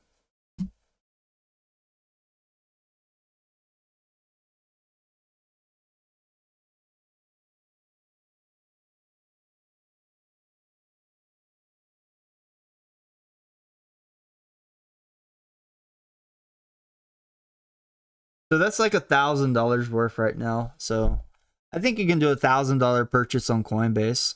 But if you do ETHW and then transfer in there, test it. Always test it. Make sure you test it. Send like $1 from Coinbase with ETHW to the METC.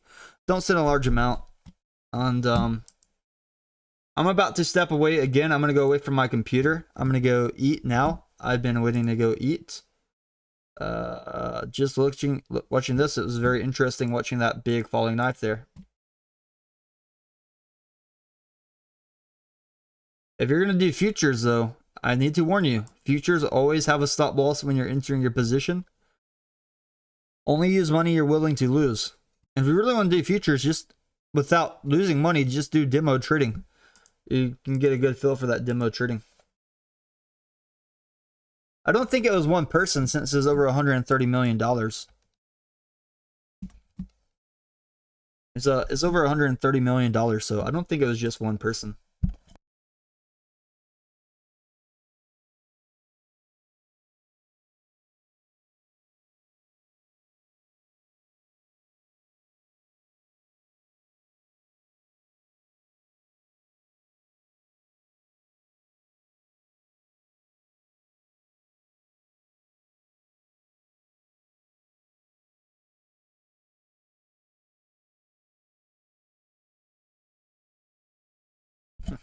Did you dump it, OB? Yeah, I hope people know the risk. Yeah, I'm glad you understand those risks, Lewis. Would I prefer my girlfriend be a crypto trader? Probably not, Crypto Monster. My girlfriend doesn't even know what Bitcoin is. My girlfriend barely speaks English, Crypto Monster. She don't even know what Bitcoin is. So I think it's better to date somebody that doesn't know about crypto than somebody that does know about crypto.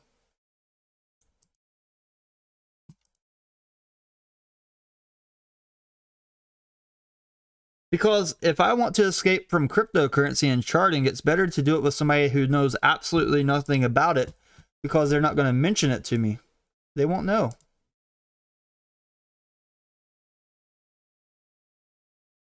They won't know at all.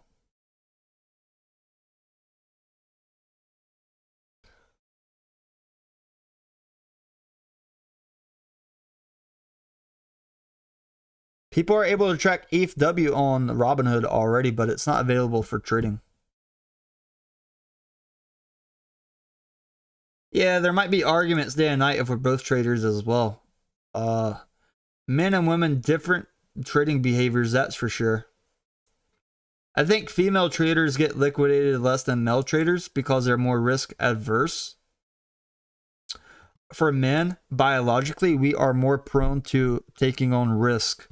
For example, in nature, humans and other animals like that big risk, big reward. A male wolf will try to take down a 1,000-pound buffalo by trying to bite its leg and watch it bleed to death.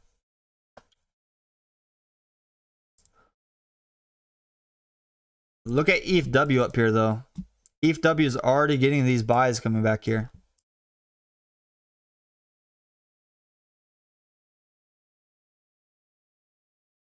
One of the perfect coins for scalping.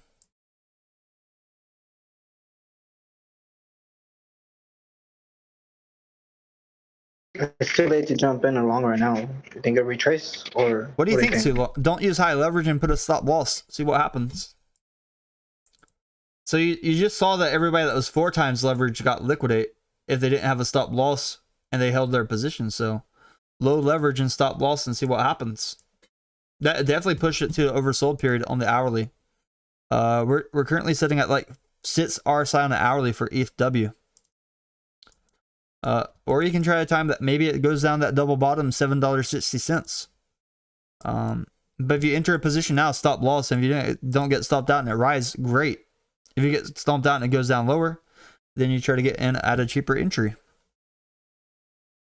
I mean the run up was very fast, so now it's like turning sideways with potential for upside. What's up, Darcy?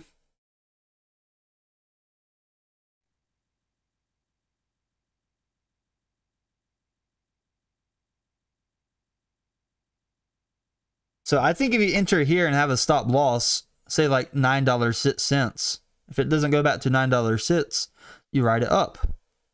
We're going to get a golden cross pretty soon. And we've already recovered at least 20% from that dip. That was like somebody just dumped their bag, market sold. And the price is already recovering just a little bit on ETHW. So if it was me entering here, I would enter stop loss like $9.01, $9.06. And just let it run if it runs. If it doesn't run, I get knocked out. I try again. It's a lot easier to do that on spot trading because your trading fees are so low that you're losing very little. Whereas if you do it on something like futures, you're going to pay that fee, and then the way stop loss works, it market sells when it hits that price. But like I said, it never goes back to $9.06 on your entry. Great.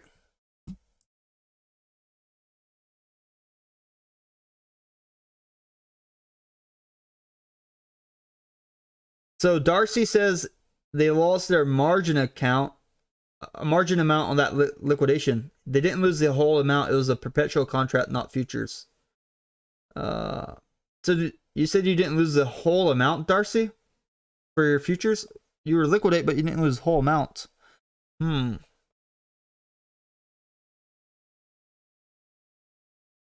Which platform are you using, Darcy?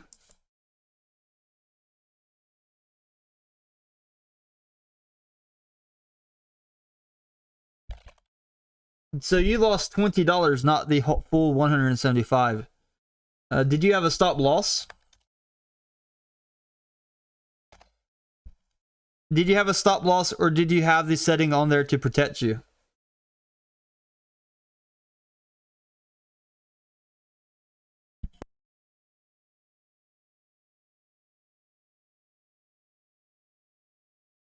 So on your platform, you probably had a stop loss.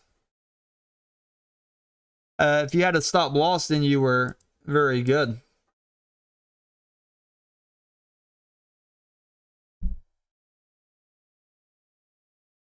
That's why he only lost $20.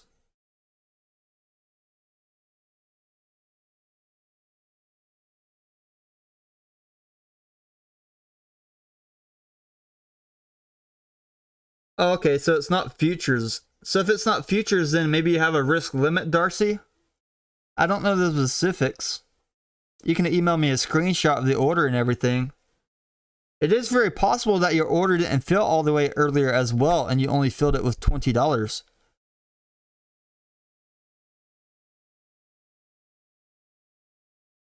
Oh, cocaine white films. Let me tell you. That's not how you defend your futures positions. You cannot defend your futures position by having buy orders at lower price. That's not how futures work. You'll still get liquidated. You can auto deposit margin with a lot of cash backing it, but you can't do buy orders cheaper. That's not going to protect your orders. You'll just lose all that money on the way down if you liquidate. But Doge is still doing well up here. Doge is still above 6.3. I need to go step out though. I'll come back in a little bit. But the guy that's on Discord talking about entering ETHW, I did mention that if you enter and have a stop loss at like 9.06, you just write it up. And since then, we've already ran up by like 2%. So yeah. If you have a position and you have your stop loss for your entering position, you lower your risk of losing too much.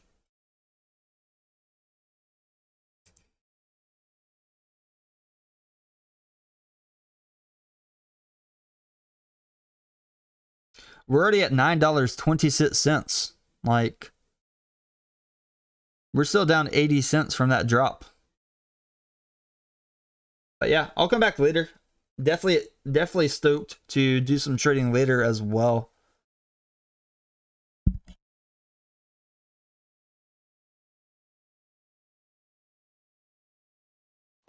Have a good day, man, and enjoy the food. Thank you. All right, so I got the stream set up for the chat. I'm gonna just mute my mic, and then I'll leave Discord on. All right, Tim. Hopefully, when you come back, that shit's down. Where it's maybe hopefully $1 down, maybe 8.50.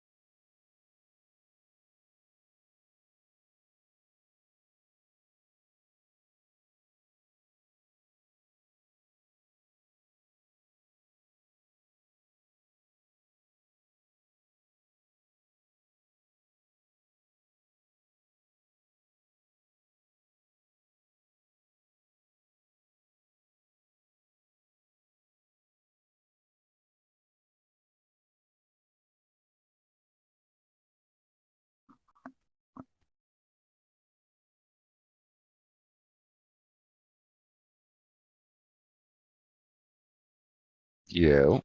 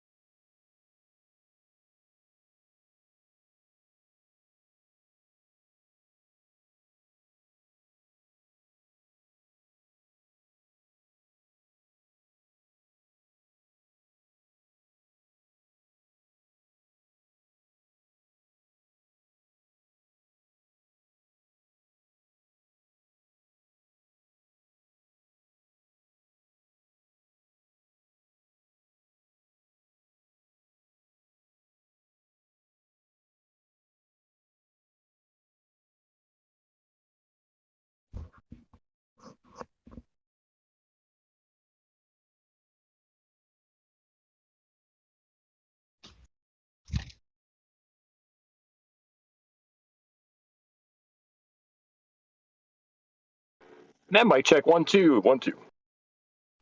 What's going on, bro? So what's up, D Block?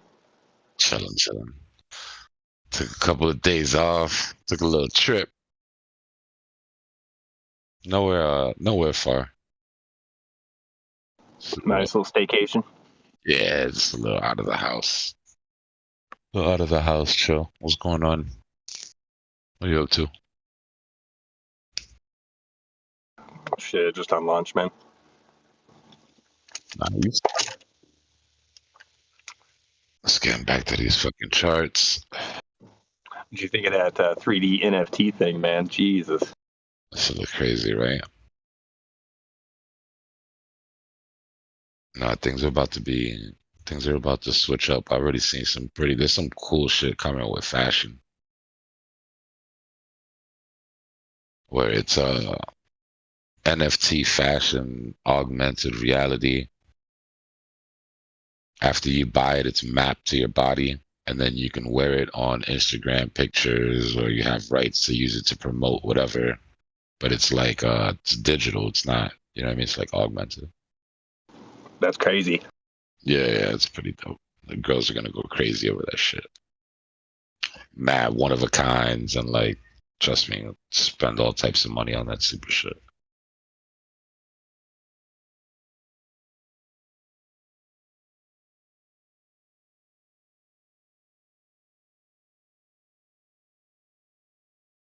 Kind of excited to hear it nice and quiet in here. I was worried that it was gonna be all rockets because Bitcoin price went up. You know. What do you think, D Block? All-time highs by the end of the month? Yeah, I'm surprised we're not there now.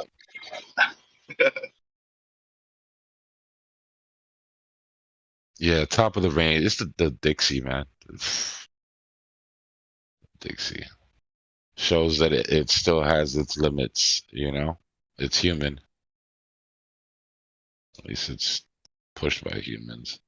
Nah, but the way that it Dixie hit the top of its range perfectly and just got turned back down, which is fine. I mean, we've been doing that for shit, how long now? With this range that we're in. It's December 2021. We've been in this range.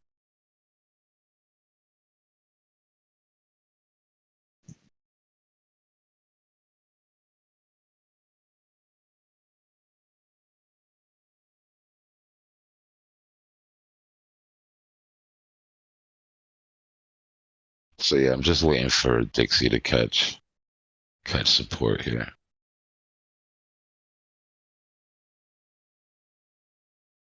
109, 109.386 is where I expect it.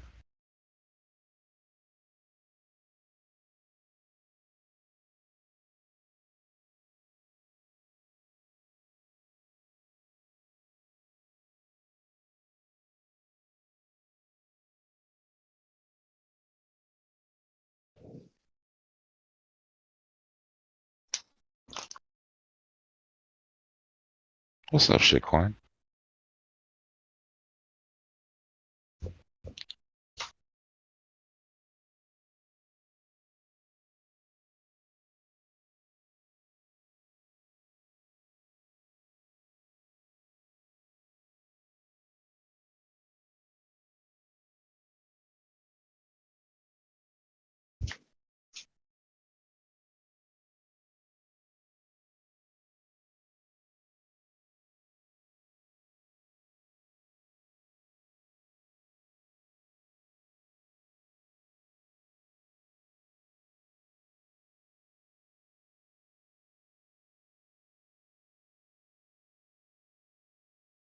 The pound went nuts.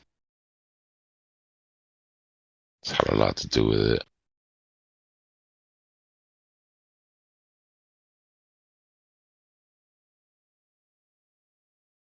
But you'll see what I mean about those short-term benefits of turning the money printer back on.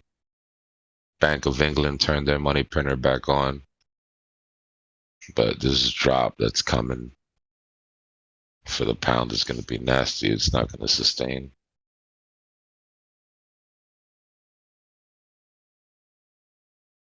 I've heard a lot of these other countries, they're like selling bonds and everything to prop up their own currency. Oh yeah. You think that'll have a effect on the DXY? Yeah, it's all going to be up for the DXY eventually. The scary thing is that before, it's like a currency war that we're in right now. And currency wars are preceded by world wars every time. But we got to keep an eye on this shit.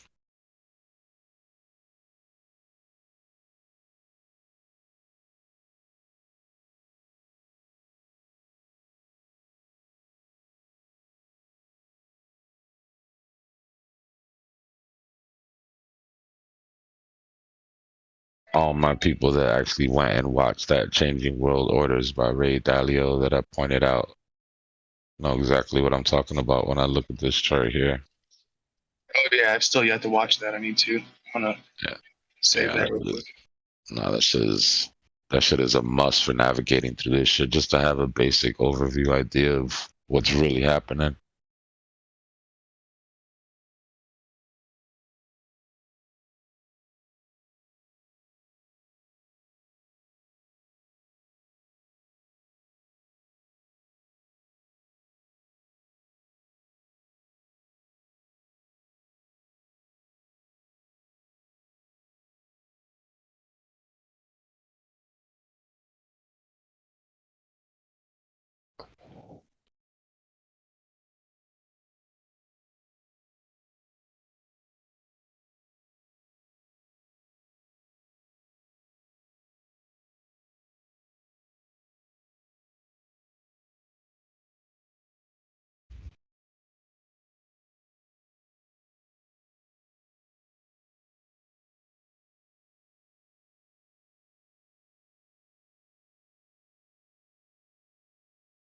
We left vectors all the way up on this move too.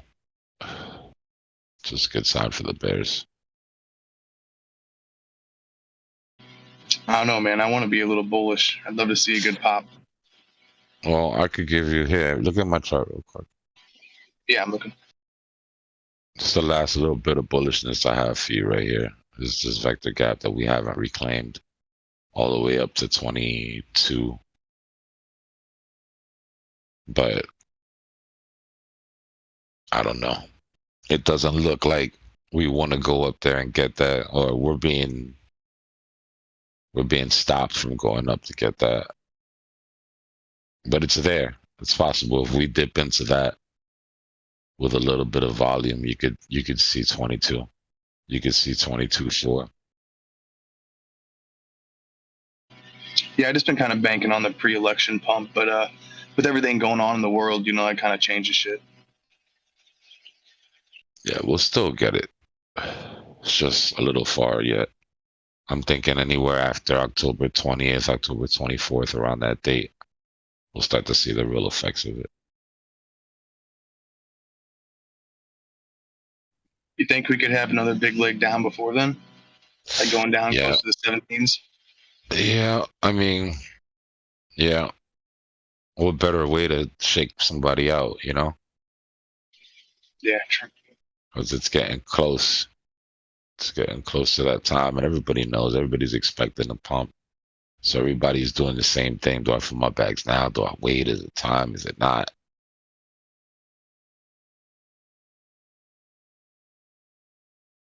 I don't put nothing past these people.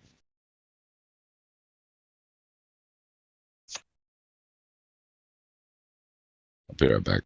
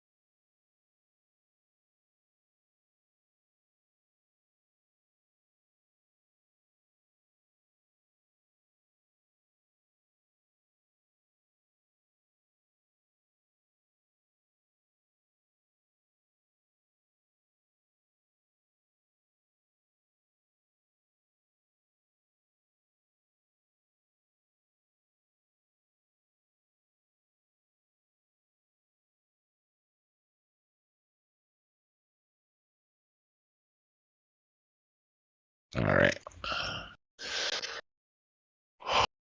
Let's see what's going on here.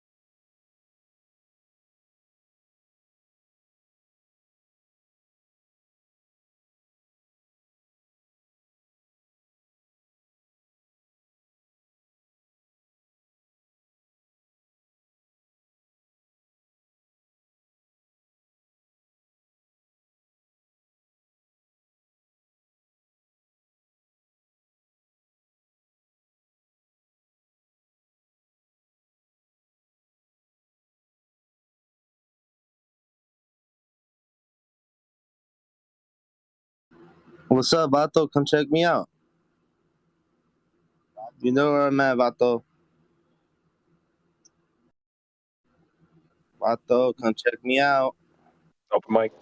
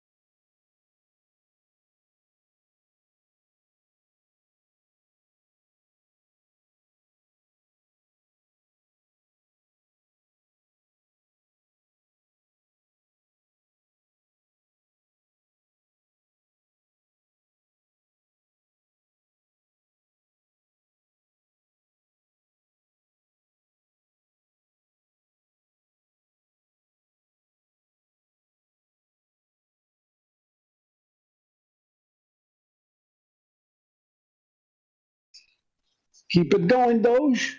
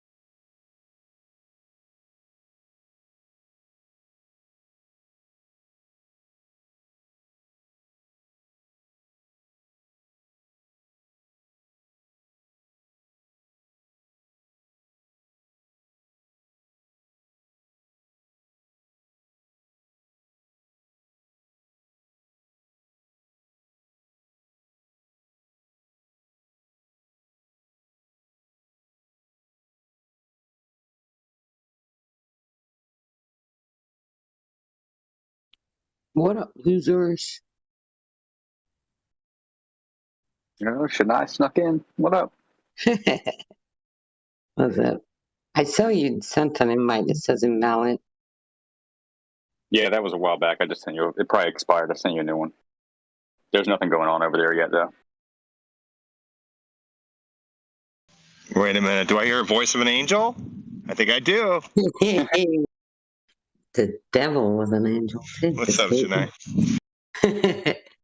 What up? You know, just fucking bored here.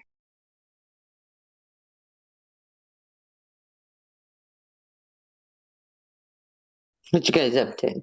What's the actual news on Twitter? Did Elon actually buy Twitter yet? Really? It seems that way. He did not buy it, you weirdos.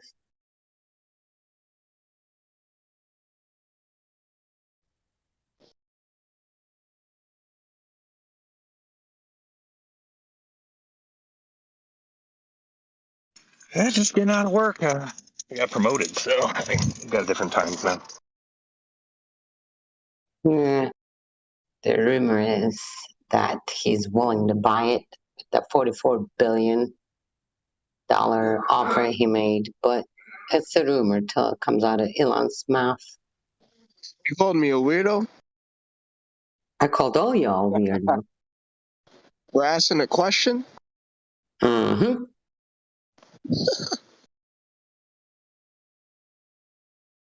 I'm weird like that.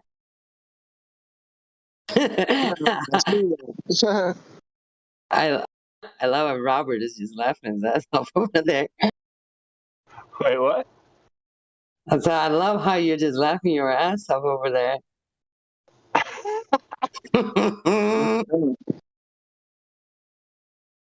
Get with the program, son. What? I'm a duck is in here?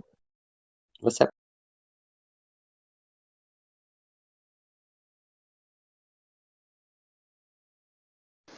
Alright, looks like we got some trolls in here tonight. Alright.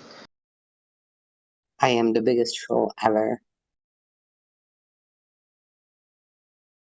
Yeah, keep it going. Yeah.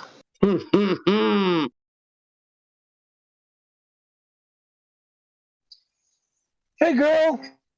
You think Doge is gonna go high today?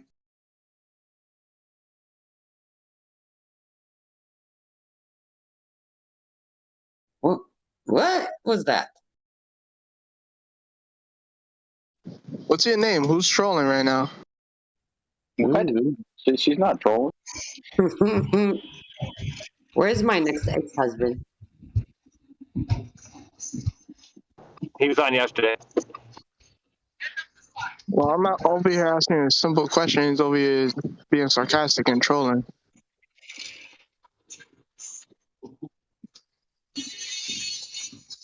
Who's some Dogecoin from you guys? Oh, I miss this place.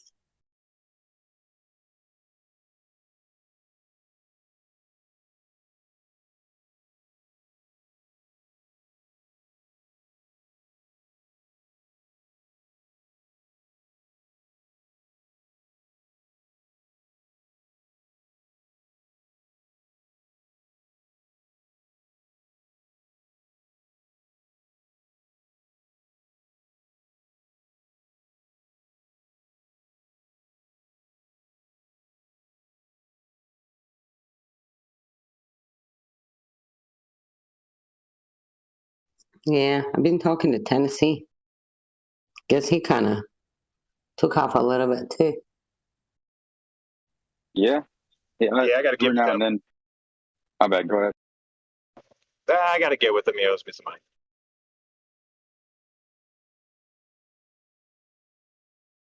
Let's see, Corral was running.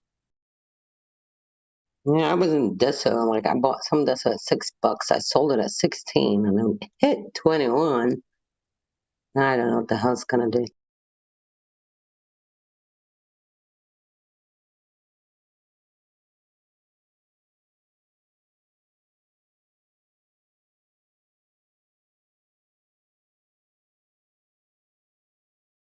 Well, that house took the life out of me, I'll tell you that. Building a house from a ground up, easy to buy. Looks amazing. Ugh. So much problems with it though when you're trying to get greedy.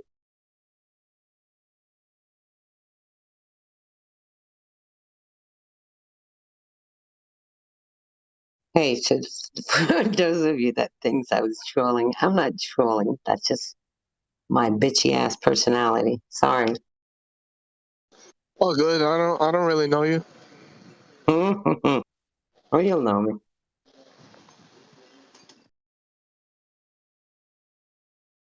It's Chennai. That's a start. But you can call me Jezebel. You went ghost. Where you been at? You got kicked out. Who's gonna kick me out, son? Nope. I was in Turkey building a home.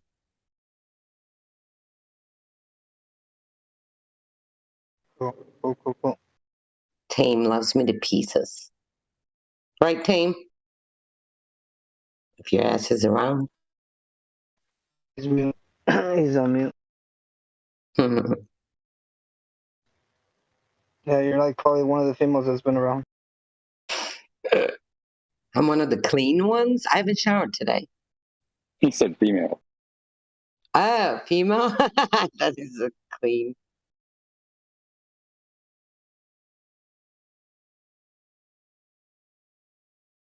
Still got jism on me. Robert, you missed that conversation. No, I'm laughing my ass off. Just I was like, oh Jesus. I can barely you can see where I'm going. That's what they missed for 4 months now.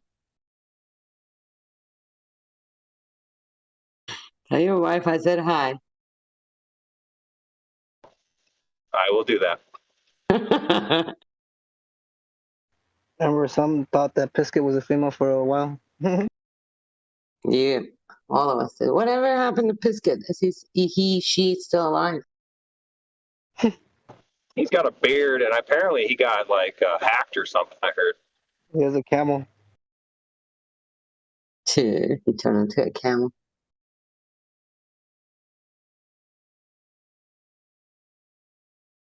I mean, why would they even mess with the guy, man? Like, he was just a camel. He might get taken off YouTube for saying Pisket.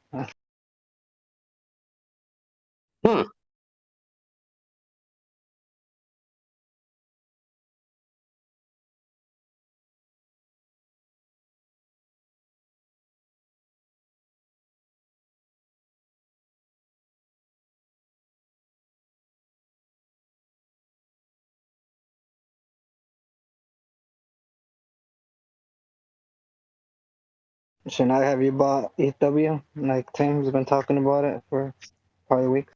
Who? Tim, have you bought ETHW? HW? What is that? Ethereum work or whatever?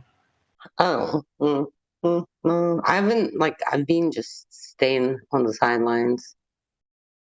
Very, like, small buys, if anything.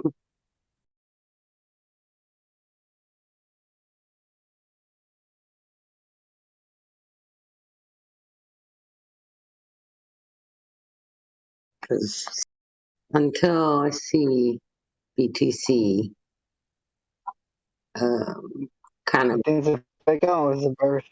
Or we're gonna go to 21,000 and take a shit?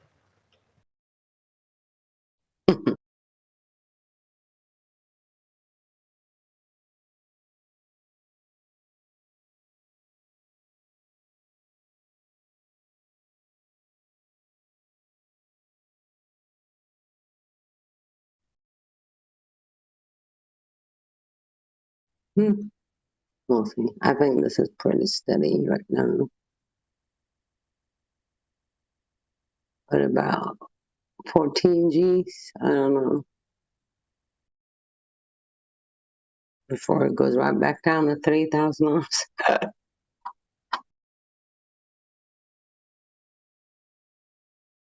Koala's still running. What is going on? I think I have some of them.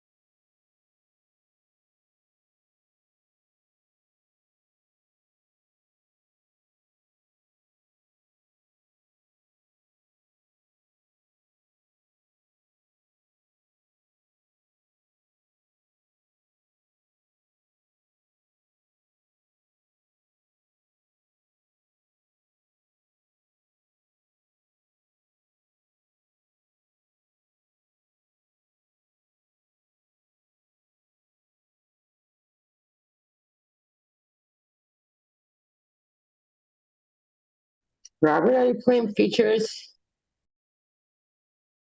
Yeah, I'm still doing futures. Could have shorted and left as I left. I would have been up. Oh yeah. It's a good time to leave though. You're backing it. Yeah. No, I did it last summer, this summer. Like I should have just shorted something and walked away. Anything would have done.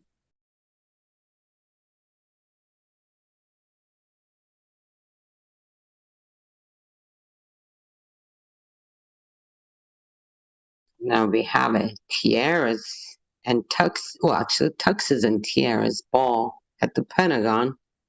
I have not a fucking idea what to wear to that shit. Damn. You need to dress up like a princess. Or I could just go as a.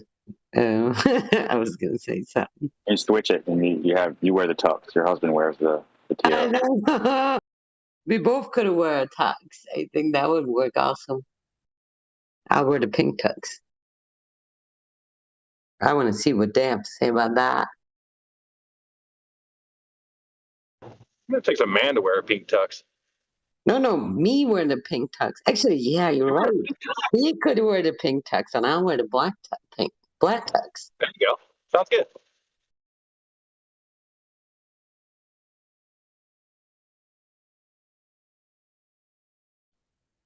I think you should wear a black tux, and I should wear a pink. No, you should wear pink tux, and I wear black tux, honey. What do you think?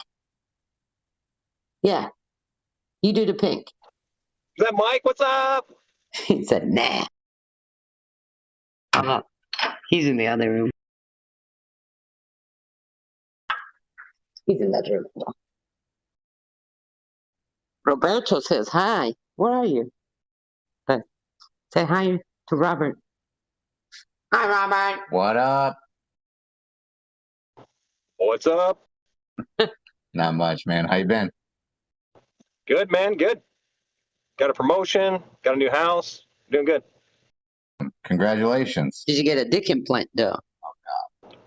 Negative. Oh, well, that shit.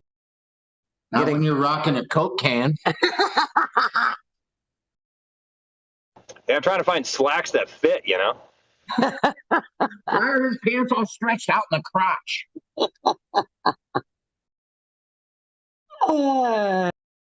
You know, all those new guys, I almost apologize, but I don't. This is how we used to have conversations. Robert, he said, why is your crotch all stretched?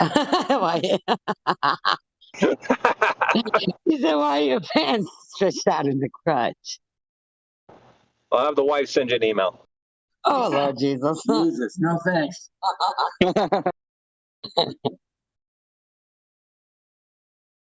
Yeah, I kind of miss hanging out, you know? This is like the stress relief part. Let me bring Tennessee's ass up. Hold on.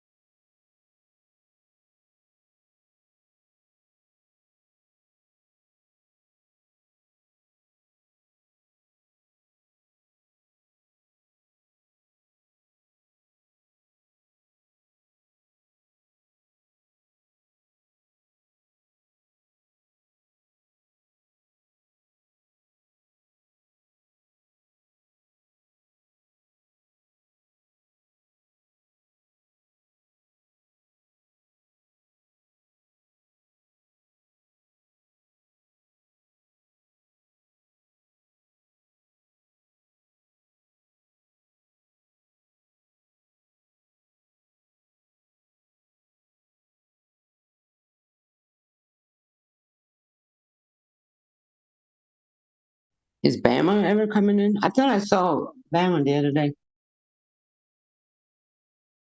He's come in a few times, like over the last few months. I don't know if he's still over in Leprechaun's channel a lot. He was for a while. Was YouTube ever live here? What? What YouTube Thames? Yeah, I think we're live right now. No shit. Are you serious? I don't know what's going on. Let me look. Goddamn. I know, right? Robert's crotch all over YouTube now. That will be the first time. Hey, buddy. Come on.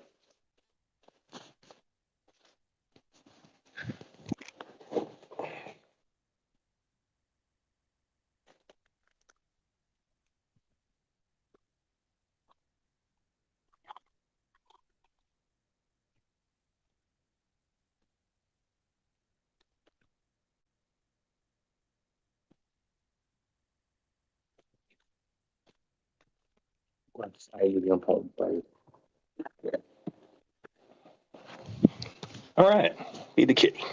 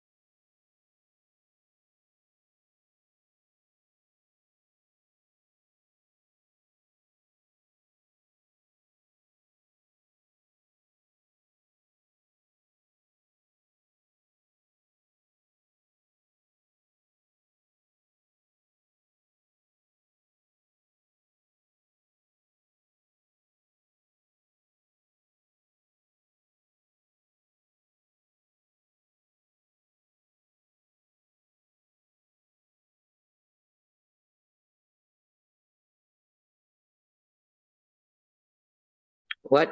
Can they hear us on YouTube right now? Hold on. Yeah, they can. Oh, shit. Mic check 1, 2. Good. You're good. They call me fucking Pisket again. So what? They call me Pisket again. Oh God, here we go.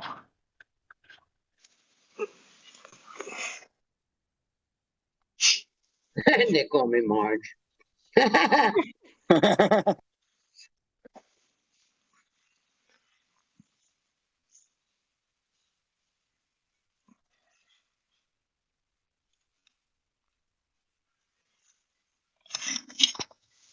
Well, Robert, at least they know you got your packing. Oh, well, thank you. Just let everybody know now before they get surprised, you know. I mean, Guinness record holder, you know. White boy is packing. You know, the lifted Jeep makes sense now. What? What makes I had a sense? very. No, that's a giant lifted truck.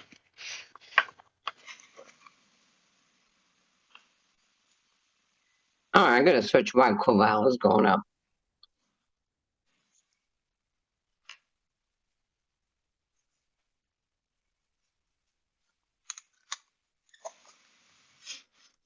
Lifted Jeep. I can't believe you just said that.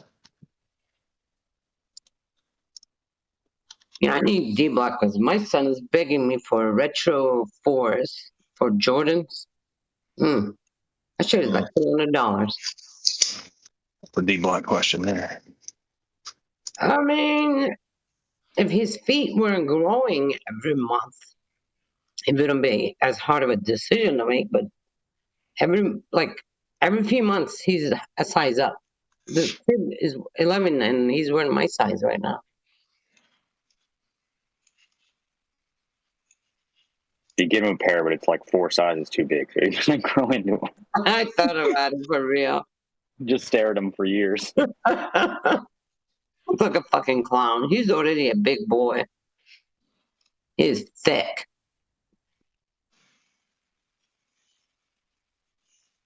I'm eating nuts, my bad.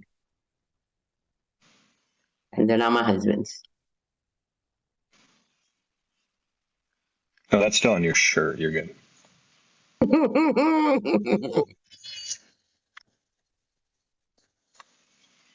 Knee slapper.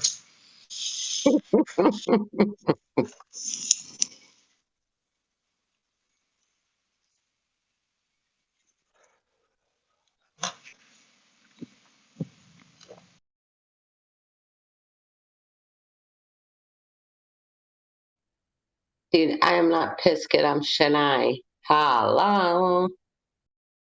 I sound more like the nanny than Pisket.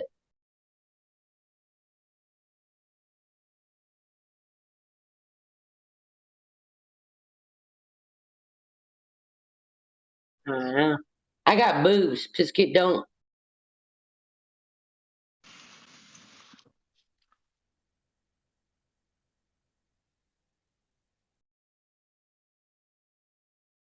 I got First time I boobs. saw that guy. Damn. Yeah, that's a huge beard. Everything's almost green, isn't it? Hmm. Yeah, today.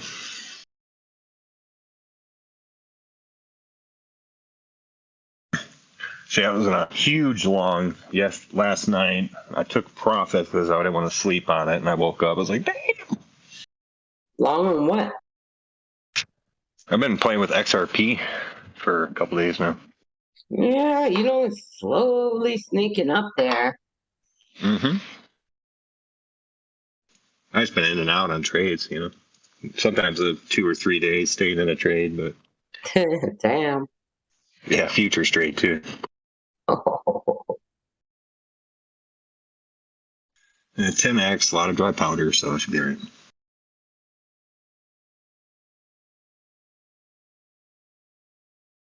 Mm, mm, mm. Well, I mean, historically last year, around September, we started picking up. So we'll see. That repeats.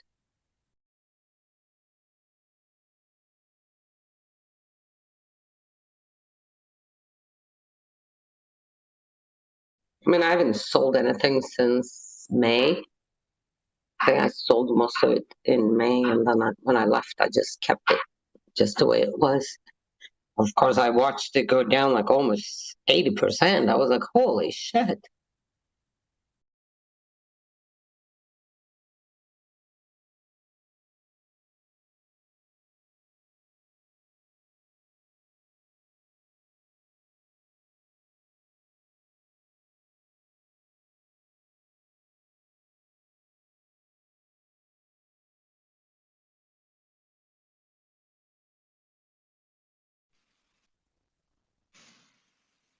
Is Tennessee on today?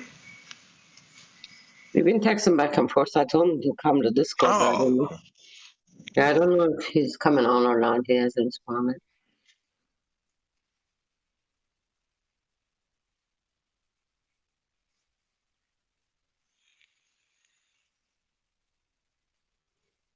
Is that John? Does John that I like the most? Oh, your best friend? He's on once in a while.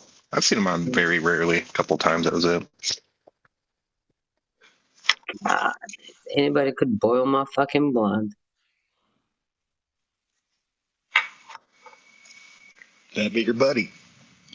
I saw a lot of people was at Bees.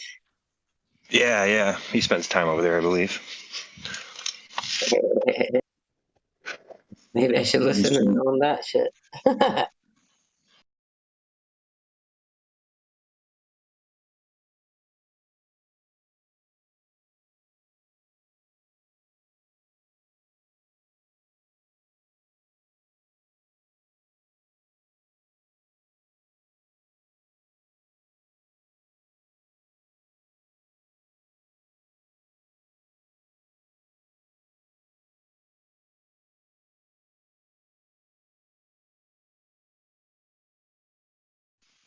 Yeah, I mean, that's been fairly.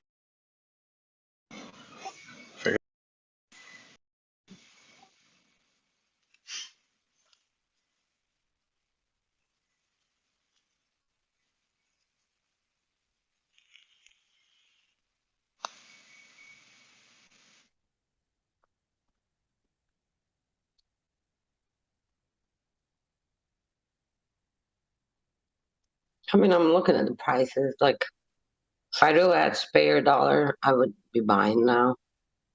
Just slowly easing in. A lot of crypto for now, or it's on the Yeah. side? Yeah. Because most of them are at their prices from year to 2 years ago.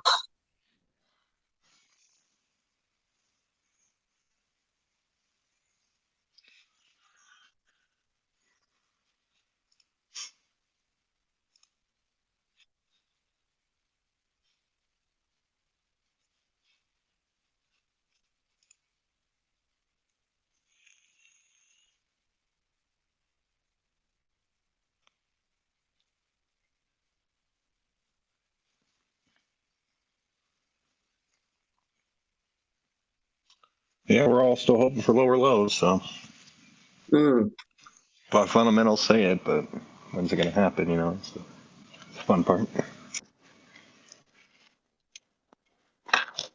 Tennessee said it. He works till it's dark. He'll get on when it gets off. Oh, shit, that's stuck. Okay. Yeah. Let's see, Cobalt is still going up. Hmm.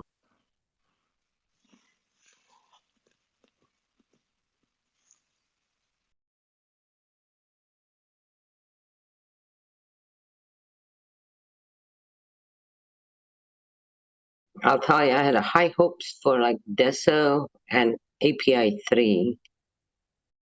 Oh, see. Where did they go? South?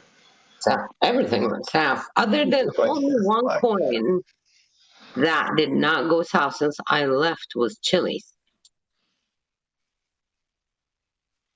You know, apparently a lot of Swiss people invested in the Chili's. Really? Yeah, I didn't know. Yeah, our new boss is from Switzerland. He was like, Chili's? I was like, what? He's like, yeah, we all invest in Chili's. I was like, oh, I didn't know that. Huh. Like the restaurant? No, the it's Oh, okay. I was like, what? It's a metaverse coin. You're like, I can invest in Chili's? What's going on? I thought that was going downhill. Man, I want some Chili's now.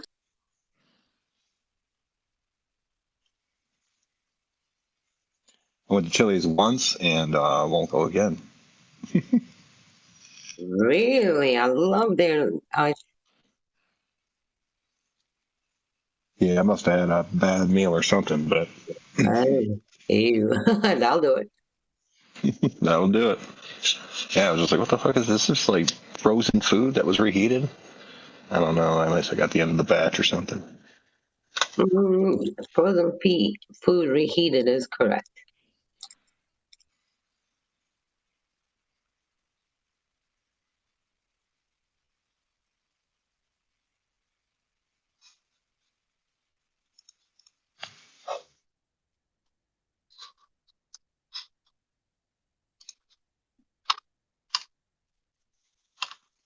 Everybody, drop, drop, drop, drop, drop, drop.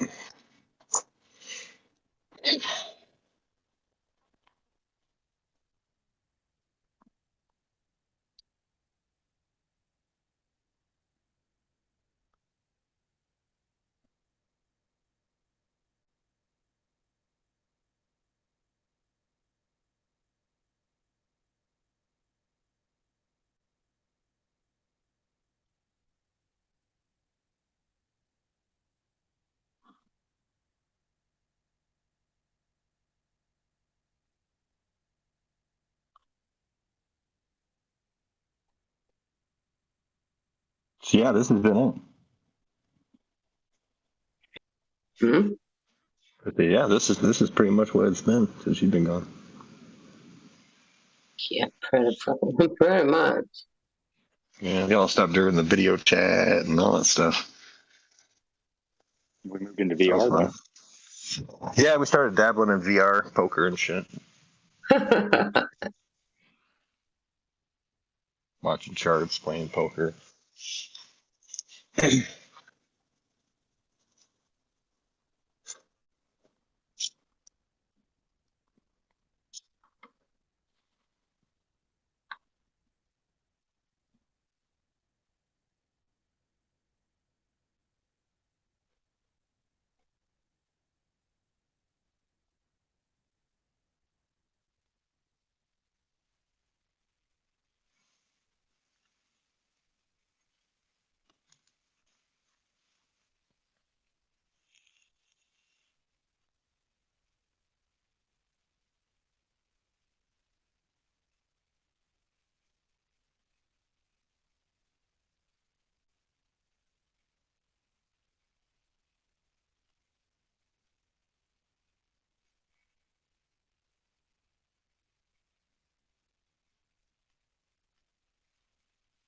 All right, XRP, start dropping now. Any time would be great.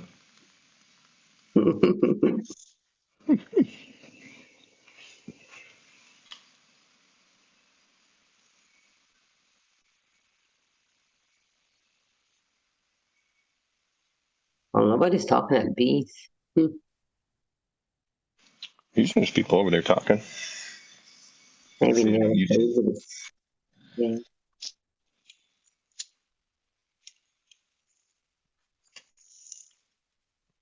Yeah, a couple months ago I was watching this channel, and that's where I heard John over there. He was mostly spending his time over there.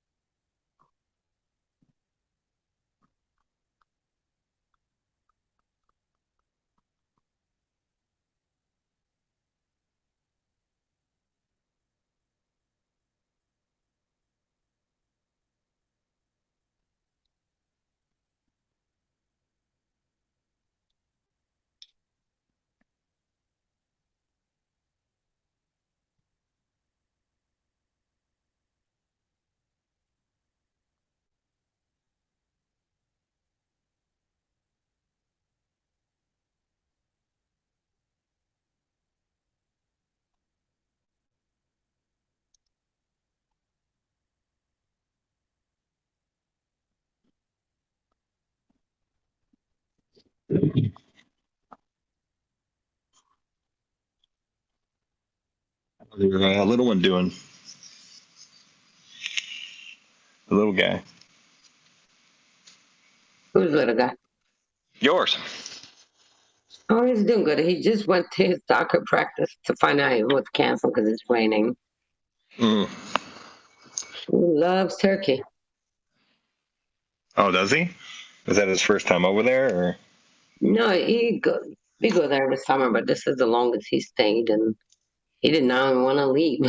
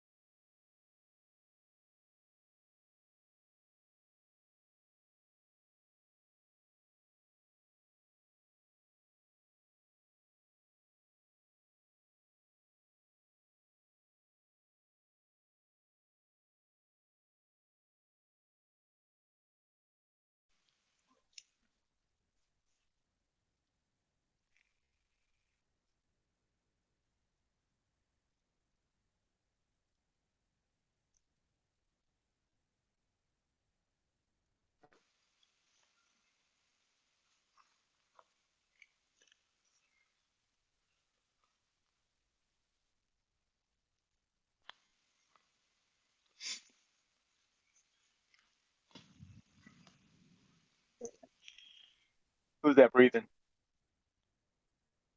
My bad. It's Richard. Rob, Yep, it's me. what's up, buddy? How you doing? Doing good yourself? Good. Uh-oh. Is that Akira? Oh my gosh. Yes. Are you back or you just on for a minute? I'm just crashing the party. Oh man, good to hear your voice.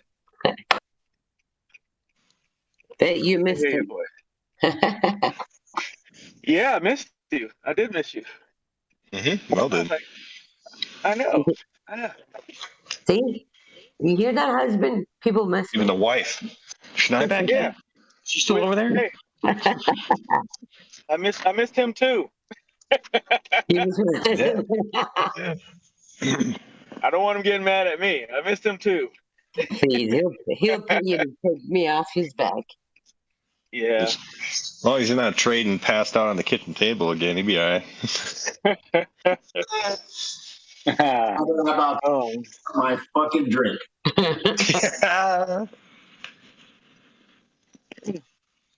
Oh man. How you doing? His ass was passed out. Oh my god, I can't believe you remember. Oh yeah, I remember a lot, man.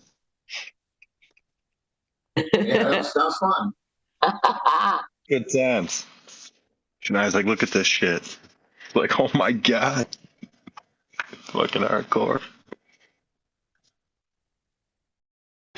Oh, she ragged him out, huh? Who me? My husband? Yeah, I busted his ass out in no time. I was asleep and my hand was still on the mouse.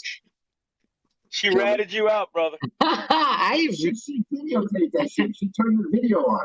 I did. Yeah, we all saw it. Yep, live. Good thing he had clothes on. Shit, that wouldn't have stopped me. Promise. Tame is over there shilling. YouTube.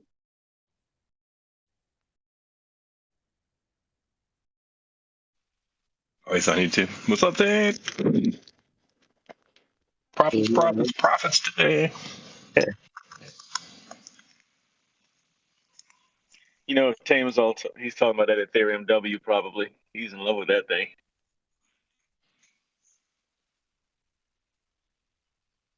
Oh wait, he's in the YouTube channel or something, or He's just talking in the chat. oh, okay.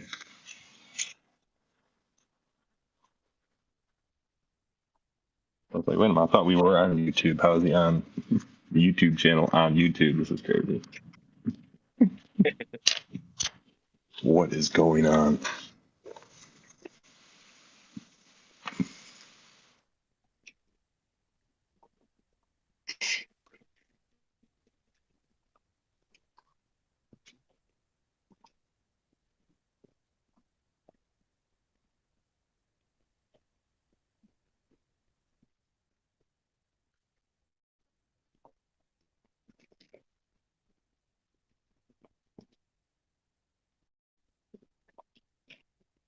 Hey, Robert, you guys got Kroger supermarkets out there, out west? I had Kroger in Michigan, but not. I think we have King Supers and shit like that, but I think there's Kroger stuff there. Why? What's up? Oh, okay. Am I being a little bougie, getting upset that Kroger doesn't have Apple Pay yet? I forgot my whole credit. I forgot all my cards. I left my wallet. No, at they're home. behind. Yeah, they're behind. But you can add your card to the app. So I had to call, get my girl to send me a picture of my card and add it to the app just because I didn't feel like driving 10 miles home and then 10 miles back. I'm like, oh. Come on, Kroger, get with the times. Yeah, I think Walmart. Well, hold on, I'm trying to remember. I think Walmart has Apple. Yeah, I don't shop there, so I don't know. Fucking. I got in an argument with one of the sons, so I don't like him. One of the sons? Yeah. Yeah. Okay. Oh, he was getting the plane, I guess. Okay. Yeah. Yeah, I know. I understand. I don't want you to I can incriminate. tell you the story. Yeah, off air. Yeah. But yeah.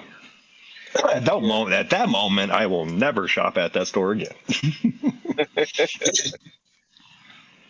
Yeah. I get it. I get that.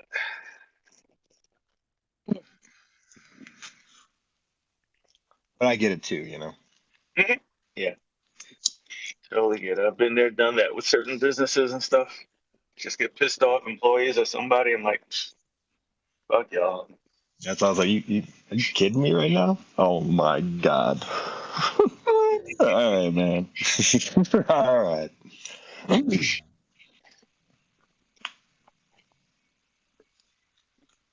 Yeah, I didn't know who I was talking to until after the fact.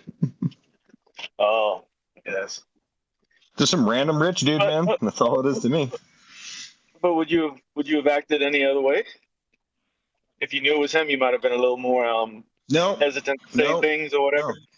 Nope. Oh, okay. I treat everybody the same, whether they're Tina Turner or, Joe Schmo on the side of the, has a little 172.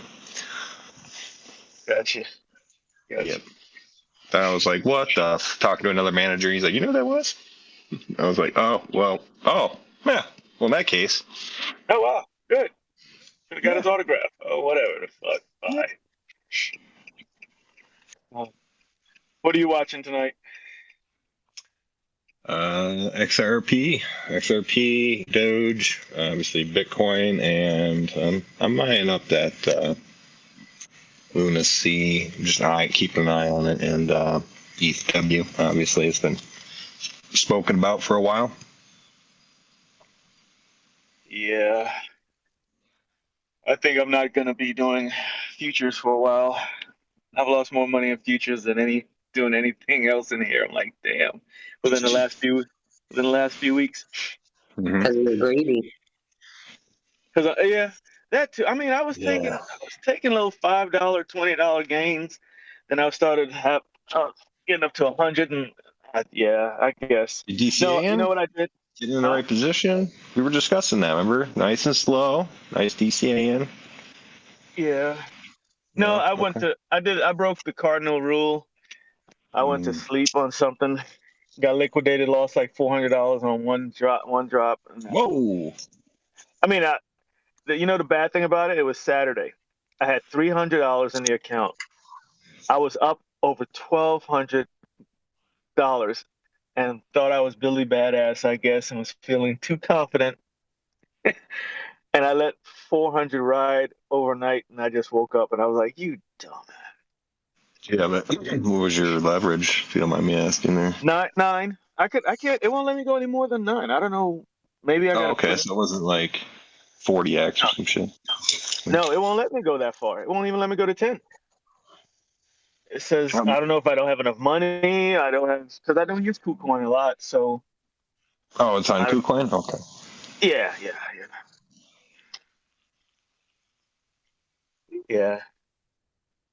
And dude, it was shady too. I was doing. Sometimes I did market sells, trying to get out real fast. Yeah. Yeah. I'm like, I'm up $30. I'm up $30. I got market sell, I got like $8 and change. I'm like, yeah, like $9. You're like, wait, wait, what? Then you do the math. You're like, damn, that's right. That's so funny. All right, guys, let me take the groceries in, and Shania, how long are you gonna be on tonight? Shania, are you still there? Oh God, we didn't lose, did we? Just fucking with you. Oh, sure. Okay. I was gonna say, you want me to call you Shanae or Shania? I was getting ready to say Shanae. Do you want me to call you Shanae? Because you're not answering to Shania. I'm just eating. I'm here. Go ahead. I'm sorry. No, I was messing with you. So I'll be here in a little bit. Okay. All right. I'll chat back with you guys. Bye. Yep.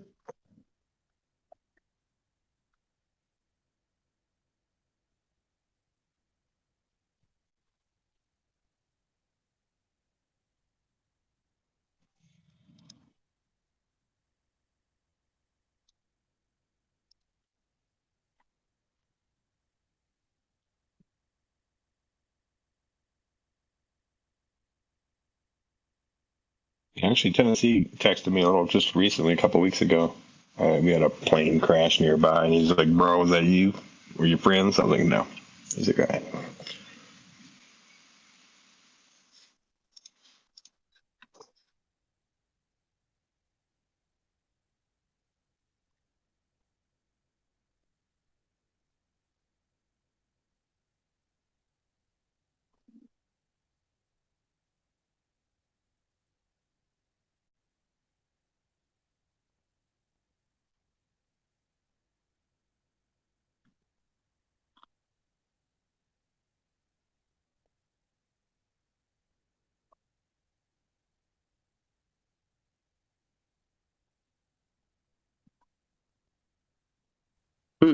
BTC daily looks like a nice inverse head.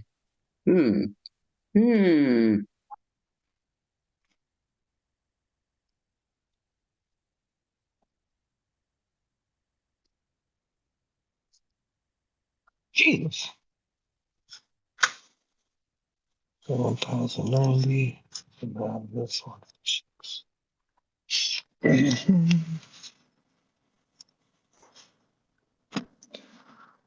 Okay.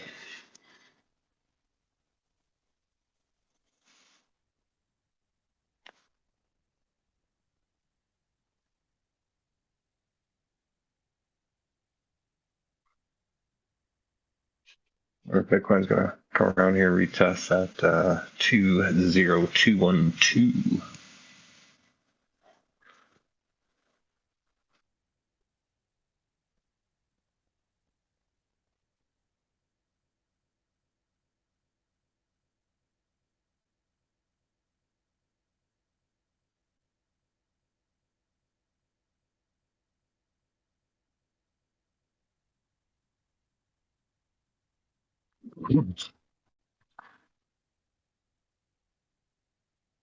Oh, 215.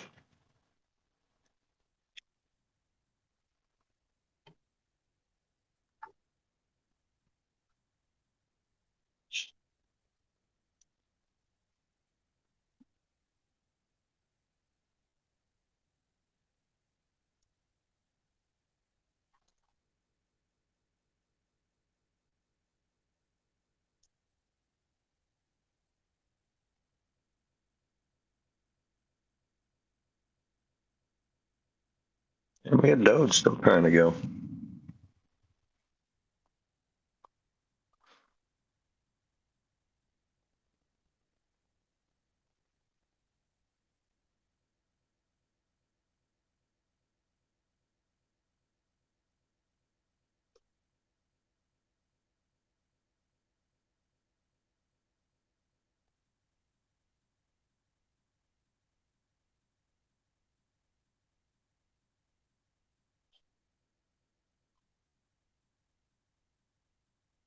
Elon just tweeted, huh? Someone just. What was that timestamp?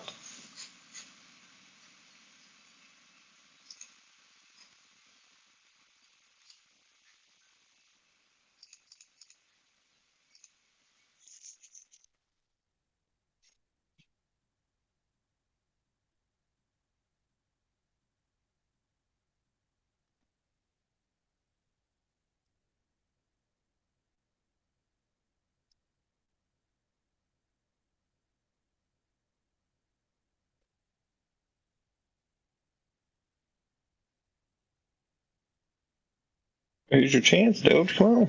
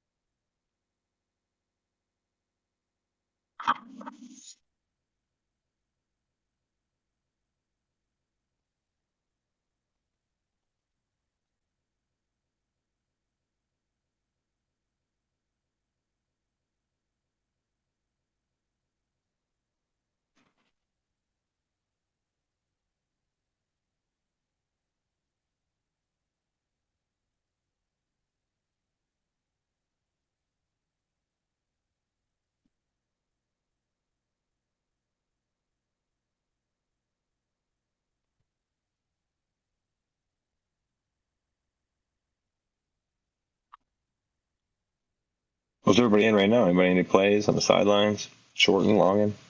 What's going on? Everybody's watching Doge. Hot bag of Doge, and I'm in a Luna C long that's down 50%.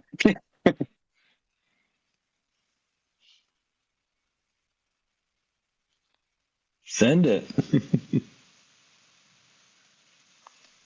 Wheels off this trade. Mm-hmm.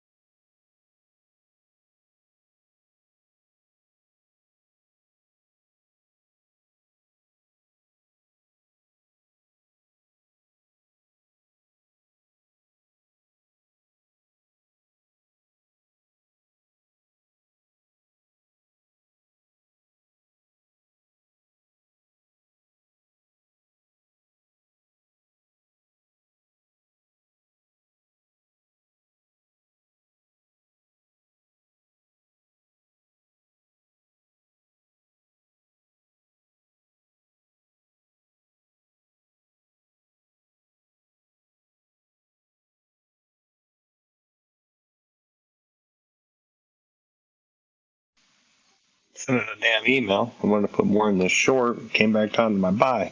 Dang it.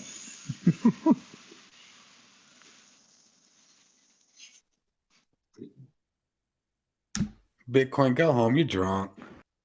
And there's shit. Jew boy, what's that? Uh-oh, Shania. You know, I'm back. That means coins are going up. Oh, really? Let's go then, huh? I better get my ass back in position then. I know, right? Actually, I don't know. I'm going to wait. I'm thinking we're not done with the blood.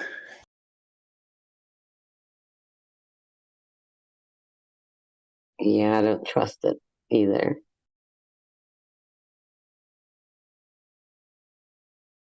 You back in the States? Yeah, for a month now.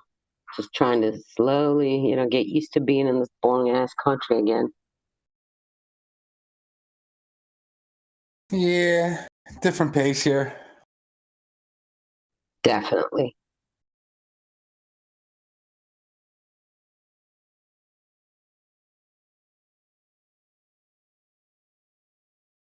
I need to get a job or something.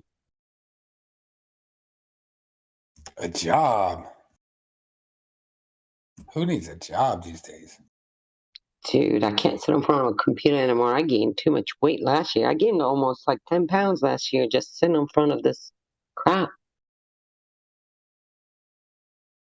I've been making more money selling Broncos than flipping this crypto.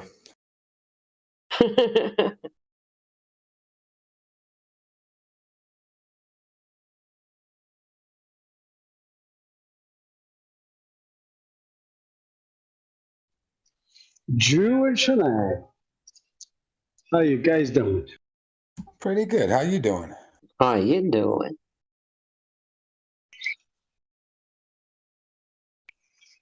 I'm doing all right. What do you guys think of those? If Elon goes with the purchase of Twitter. Not bad, not bad. But did he officially purchase it? Nope. Nope. So be very, very careful. Exactly. No, I got yesterday small position on Doge and still holding it with a stop loss in case. Nice. Have you been moving your stop loss up a little bit? Yep. Nice, I've nice. been learning slowly.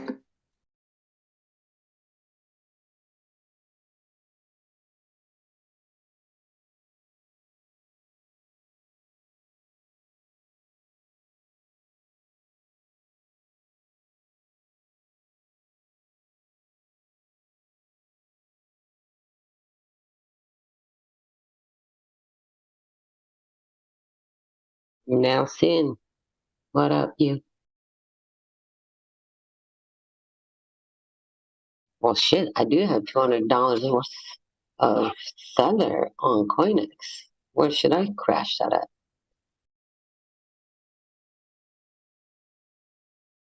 I don't even know. Short everything. I Short know, it. right? How the hell did I gain money on asset just sitting there? Huh.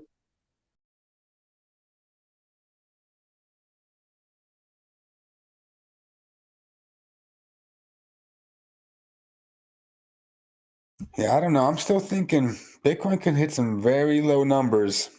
I'm talking about like low. Yeah, I was looking at like if it's gonna hit 12, 9, or 3,000. Yep.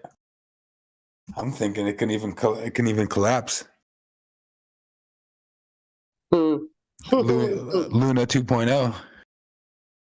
Yeah. I don't even know where to move all that Luna from Coinbase Pro. I didn't even know that shit was happening. I guess I should have logged in more often. That was Lost, like, crazy. yeah, I had like $2,000 in that thing. Yeah. I was playing around with Terra, hoping it would repeg, but it was not able to.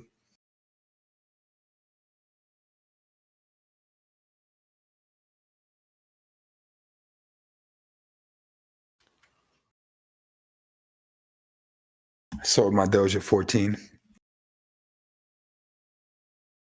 Oh, for real? Yep. Mm. Yeah, I think I've been out of Doge for so long, and I started buying at, I think 8 cents, all the way down to 5 and 4 or something. Because I sold a lot because I was building that house. Thank God. Nice. I mean, don't get me wrong, I'm down a lot too. Because I wasn't paying attention at all. Yeah, luckily I was able to get out. Somebody's ass is whistling. Someone's got a cyber whistle. Just celebrating the Twitter acquisition. Are you sure it happened? I don't. Who knows? The bamboozles are coming. Yeah.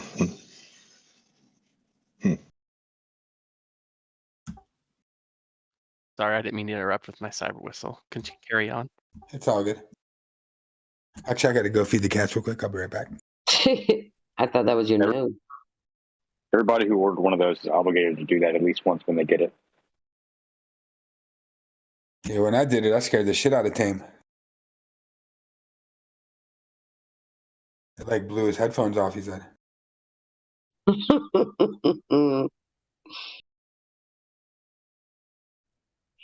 Ah, damn, Shannon, where you been? I've been to Turkey. I was in Turkey since April. So just finished the house, came back. Well, I'm going to say I finished. There's still a few touches, but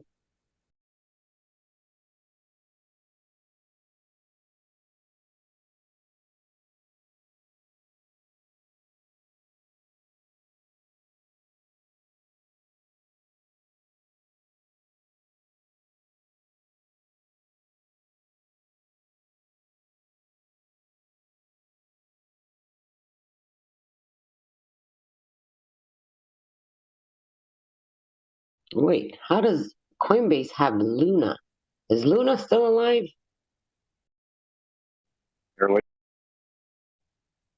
I mean, CoinX has Luna.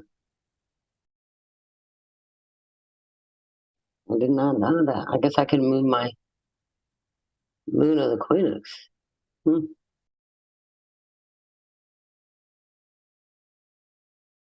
I've been holding a short from $9 on Luna and got scared out when it went back up to 7. Damn. I wish I was in that.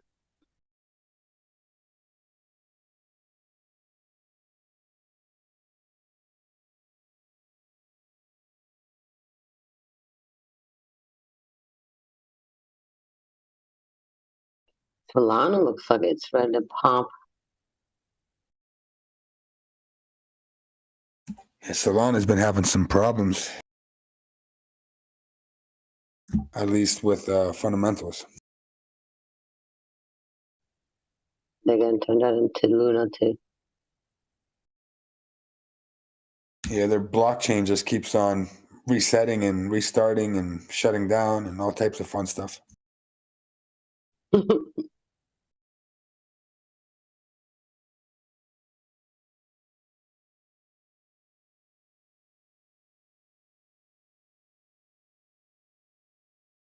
See, what I'm starting to think Bill Gates knows something that we don't. Of course he does, but something about Bitcoin that not only he knows, but China knows too. Good or bad? I mean, good for the bears. Ah.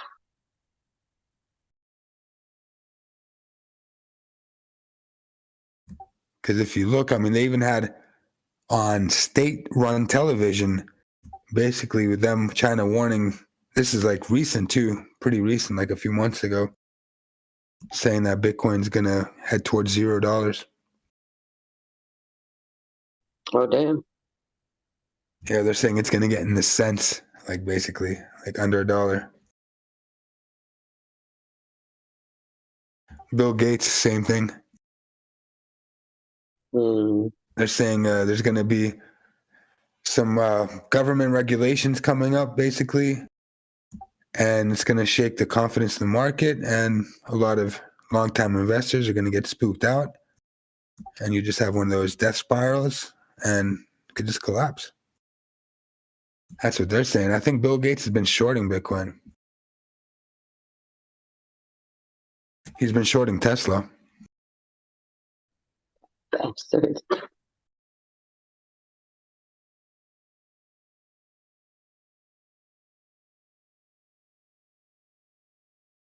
I don't know. I'm looking at all the charts on the daily, and they all kind of look like they're ready to pop. But if what you say happens, then no, they won't pop. But Well, I could still see it pop up to like 27, 28 and get rejected there. You know, that still would be bearish for me, even if Bitcoin got back to 28. I'd want to see it over 33,300, 33.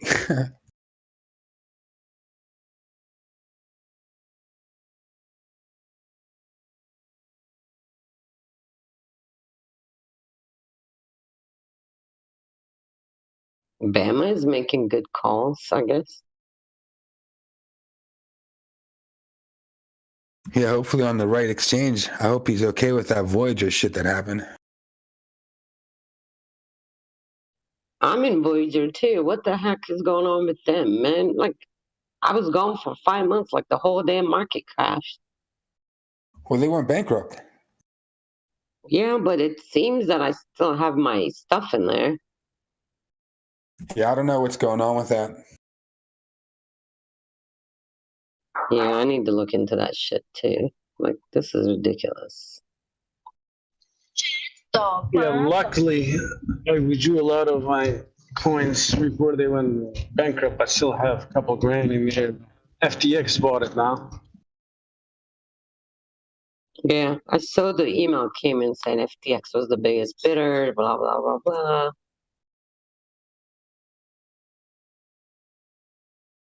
Which I like FTX, I guess. We'll see. I don't think we'll get everything back though. Hoping 70 to 80%. I don't like, did the coins disappear or something? Mine seems to be there. Yeah, that's what it says for now. They are there. Mine are there. Everybody's coin shows that it's there, but let's see when it finalizes. They can't just take your coin, you know? That would be robbery. You can steal us legal way, Chapter 11. These days, you never know. Yeah. Yeah. I mean, they can bankrupt, and then that's the only way you're going to lose your coins, but they can't just take your coins. Right.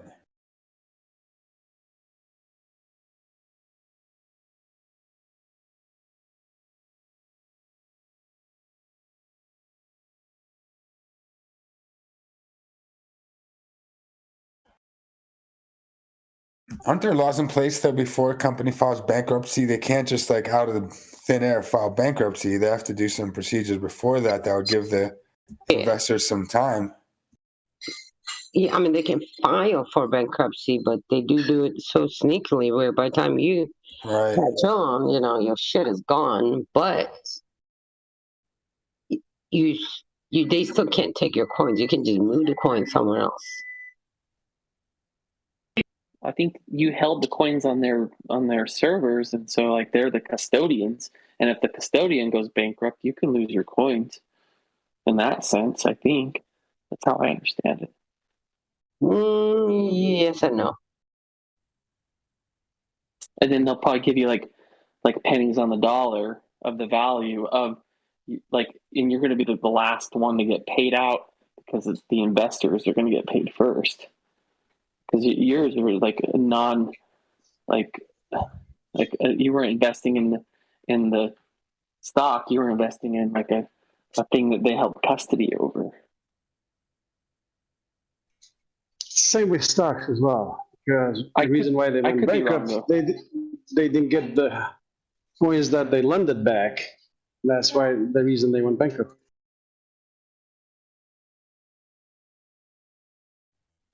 I guess what I'm saying is they can take your coins. That's what I'm saying. I'm saying they're not safe at all.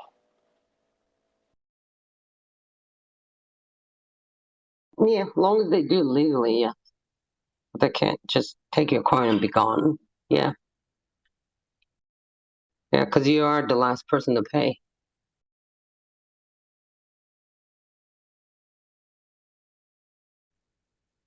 Super shitty though. I'm not sticking up for it at all.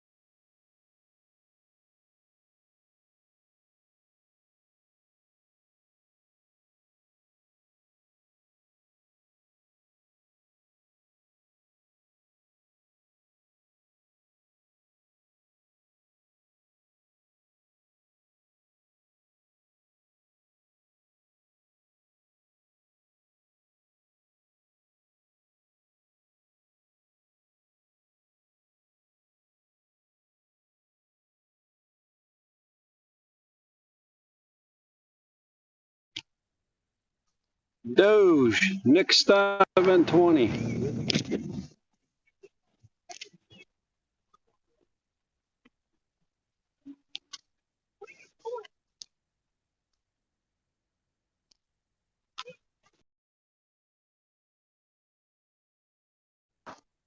Any thoughts?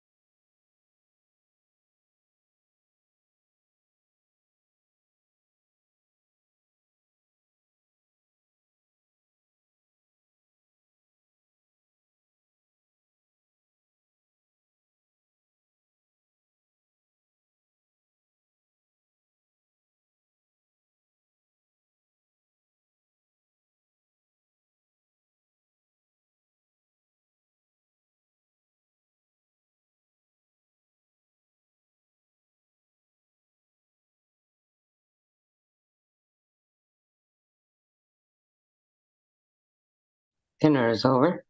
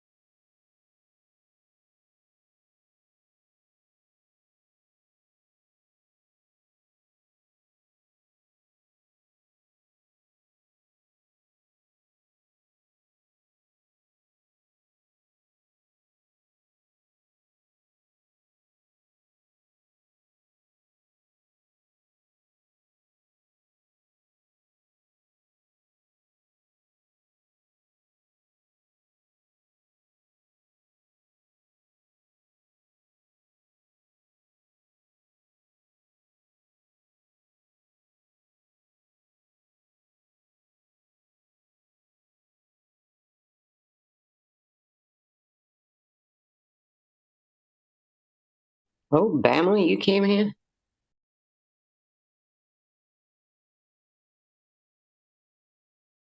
What's up, Shania? What's up? I was about to log out. Just ate dinner. What you up to? Other than killing it on futures? Try it. Try it. Everything's good. Was that a question or a comment?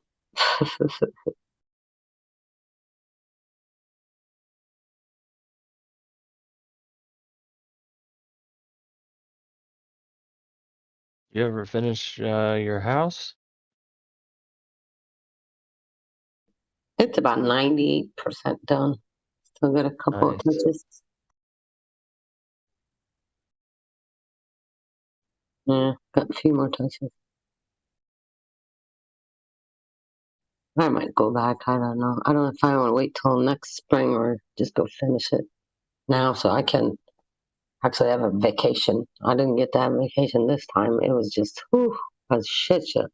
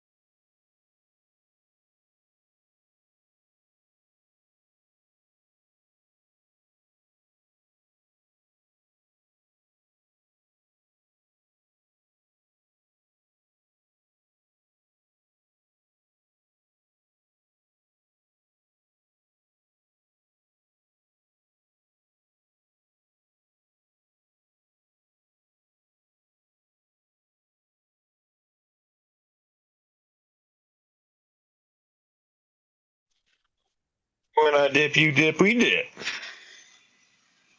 Oh yeah, come on, let's go. Dude, XRP better take me out to dinner first. Shit.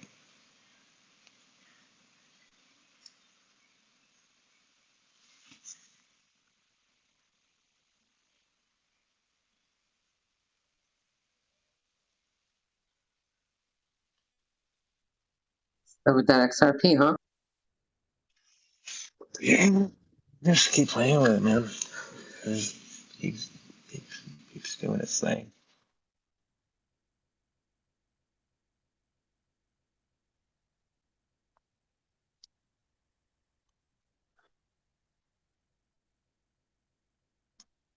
Big profit again, man.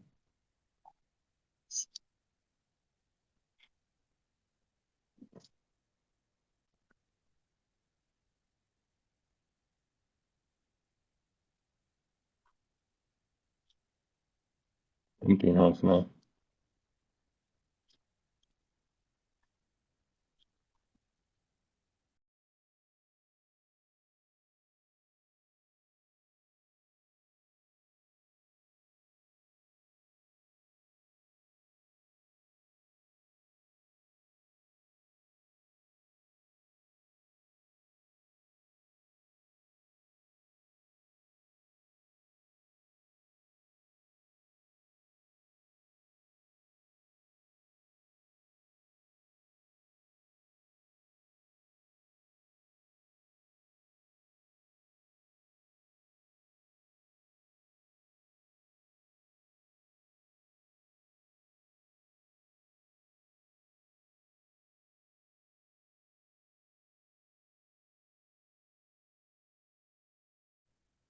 Barrett's moving. I gotta zoom out.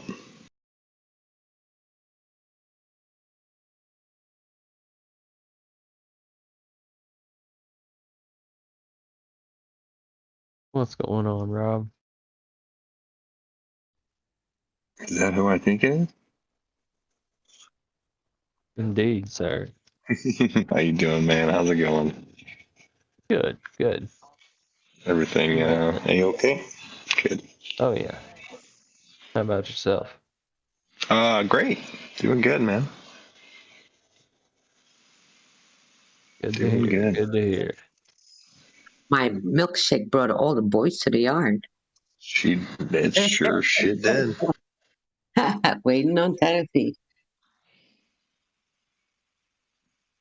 Because we know it's better than ours. So is this But you have bull to market's back? OGs are back. Bull market's back. I being here is a slight indicator, and then yeah.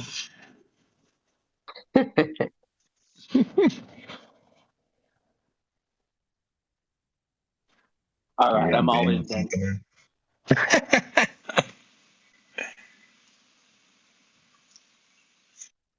Or it could be the start of the end of the beginning, or to the beginning. You know what I mean? Probably. All I know is some shit is about to go down. Or up. Or up, right.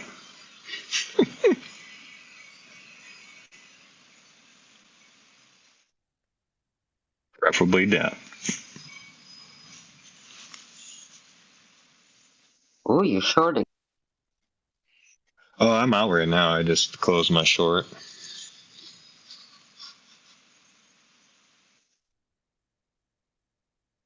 Just kind of waiting to see what she's going to do here. I like to see it down. Oh, Davey just came in 14 minutes ago, so you know how they should have. Supposed to wait. Mm-hmm. Flip of a coin at that moment.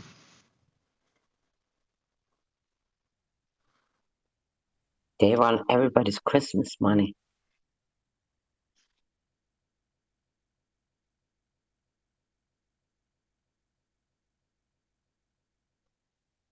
I get extra fee just a little bit cheaper.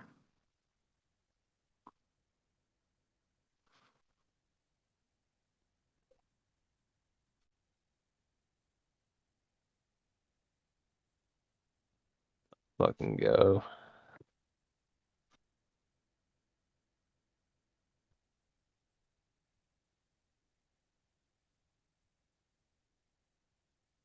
We heard him. Let's go.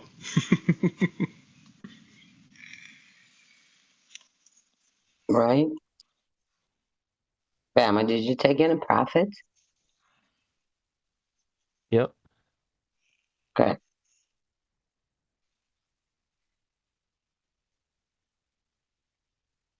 Did right around 55%. No. On a 5x.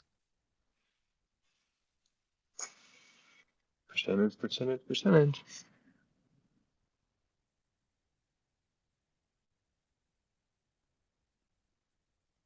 Damn good play at 5x. 50%.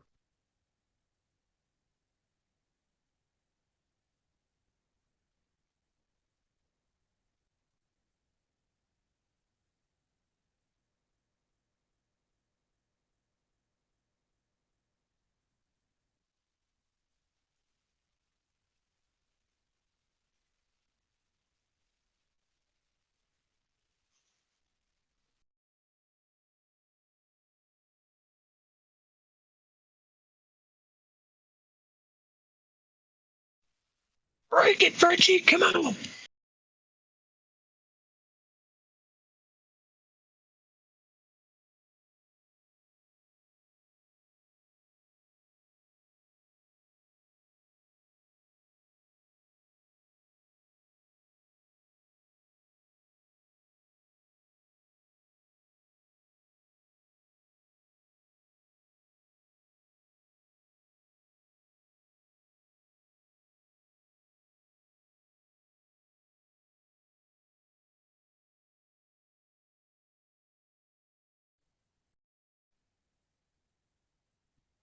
What do y'all think of that Fed meeting yesterday? Did they like disclose everything, or was it about the credit or the debit cards? I did find that they leaked the lunch menu. They served a big nothing burger with a side of French fries. Great. They did find Kardashian's ass, though. That's true. Mm-hmm. And you know, French fries and nothing burgers are bullish apparently. Oh, I like the way BTC looks. It's weird, with all the economy and everything. I don't know.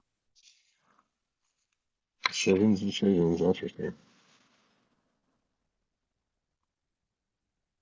I forgot the DCA into this push. I was too busy at XRP's ass.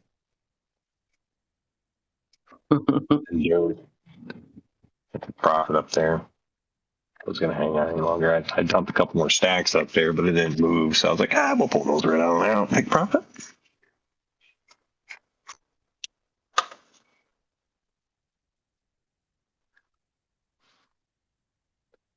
Did I just hear Shania's voice? Depends on who you are. The guy checking in. Who? Party guy. Party guy? You don't sound like party guy. Yeah, it's party guy. Huh. Party guy. What's going on? Long time.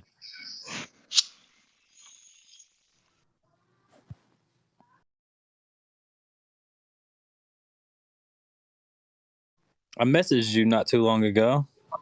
Didn't I respond back? Sorry, I was trying to see who's talking. I thought I had it on. It's all good. Oh no, I have it on. Okay, I see. Weird. What up? Did you get divorced yet? I don't think you did. Get what? Oh no, I never did. I know you didn't. You told me what? You said something about that. Yeah, you know how life is, man. Life's crazy.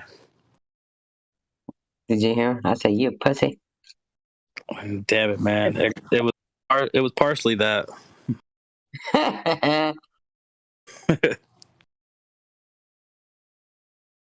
You back because of the Dogecoin excitement today, or what's going on? Hell no, I'm back because I'm bored at home. I ain't mad at that. You back in the States? Unfortunately, Yeah, I feel that.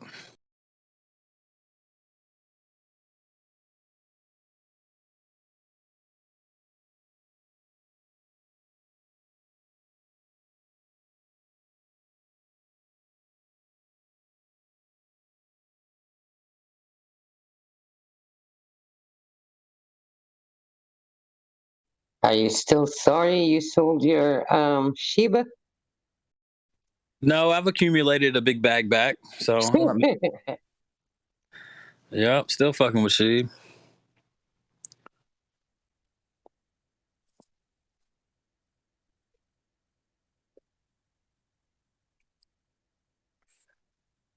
Repositioned on Doge, that was good.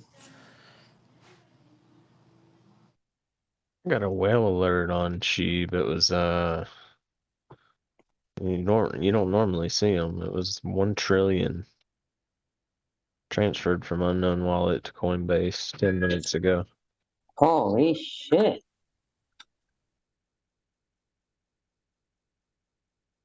Wonder what's going on with that. Oh, it's not $1 trillion. It's 1 trillion. Okay. Got the shit mixed up. Yeah, we all would have been aware if it would have been $1 trillion, I think. Shit. Yeah. Yeah.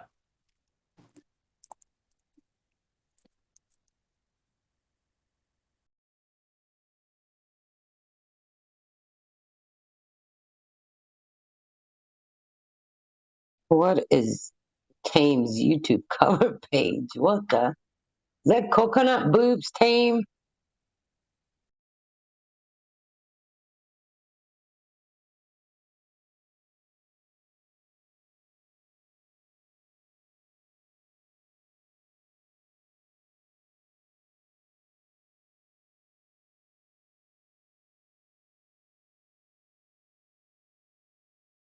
Oh, it's like a teddy bear outfit. Stupid.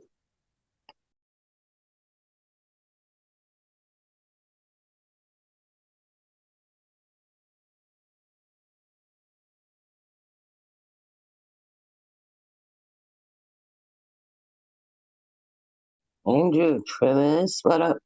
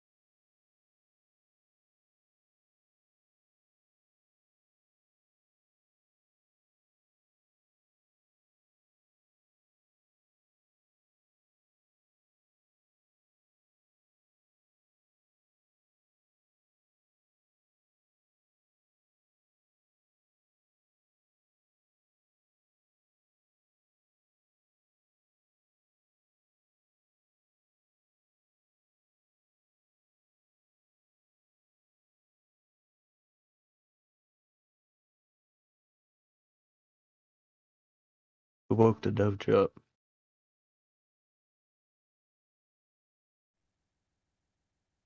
What? Said who woke the Doge up? Oh, I don't know. Somebody brought the dogs out. Who?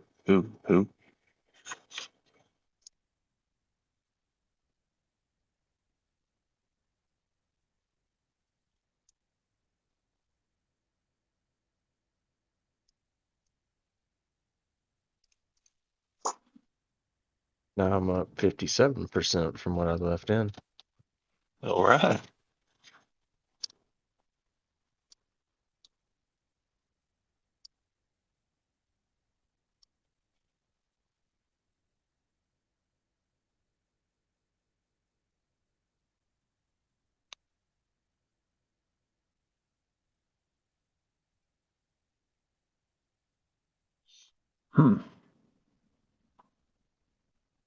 That hit 6-7 on that push.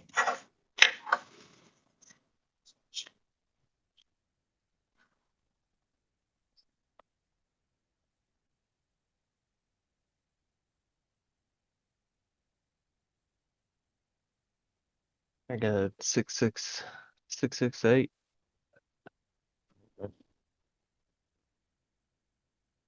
Close. 6-6.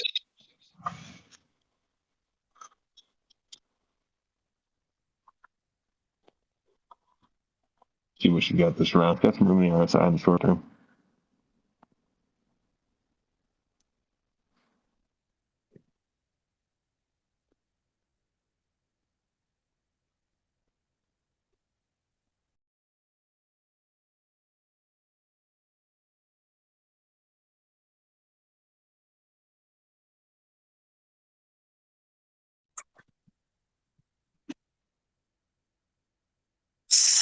Hello. Hello. The hell's going on in here? Oh shit! Oh shit, Tennessee. I told you, my milkshake. What's up? What's going on, my friends?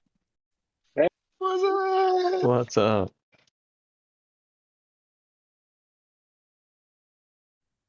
Good luck. About to head to the Waffle House. Not working. Yes, you got a job. I'm bored. Was you insinuating that your milkshake brings all the boys to the yard? Yeah, this is the Yeah, yard. it happened. She didn't insinuate. Okay. I guess I was one. Shit. Everybody showed up. Who's missing from the boys? John, not John, but who was that? Ex-cop or something?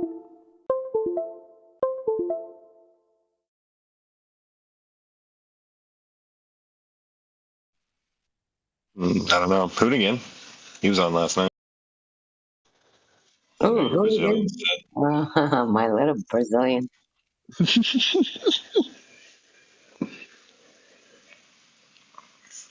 What's his name? There was an ex-cop and, of course, D-Block's ass ain't nowhere.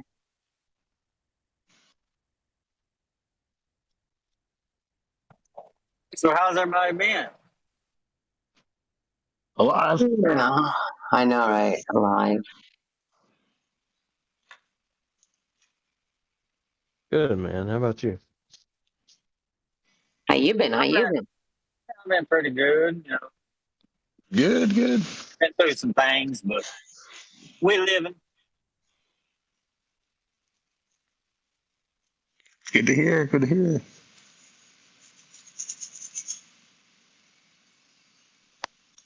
Do you guys remember that guy who was bull on Elon X?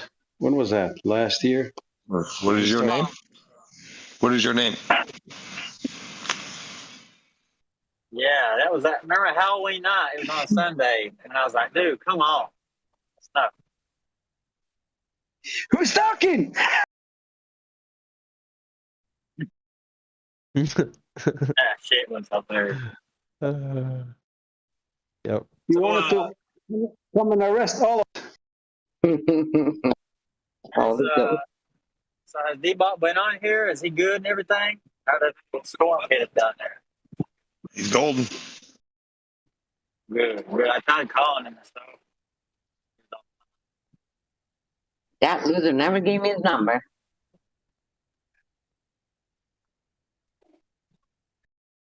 Oh, yeah. I was calling him on Discord. What is your name? What's up, Pepin?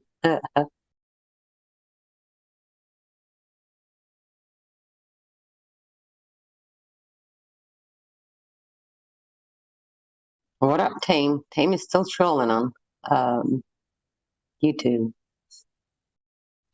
He's still on there. Jesus.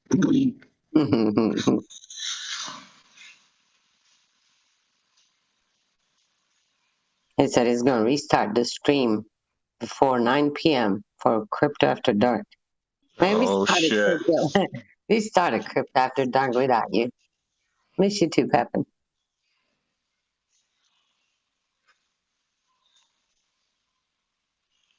See, when the drama leaves, everybody else leaves.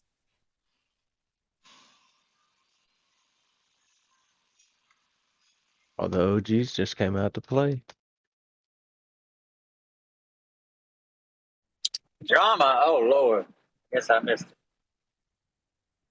it. I think we all missed it because we left. Summer vacation.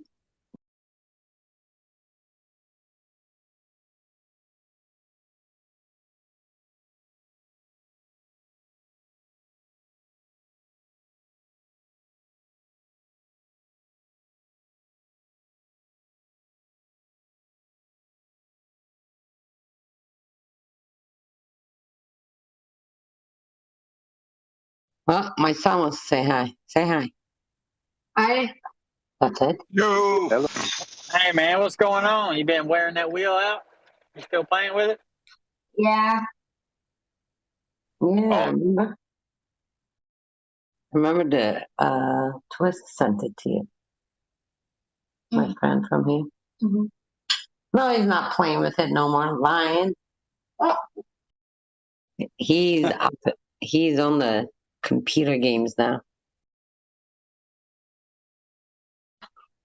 He said he'll get back to it. Is Twist here? He was earlier. Yeah, man. I yelled Tennessee when you came in. Oh, dude, what's up? What's up? Not much, man. Been meaning to get online and play. I've been playing a little bit here the past week or two, but not steady. Yeah, man. I just been trading and gaming. Same old, same old. How about that trip east? Never happened? No, not.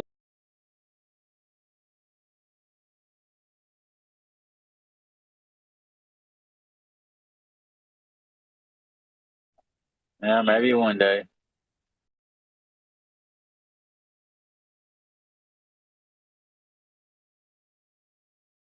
I don't know about y'all, but I'm liking this weather. Heat.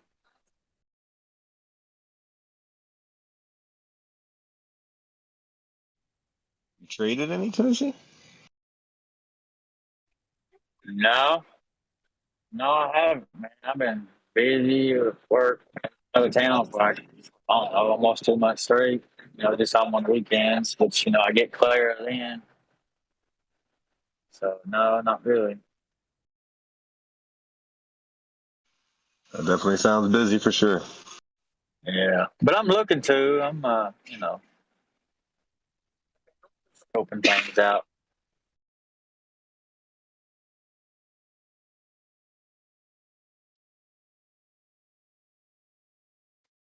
Has anyone ever told you, Tennessee, that you look like Dewey from Malcolm in the Middle? What? Nah, I don't even know who that is. That's all I can.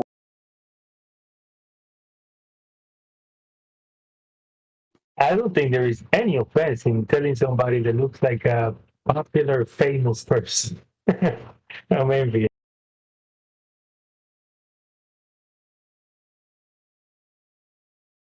Hello, everybody. I'm on mute myself. up, Fen? How are you? I'm good. Printing stuff. Speaking you about doing? printing, look at Ethereum proof of work. It just gained another 10 cents. Oh, hell no. It's already up Oh, my $2 from the bottom today. My God. Hi, team. Hi there. What's your What's name? good? Jesus. Jezebel. Why don't you have any roles, Shania? Yeah, that's your second account, probably. Could be. Yeah, you had 2 accounts. I remember. What's going on, Mr. Tang? Just networking. Networking. Yeah, I'm trying to get different people in the stream. I already got a nice lineup for Saturday. Really stoked about Saturday's stream. Oh yeah, what you got planned? One of my buddies that I've known for about 9 to 10 years is coming on. He's been living in Taiwan for the past 7 years, I believe. Okay, what's his specialty? Chinese. He's American, but he's fluent in Chinese. He teaches Chinese, English. For his job, he's a translator. So he knows the dynamics of China and Taiwan very well. He's going to give us a perspective that a lot of people have not given us so far. Gotcha. He's really smart. Pretty good with money. His What trading time? style is more like long term. He's very, very frugal. His company pays for his condo, so he doesn't have to pay for bills. He just collects cash and put most of it in investment. Doesn't he get taxed time's extra coming since on? he's states? He's in Taiwan though. Yeah, I was, He's actually oh, a man, resident man. of Taiwan. They gave him residency there. And oddly enough, his wife's Chinese. The only reason she got to go to Taiwan is because she married him in America. And she got her citizenship. So she's able to go to Taiwan. Because normally Chinese people cannot go to Taiwan so easily. What time's he coming on? On Saturday, we're going to try it in the evening, like after 8 o'clock, like around the Crypto After Dark time. Cool. Let me double check the time. He's super busy. Sometimes stuff comes up. Yeah, we're going to try around 8 o'clock on Saturday. On Friday, we have that futures trading competition.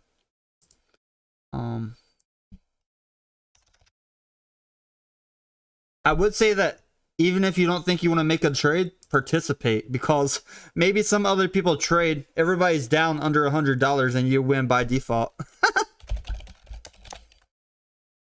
If there's 2 people tied at the end, then we'll do like a trade-off for like another 20 or 30 minutes to try to get a winner.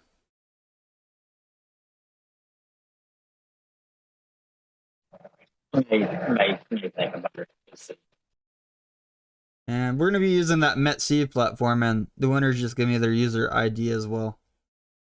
And if this trading competition goes well, since I'm sponsoring this one, if this goes well and we get enough users and people enjoy it, then we'll do another one. And I'll try to get METC to sponsor one in the future as well for bigger prizes.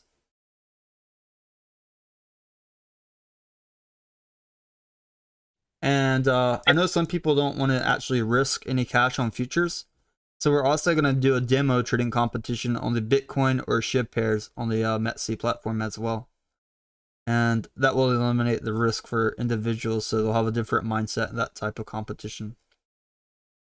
But for the one Friday, people are going to do the competition, need to start with 100 USDT for their starting balance. And the rules are simple. Minimum leverage 5 times, maximum leverage 50 times. You can only use the money you start with. You can't add more money to the account. But if you're scalping, you can compound your scalps, that's fine. Just don't add more money to the account. Basically, we read the charts for 15 minutes. After we read the charts for 15 minutes, we trade for 1 hour. So from 8 o'clock to 8:15, people are looking at their charts. Exactly at 8:15, you're allowed to start trading. You don't have to make a trade. You're not required to. But I do feel that the people that are actually making trades are going to be at an advantage.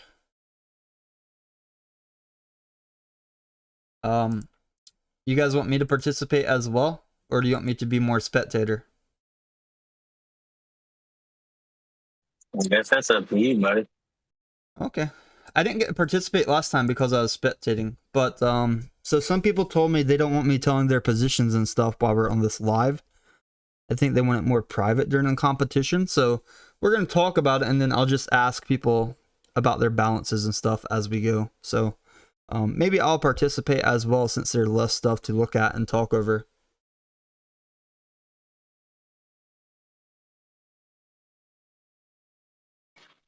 Hey, I was going to ask you, you got any plans to come up to the Smokies and check out some foliage? Not really. I mean, I live in North Carolina here, and I know. in my city it started changing colors for the trees. I live in a city, but I literally drive 5 minutes and there's tons of woods. I'm still thinking about buying up one of these plots.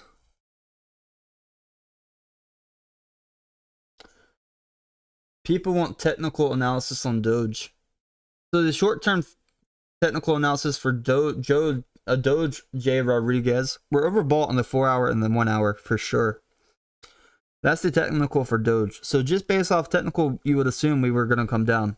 But Elon Musk buying Twitter, and then Elon Musk celebrating that on Twitter, and then Elon Musk integrating Doge into Twitter will be above 10 cents. So do you really want to be scalping during this time? And this is going to be big. I think integrate, and this is going to help get rid of some of the bots on Twitter as well.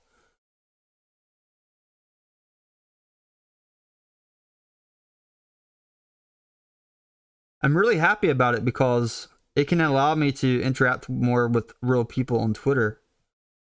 Get rid of the bots. And provide a great utility for Dogecoin. I mean, look at this, guys. We are very small-minded. We're thinking about the net scalp 5 minutes from now. When in reality, just 2 years ago, Doge was under 1 penny. And now look, we're at 6 cents. How far up do you think it will be next year? After being integrated into Twitter. How far up do you think Doge will be? There's a lot of users on Twitter. And I'm sure Elon will make it super easy to buy and use the Doge on the platform. Super easy. We're talking about the man that made PayPal. I'm pretty sure he can make a great payment system for Doge. They have one on the Tesla website for some odd products.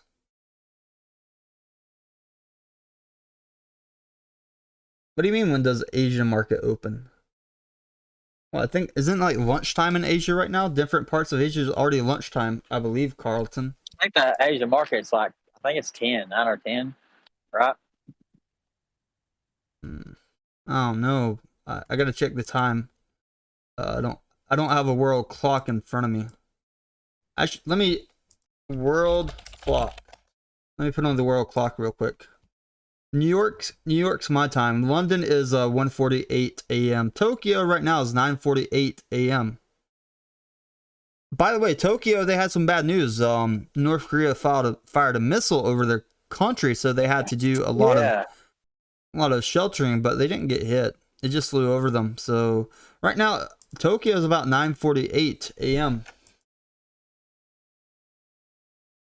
Yeah, they had cities going in full lockdown, sirens and all. It was pretty crazy.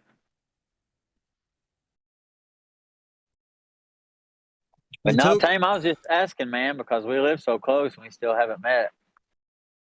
I don't like to drive long distance either. That's my problem. I do have a guest room if you want to come visit my place sometime. Well, it would just take you, what, like 2-3 hours to get up to Klingman's Dome? How do you spell that? Klingman's Dome, you know, up in the Smokies. It took me like 3 hours to go to Chimney Rock. How do you Oh, the spell that chimney top? Klingman's Dome? Klingman. Klingman's Dome. So Google Maps right now.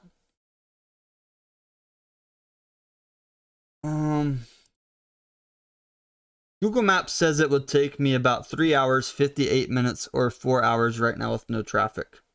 Gotcha. That's really far. That's even further than Chimney Rock.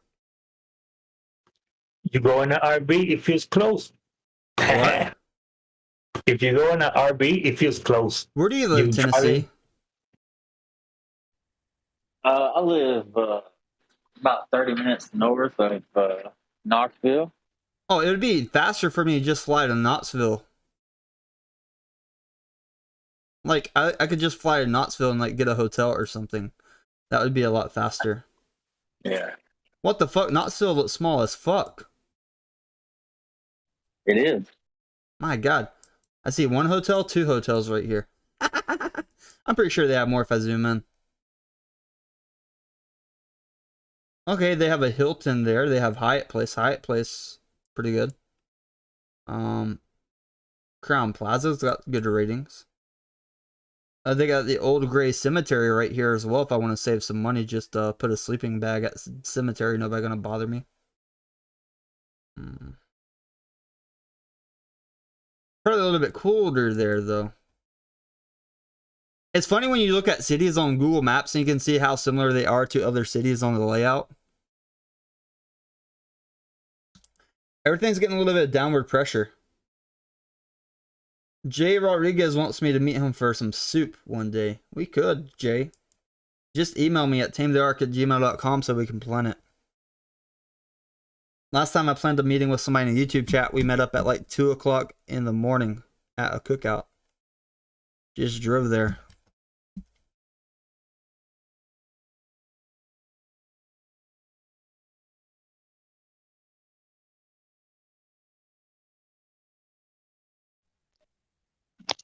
What state do you live again? North Carolina.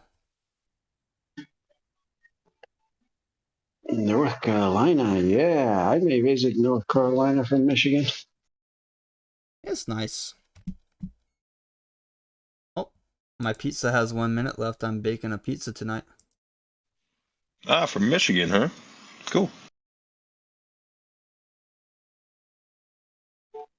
What happened to my Bitcoin position? My God, 245% up. Woo. Woo. Was I up more earlier? I can't remember. I'm pretty sure I was up a lot more earlier on Bitcoin position. But before I went out and stuff, I wasn't really watching it, so. Sell signal on Bitcoin came in at $20,300.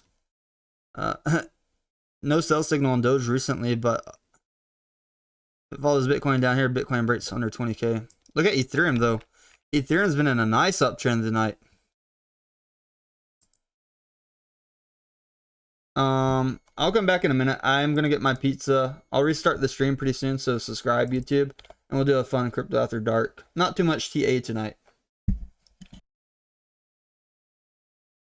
Yeah, I'm gonna go eat too. I'll be back, guys.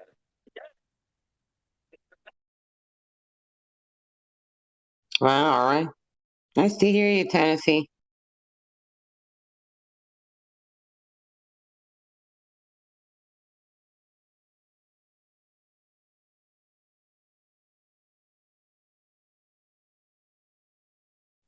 You too, young lady. I'll be back.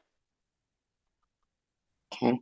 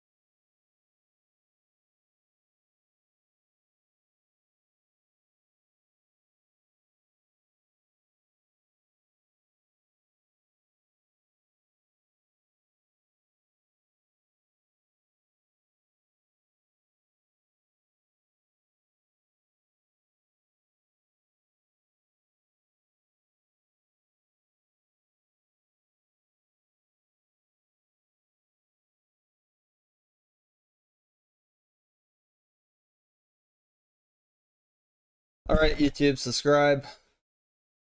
We're gonna end the stream and restart. So.